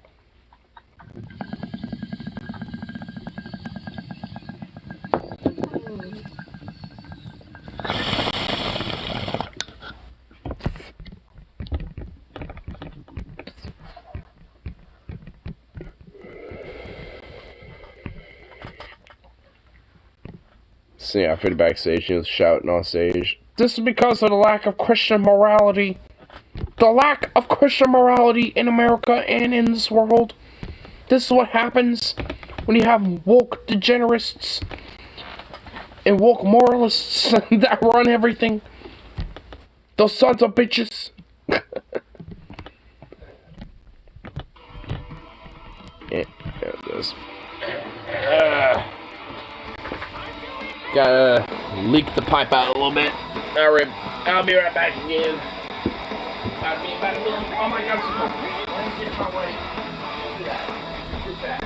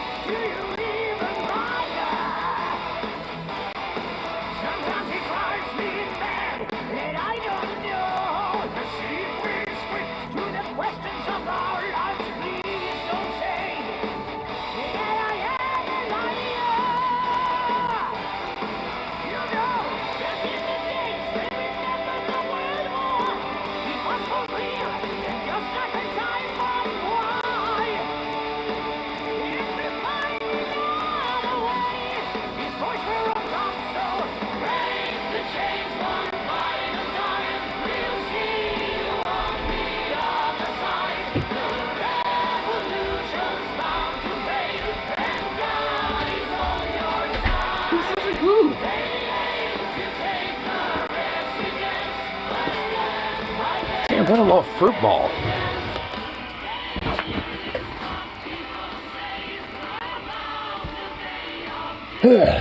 Got your fruit bat.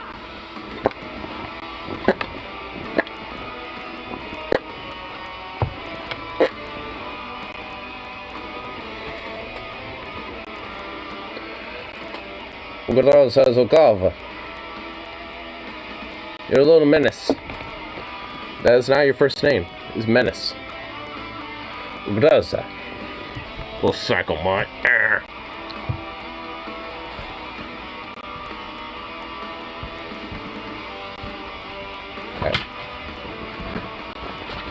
I had a dream where I had to sneak out to the backstage where it was shot on stage about this because of the lack of Christian morality, and this is what the woke moralists want to destroy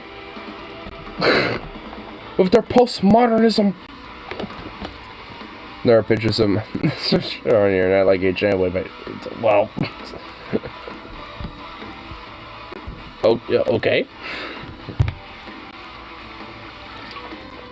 Honestly, I mean, if you dig far enough back, I mean, you can find some shit out there of me, too.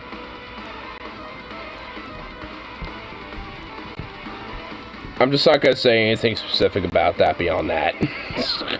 Just for my own, like, friend Rip City's sake. I mean, he doesn't need to know anything about that or any details. Well, I guess that's, I guess outside the vague shit I just mentioned, he doesn't really need to know anything. I know I need to scar him.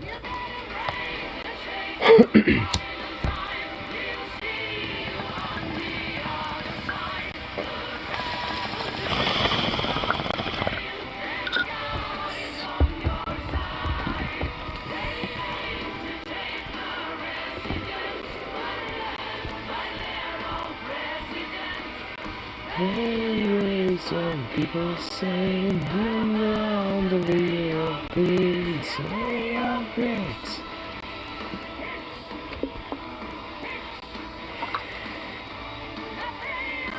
Excuse me, Sam, sir.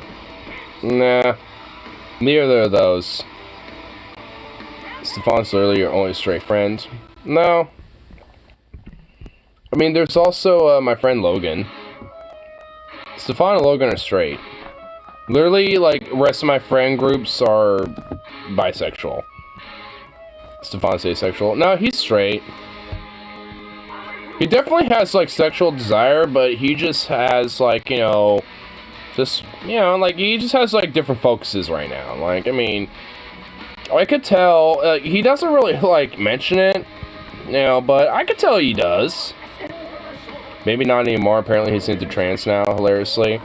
Yeah, he's, like, honestly, I never expected that out of Logan, but that still doesn't necessarily mean he's bisexual.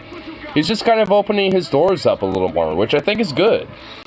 Isn't Drew straight? Yeah, Drew is also straight, but he's also my roommate and a friend from my coworker circle.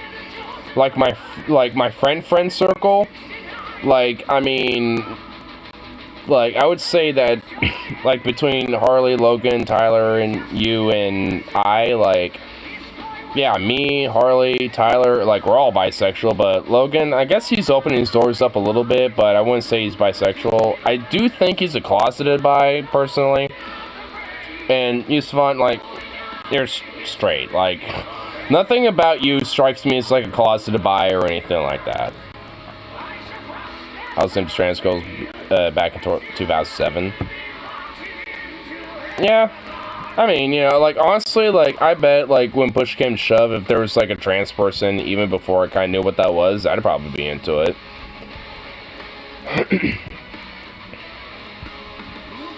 But, yeah, 2007 era, I mean, maybe not. Kind of explains why Logan used to always complain about trans people. Yeah, honestly.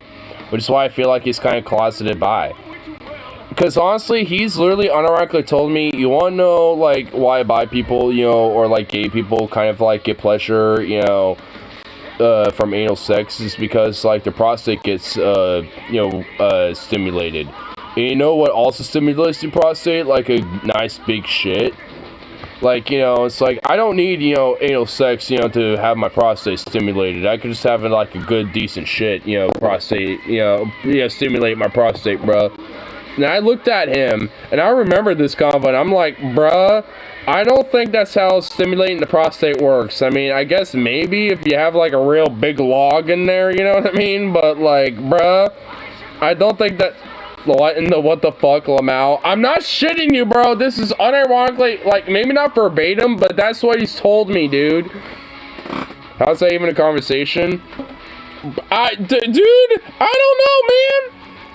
It was a topic. I don't know. That sounds like something Logan would say. I'm not, yeah, it unironically, well, it is. It literally is unironically something he said. I will say this. It's not verbatim. Like, what I just said is not verbatim. But he basically said that. Like, that's essentially the equivalent of what he said. And it's like, bruh. like, what? Like, I'm sorry, but that's only something, like, somebody who's, like, closeted, you know, would say. Whether they're bi or gay, I mean, he's definitely bi for sure, because he doesn't strike me as necessarily gay, because he likes pussy too much. But, like, he's definitely, like, a female preferred bisexual, you know, it's like, he's definitely, like, if he was gay, he would be a dom, like, he wouldn't get, you know, anal at all from anybody, but he would definitely be, you know, giving it, you know what I mean? Like, he'd be giving the anal, but he wouldn't be receiving it. You know, he would be like a dom gay, like, you know, when it comes to that element. You know, it's like, he's so, I don't know, like, that's what I feel like he is a little bit. Closeted bi, but, like, if he was, he would be like a dom, you know, when it comes to, like, at least the more homosexual experiences. Because, like, I know for sure ain't no way in hell he's gonna be taking a dick. Well, I don't know, maybe if he was drunk enough and he was curious enough one of those days, if he was open eventually, and I was like, maybe I could see it then, but beyond that, I don't know. Who knows?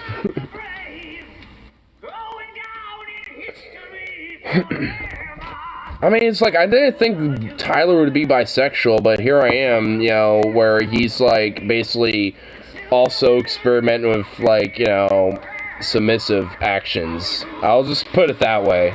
Just to spare Stefan.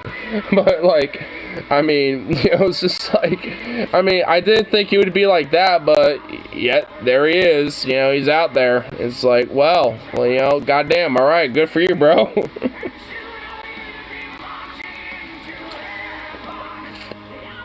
If I get a small loan of $1 million and buy this bad boy. What is this? 2007 Getty Lee Fender Jazz bass guitar. It's $900. Oh my god, this is fucking nice. Holy god damn. You're making me creaming over a bass. Oh god damn, this dude, look at this. Oh my god. Oh. God, ooh. Ooh. Mmm. Dude, baby. Oh, yeah. Oh, give me some of that bass. Give me some of that bass. Oh.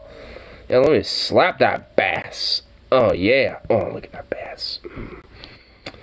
Oh, yeah, that right there is a bass, I tell you what. That right there is sexy. That's a beautiful looking bass.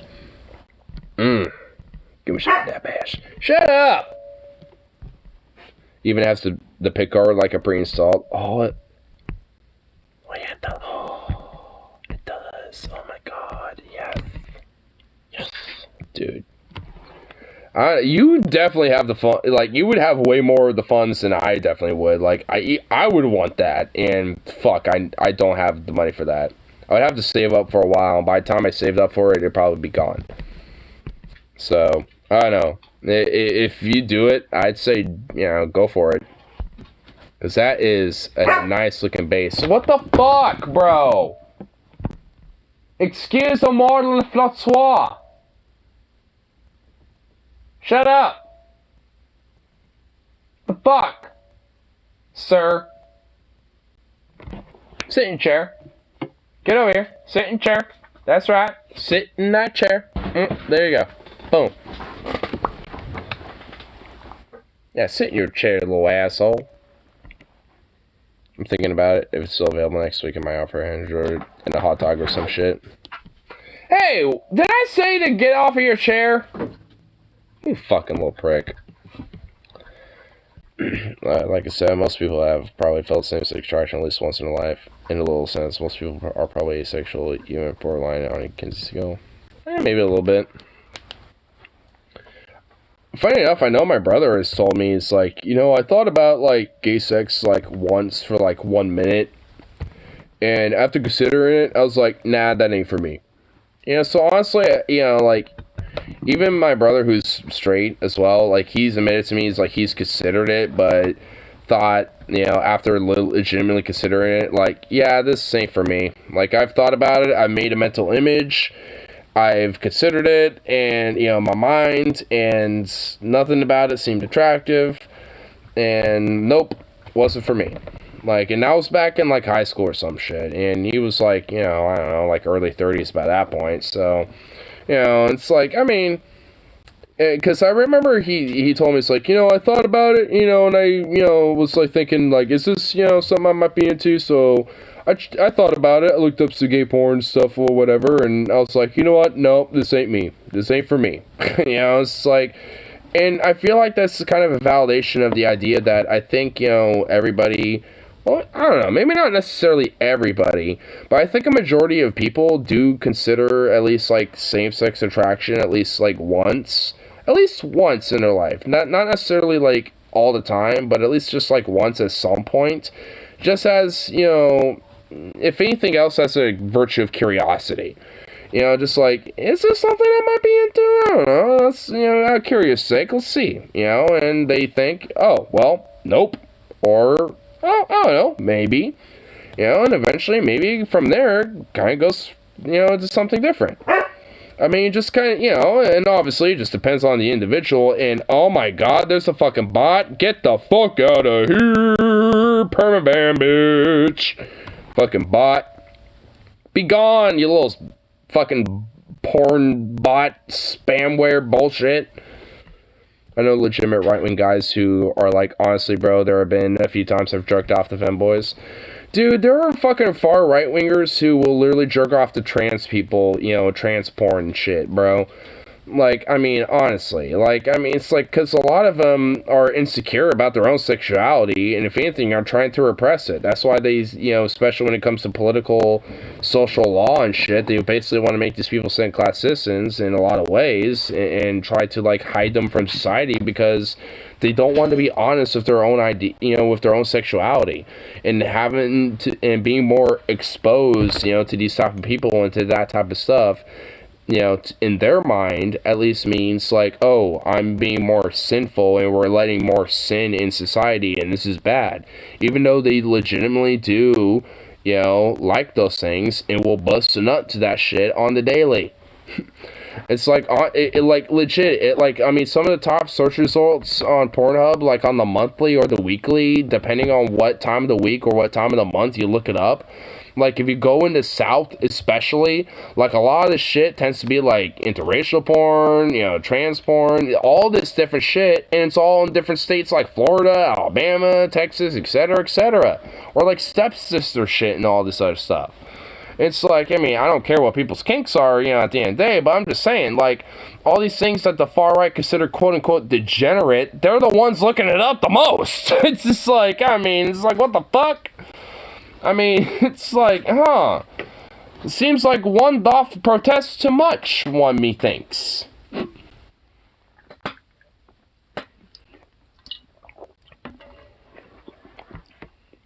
There's the difference between considering thinking nah and considering thinking, oh yes. Most straight guys have probably thought yes at least once. Yeah, maybe. I'm sure, probably. I know if at least some of my friends, obviously it was the case, because, you know, they're starting to open their doors up a little bit. You know, my friend Tyler, I honestly thought he was straight, but eventually he kind of opened himself up and, you know, considered, oh yeah, this is kind of me a little bit, and realized he was bisexual. You know, it's like, I do definitely think, you know, there's, you know, a lot of people who might, you know, at least consider themselves straight, but in reality, at least on some way, shape, or form, are probably at least bisexual to a degree. Or pansexual, or, you know, at least, you know, something, you know, along those lines. Maybe not necessarily gay, but at least, you know, somewhere in between. I mean, I forgot who said it first, but I know there was like a, I think it was a biologist. I know there's like at least like some scientists had said that like basically the majority of humans are at least on some way, shape, or form bisexual. And, you know, especially on the Kinsey scale. And that doesn't necessarily mean that, like, everybody equally loves men and women, you know, on one way, shape, or form, and just don't know it.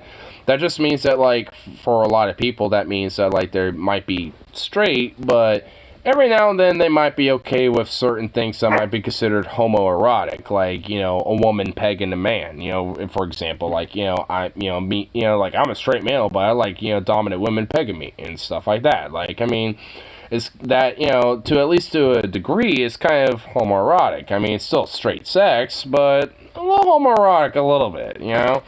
You know, so it's like, I mean, the vice versa can happen as well. So it's just like, I mean, there's a certain degree where there's a little bit of, you know, elements of, like, where, you know, kind of overlaps, where there's at least a degree where, you know, maybe most, at least for a majority of people, their sexualities, at least to one way, shape, or form, or at least to a certain degree, probably more bisexual than just strictly straight or gay or this or that or whatever. And what the fuck is your deal? Why do you keep barking? What the fuck? Like, why? Why? Can you shut up? Do you mind? Prick? That sounds like closeted language, but that's just my opinion. Maybe. I mean, yeah, I don't know. I guess it just kind of depends on the individual. Maybe some, you know, those dudes just legit like women, but every now and then just like women being very, very, very dominant, you know, like a dominatrix, you know, but for some of those dudes, yeah, they probably want the actual dick, yeah. If anything, I'd argue probably maybe most of those dudes probably do. But yeah, there's like a lot of, dudes that, well, all in all might be like, straight, like women pegging them, but, like you said, I would probably argue that that just kind of means more or less that, yeah, they're probably, bisexual to a degree. Like I said, it's like, when it came to, I forgot who said it, or at least, who prophesized the theory first, but like, I know there's at least a dude who said, like, most people, or at least, 99% of people are at least bisexual to a degree, and it's because of different things like that, like, straight men who get pegged by women, who women wearing strap-on dildo and fucking them in the ass, this is like, it's very homoerotic, and if it was a woman, it would basically be gayer than shit, but, because it's a woman doing it, it's not gay, but it's like, it's still very homoerotic, so it's like, it kind of has this very big gray area. What? Nothing, just what you're talking about. Do you mind? I'm not sure if it's erotic or creepy, but one of the two.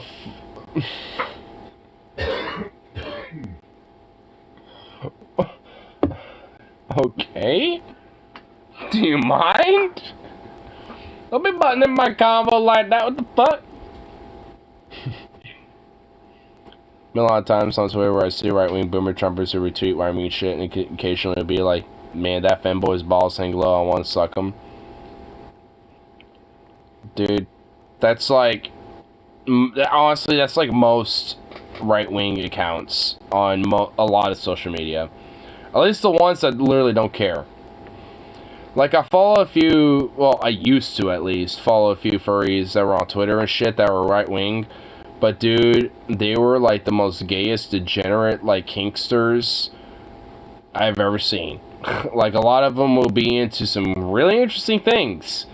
And yet, they would be, like, this most, like, moral, woke, Puritan, like, fucking Christian type, you would ever meet. But yet, would be into, like, fucking, like, plushies and be into pup play and love fucking, furries and fucking the fursuits and all this other weird shit. Like, basically being the most degenerate of degenerates and, fucking also being, like, this moral Puritan at the same time. It's like, you hypocritical fuck. How do you live with yourself?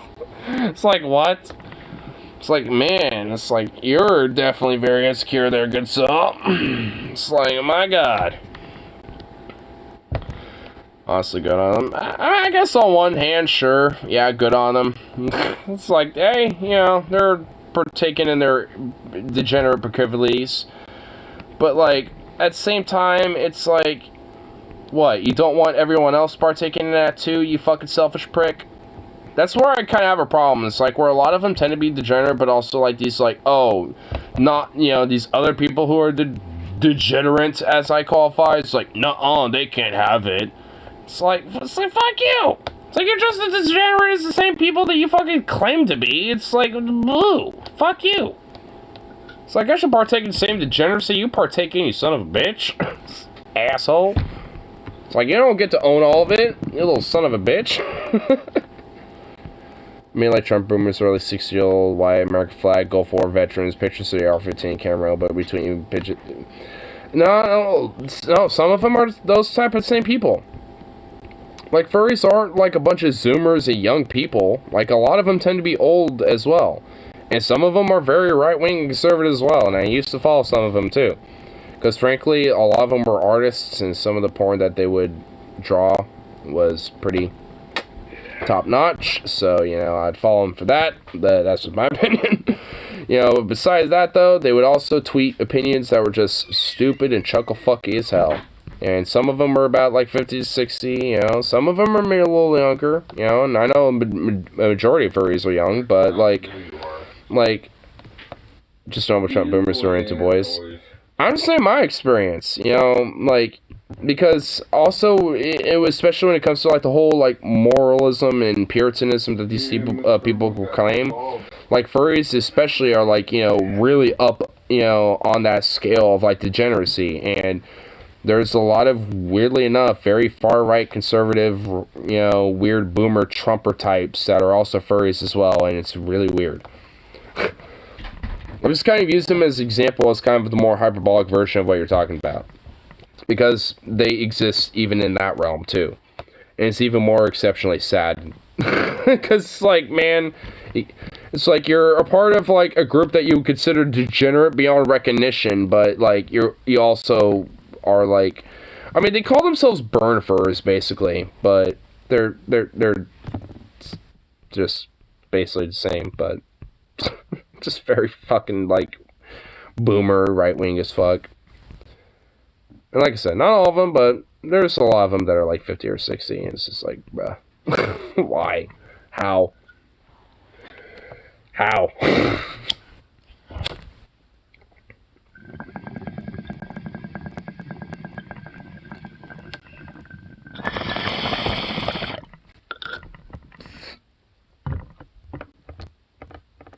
Furry right-wing gut Bourgeois confirmed.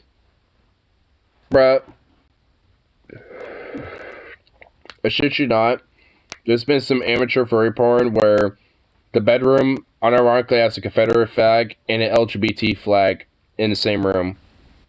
I'm not even fucking kidding you. I shit you not. I don't know how that works, but it does, apparently. But it exists. Like, I guess gay Confederate furries are a thing. Apparently. Like, I don't know why, but it's a thing. Why do I know that? Don't ask me. But that's a thing, apparently. An LGBT flag, a Confederate flag, and an American flag with, like, instead of, like, the Blue Lives Matter stripe, it's like the, firefighters, there's like the Blue Lives, there's like, medics, and their shit, there's like, forestry services, like, like the different colors, but they're, instead of like, the white, bars being, white, they're those colors instead. Like, I mean, it literally was that, and just like a furry just going ham on some gay butt sex on another furry. And there was those flags in the room, and it's like, how does any of this, like, rationally work? Like, a gay Confederate furry who's also, like, very pro-America. It's like, what? Huh? It's like, okay. Or like, yeah, I jerked out the femboys and trans, but I'm straight and it's just me, not everyone doing it. There's so many people like that. I swear, like, half of 8chan/4chan is basically just that in a nutshell. I mean, it's just like these type of like alt-right people. It really just kind of shows that so many of them are just so insecure about their own identity, about their own like sexuality and shit like that, because so much of it is just like a fear of excuse me, just fear of just basically being more open about that shit.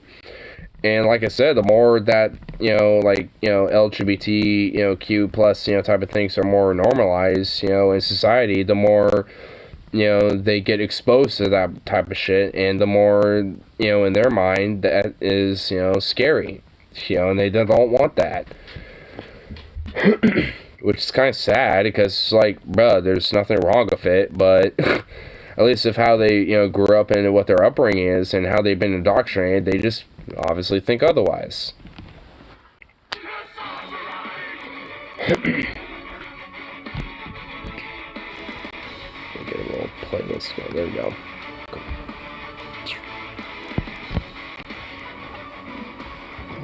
Yeah, let's keep the music going.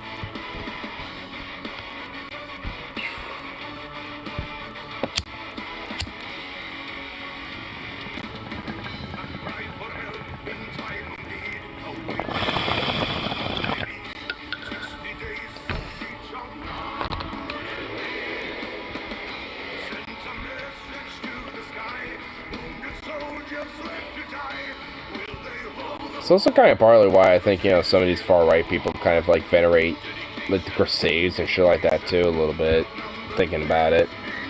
Because in a way, it's kind of like a sense of, like, you know, like, oh, and, you know, not only are we, like, oppressing, you know, like, our real, you know, feelings and shit, but we're militantly, like, you know, going against a crusade against this shit because it's the most moral, just thing to do. So a lot of these, you know, type of, you know, far-right, you know, like, dudes who are really secretly are into trans people or, like, femboys and stuff like that are just more or less, you know, just justifying, you know, more of a militant idea of trying to go against it and shit.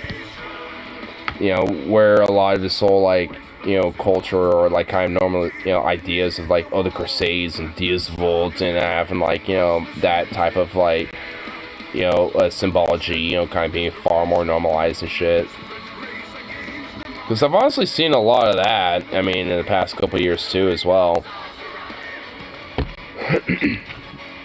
Because I know there's, like, some YouTube channel that does memes every now and then where basically the whole idea is basically, like, he's, like, dressed up as a crusader, you know, like, during the Crusades or some shit, like, you know, like a night, you know, crusader night. And it's just, like, I mean, it's basically just kind of, like, you know, like a meme around that, really. Which, I don't get it, but apparently it's the thing. Because a lot, you know, people, you know, on the far right, you know, kind of venerate that type of weird shit, where it's like, oh, the Crusades, you know, it's basically like a very militant, you know, purge against the degeneracy, you know, for moral, you know, Christian purity or some shit. That's why I'll have morals against it. Well, yeah, because it's, you know, like, homosexuality is just like a part of nature, including humanity. And it's been around all cultures and different groups since humanity's been a fucking thing. Because it's just, you know, like, it's just, you know, part of nature. It's literally a normal thing. Just wait for the furry rights movement in a few years. I mean, I don't think that's literally going to be a thing. I mean, if anything, that probably already happened, quote unquote. Everyone's going to be wearing tails in solidarity. Wearing a tail in solidarity.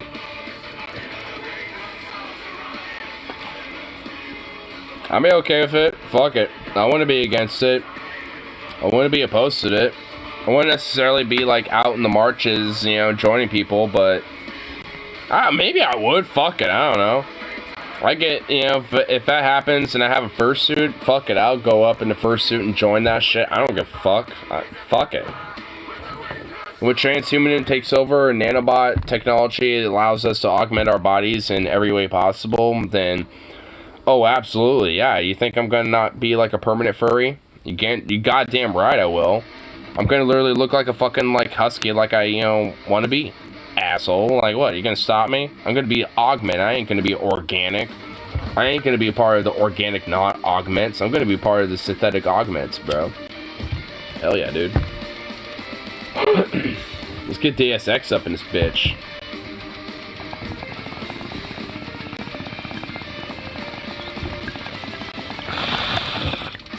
We absolutely have a right to horse dildos.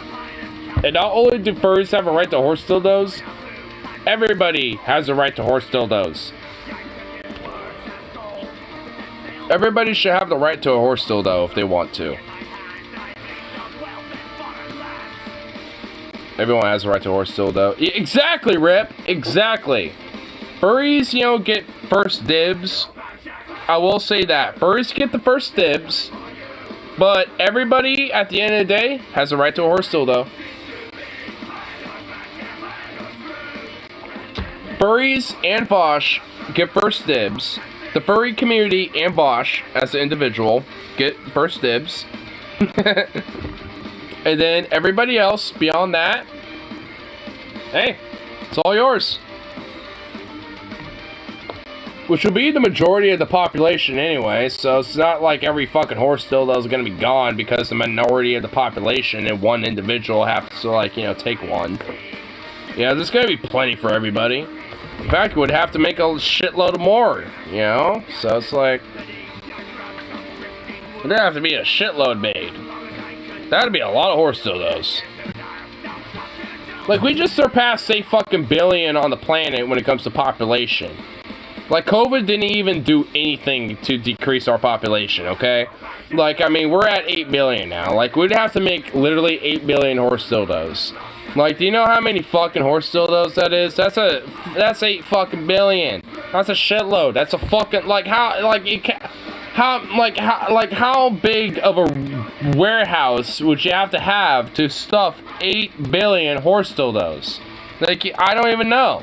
I don't even think there's a warehouse existing now. I don't even think there's a room big enough now to house 8 billion horse dildos. I don't think there is, unfortunately. So it's just like, I mean, I'm just saying. We'd have to make a shitload of some bitches. We'd have to build a literal warehouse dedicated to storing all these fucking things. You could have like a recycling program. Oh my god. Yeah, you just get to use somebody else's horse dildo that, you know, already died or something. Oh my god. A buyback program, bro. Oh my fucking god. Sukov has been trying to hook up with a horse for months now. I mean,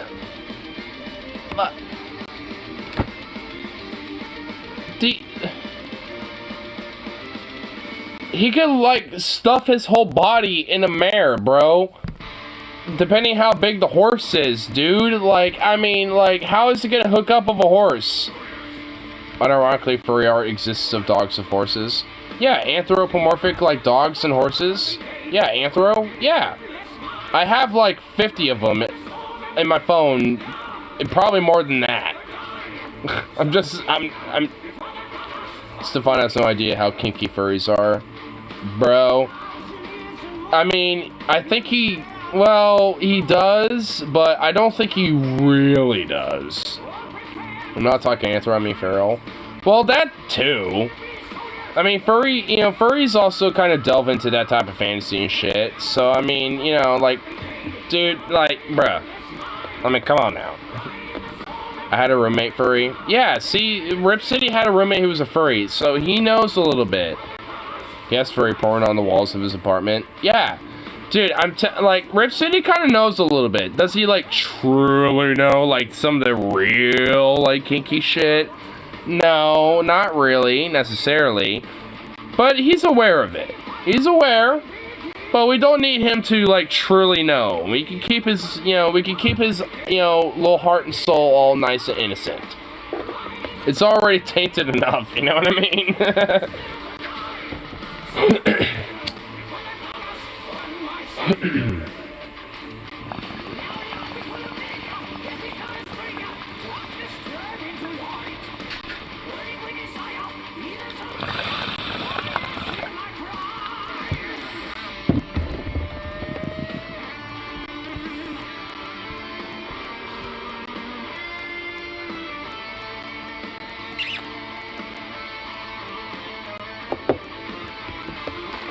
Yeah, you. Come here.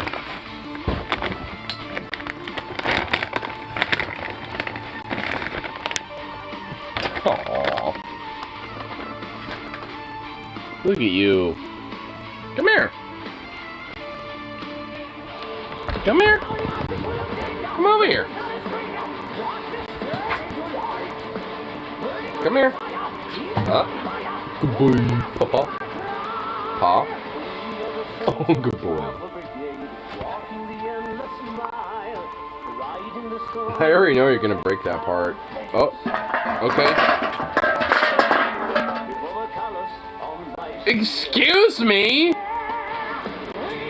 I'm drunk and you knocked over all the cans. You're the sober one and you did that. Bruh. Bro. I'm supposed to do that, not you, you fucking asshole. He knocked over all my beer cans, little prick. The dog is never sober. Yeah, who am I kidding? You're right. You're always on cocaine, you little degenerate. What, you expecting fucking some alcohol out of those cans? Nah, I drank all that shit, bitch. That ain't yours. Asshole.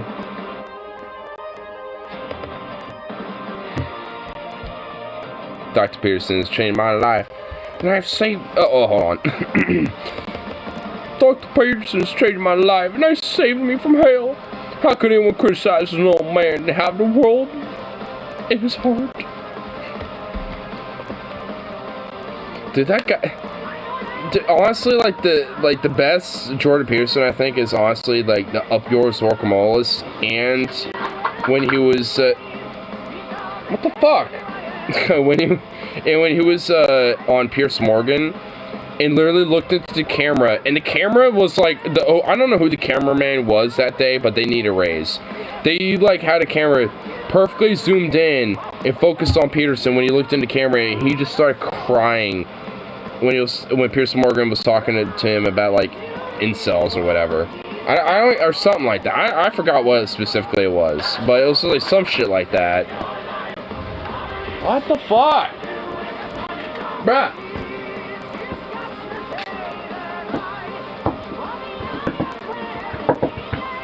I'm gonna bonk you and smack you over, I don't know, all over your body with this thing. Because you deserve it, you little jerk. Oh my god, you're circling me like a shark. You freak. You're a freak. There you go, you fucking psycho. God.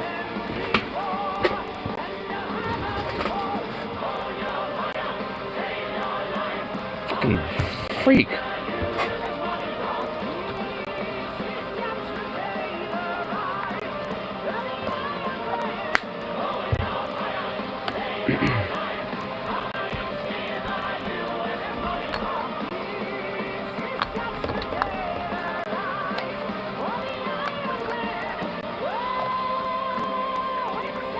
Dude, you've had like 3 of those bowls today, dude. How thirsty are you? God. Little mutt. You're just needy tonight.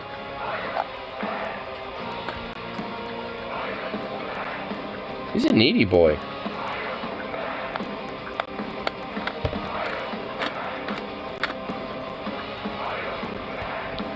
Little psycho mutt.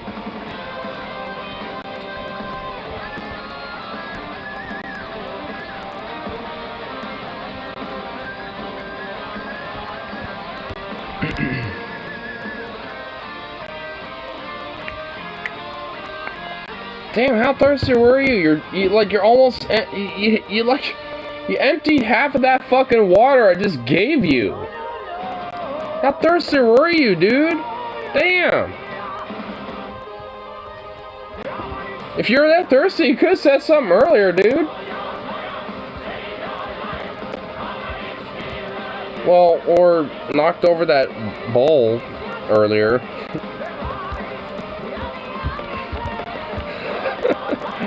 That's how he lets me know if he wants food or water.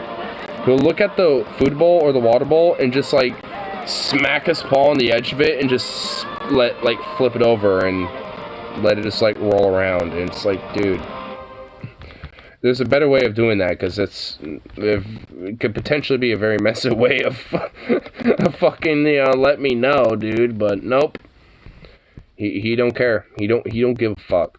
He's gonna do what he wants, because he's a psycho dog. He's a menace. Groza. A menace.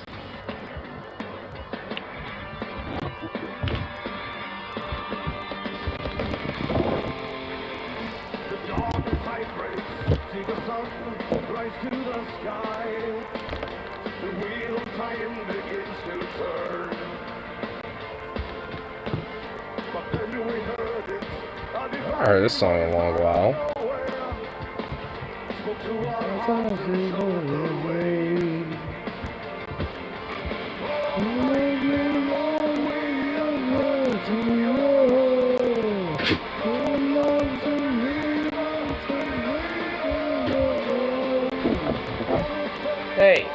are you doing?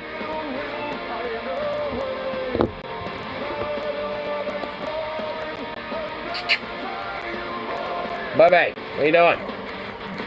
Yeah, you.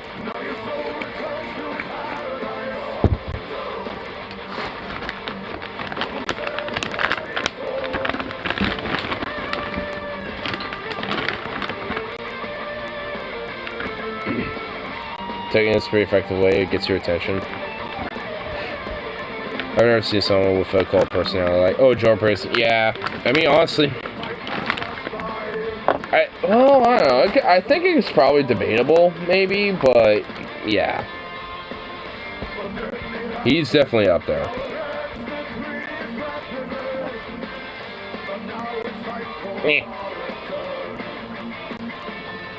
I just do that to him sometimes. I just chuck treats at him.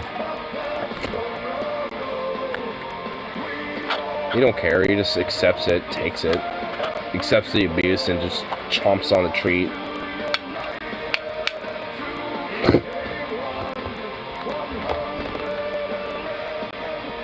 Philip oil.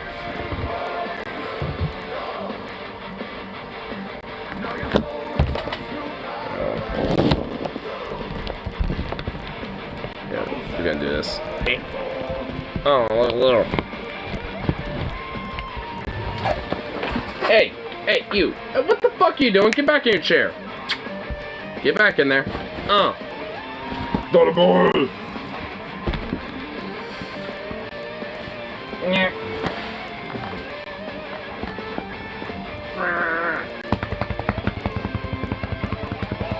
Look at that little foot. Your little foot! You little crazy boy!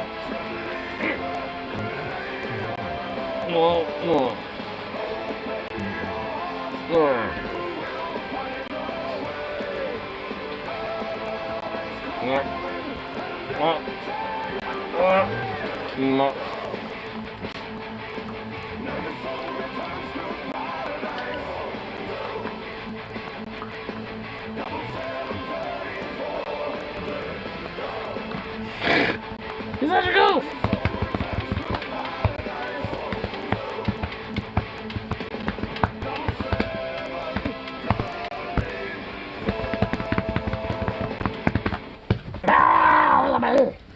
You're the bushes. Who's the baby?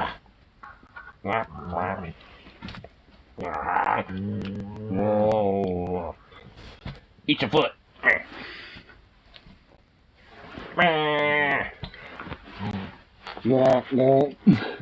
You little groany grunt boy.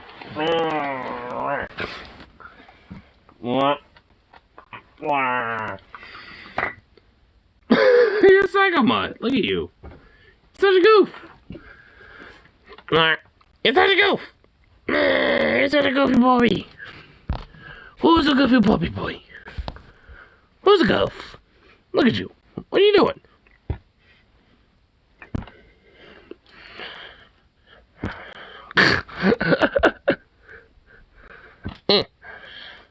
Look at you.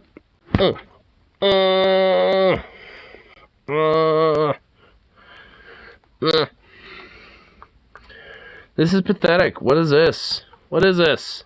What is this? What is this? What is this?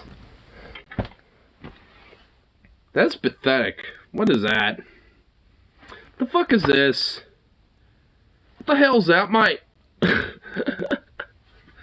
What is this? You look like a corpse. You look like you just died. You just gave up on life.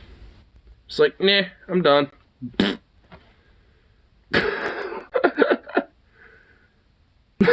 is this? What are you doing? You. Yeah, you. What are you doing? You goofy little floof. Oh, what are you doing? Oh my god, what the fuck is it? What are you doing? What is this? What is all this? You fruit bat. You're a fruit bat. Look at you. Okay, now I am dropping shit. Oh, what is this? What are you doing? Oh my god, you are a fucking Fruit Loop. Oh, look at that little face. Oh, look at that little face. Oh my goodness. Oh, he's just so pretty. He's just a sweet boy. Yes, you is. My God, that was adorable.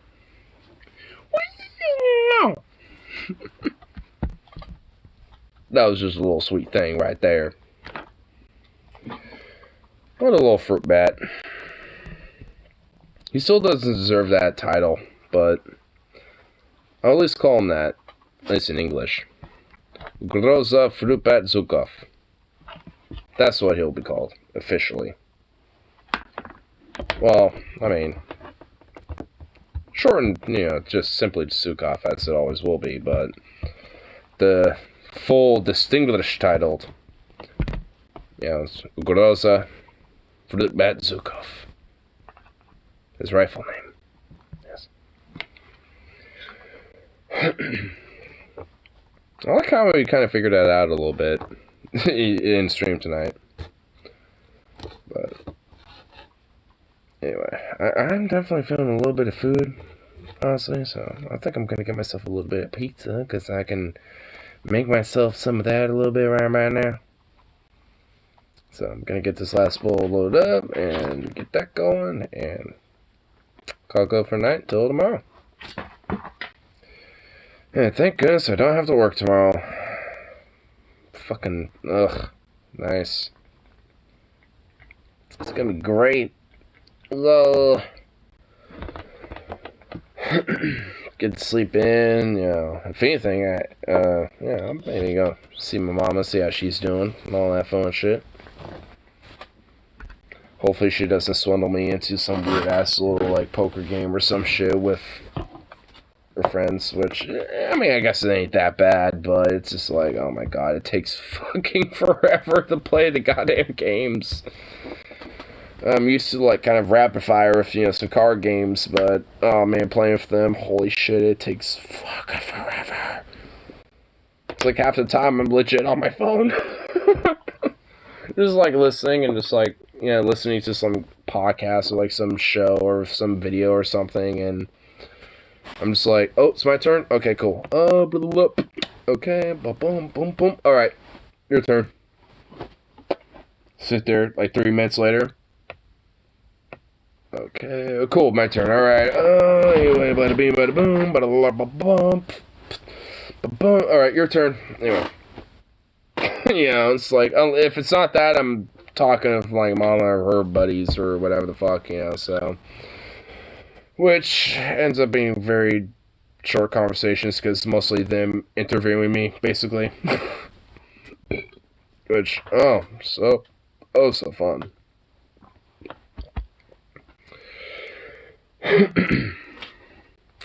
Jordan Peterson. Uploaders walk my lists. We shall see who cancels who. Yeah.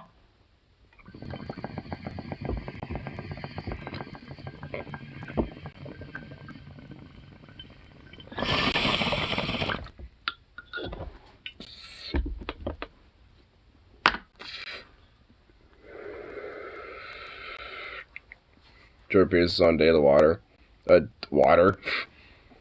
Daily Wire. Yeah, like I know a little bit, cause I remember like DFF, like one of their onion nuggets as like one of their goals, they were delving into some JP, and I think one of them was like some sort of like announcement video that Ben Shapiro and Jordan Peterson were involved in with like one of his things that was like a part of the Daily Wire that you could only get there or some shit. Like, he's pretty much put like all of his chips there. Like pretty much like a majority, pretty much like if not all of his chips, like the majority of his chips are pretty much on the Daily Wire train. As are like a lot of right-wing grifters. Candace Owens, like Matt Walsh, Jordan Peterson, obviously Ben Shapiro. Like, I mean, like there's a lot of fucking right-wing grifters that are kind of part of that Daily Wire brand. Ugh. Gross. Up yours, Jewish Marxists. We'll see who guys. Oh god, I didn't even see that part. Oh fuck. Okay, I'm kind of glad I didn't say that last part. Hey, I know. Even he's protesting. It's like, bruh.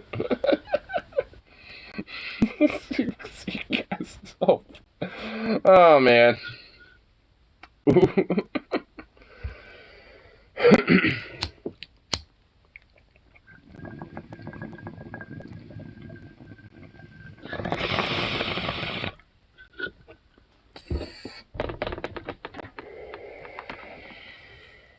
Jesus Christ.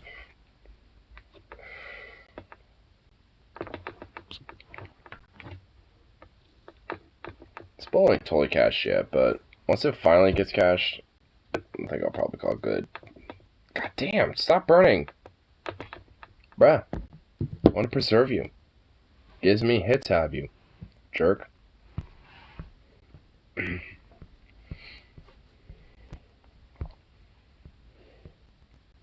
Oh, that's kind of cool. Creating a bridge foundation on a river. Whoa, that's kind of cool. I always wondered how they get, like, the foundations of a bridge like that. Oops. And I guess that's how they do it. They literally just, like, eventually create, like, a literal, like, cavity, and they suck all the water out, and boom. There you go. That's actually kind of cool. I legit always wondered how they did that. And, well, I guess there you go. Boom. That's pretty fucking cool.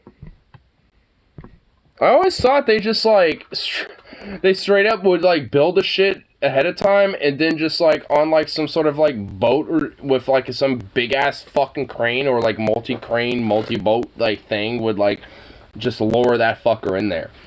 Like, I honestly didn't realize that's how they did it. I thought they just did it like, alright, we're gonna get, like, a bunch of fucking, like, tugboat, crane, fucking, like, boats and shit on the river, like, these big-ass, long-ass river boats, and have one of them with this big-ass thing, and just, like, whoop, grab it by the, you know, cranes, and just, like, dip it in the water, and just, like, lower it in there, and then just, like, piece by piece, you know, just stack that fucker. I really honestly thought that's how they did it. Of course, having, like, you know, steel beams and shit to kind of reinforce it in between and everything, but that's how they do it. That's actually pretty fucking, like, whack, honestly. It's like, damn. Imagine being, like, at the riverbed, but not actually, like, in the river. That's, like, kind of weird. Because imagine, I mean, that's a little freaky, too, a little bit. Because imagine if one of those little, like, boards, you know, like, I mean, you know, I'll pull it up back a little bit. Like, imagine if one of those, like, little boards right there that they have, you know, for each little, like, wall. What if one of those little fuckers bursts? What if just one of them bursted? It's like everyone in there, just basically, unless they can swim and they can somehow get themselves up to the top and all that fucking crazy, like, even then, no. Just, you're done, son. Like, anyone in there is just like, basically, you know, fish food. Time this dude on Peterson's Patreon Q&A was asking how you could spice up Six Life of Life, and Jordan's like, use something risque like lingerie. Lingerie? I mean, that's like the most basic of fucking things. Like, get some handcuffs, like furry handcuffs even, or like some whips, like some latex or something. I mean, come on, like some lingerie? Boo. Like, that's normie shit, dude. I mean, ugh, lame. Lame. I mean, lingerie is nice, but that's like basic shit. Like, I mean, lingerie is like, if anything, like, it's like a topping, you know, to a sandwich or like a pizza. You know, it's like you got, like, you know, your basic foundations to the sandwich, but then you got, like, you know, the condiments, right? You know, it's like the extras. It's like, that's like what lingerie is, or like, you know, the toppings to a pizza. That's like, I mean, you got the core of what you want, but like the lingerie is like the additive. It's like some extra stuff that's like a little extra, but you know, it's not the end all be all unless you're like some normie basic bitch son of a fuck. You know, it's like unless they're that, I mean, lingerie is just an additive, you know, to everything. You know, it's just like it's a garnish. You know, it's like a condiment. You know, almost. It's like, if anything, it's almost like expected. Because, I mean, who doesn't, like, get down with some lingerie? I mean, lingerie's, you know, like, basic but nice. I mean, it's just like, what? You get, like, some nice silky, you know, comfortable, snuggly, you know, like, stuff on you that, you know, like, I don't know, it's like, what, who can't get down with that, you know what I mean? Joe talked about lingerie like it was taking a shot on your partner's chest. Oh my god. Dude, Jordan Peterson is so fucking sad. Go get a summer job in stables bathing horses. I mean, honestly, I wouldn't mind a part-time job working at like a stable or some shit during the summer, or you know, or anything like that. But I don't live anywhere near one, or else I would, because fuck it. I'd actually be enjoying the job because I wouldn't mind, you know, doing, you know, like things that would, you know, like jobs that would be like something that, you know, would basically be tending to a ranch. Yeah, because like a ranch would also apply like having some horses and some other livestock or crops and, you know, a little bit of everything like that, at least to some extent. Maybe not always, but at least, you know, kind of applies a little bit. You know, so it's like, I mean, I would love to have something like that. So yeah, having a, you know, taking a part-time job doing something like that, yeah, I love it. Because it will kind of get me an idea about how to do some shit like that. Get some skills and some experience. I'm not sure it's like adding baking soda to the pizza dough. It's not even a topping. Yeah, true. It's like an ingredient to the pizza dough.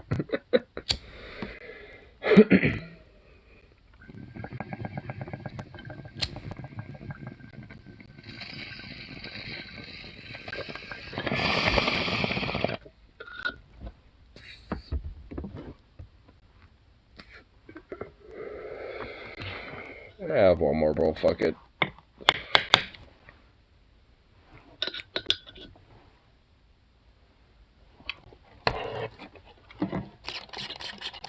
Stop burning.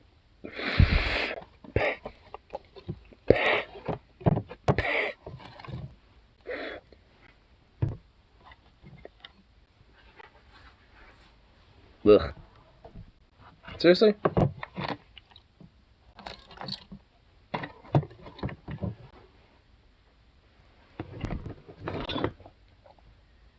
I like that little spray bottle.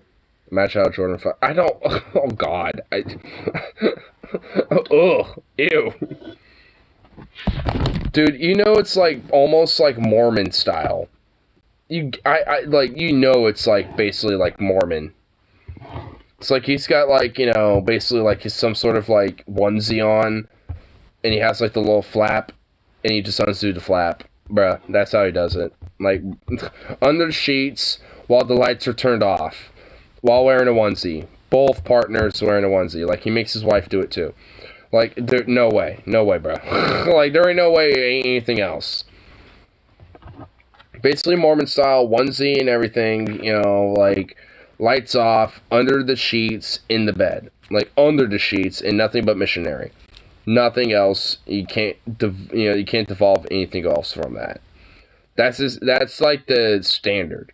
Like, maybe they might go under the sheets doggy style a little bit. Maybe, if they're feeling a little spicy. But nope, it's onesie. It's onesie status. Under the sheets with the lights off. So they can't see anything. That's what's going on. 100% no cap. No cap. That's exactly how it's going on. If it's not, I would legitimately be fucking shocked. I would eat a beanie. Like, I would eat one of my beanies if that was actually not the case.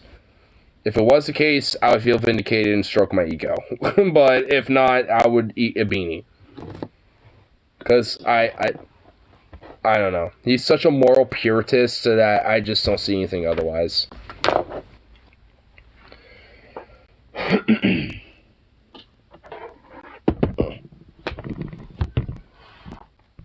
But anyway, got my last little bowl loaded up, so I think I'll catch this up, get myself some food, and call good for the rest of the night. But big background for sometime tomorrow afternoon. See what's devolved, for the news and shit.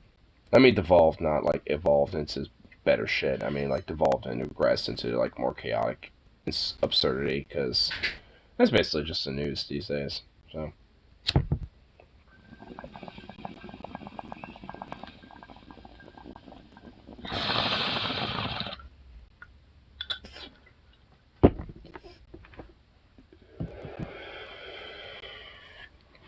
Anyway, I'll call it good. So, peace out. And of course, I shall see you all in that next one with more chaotic absurdity and degeneracy and walk moralism and who knows what the fuck else.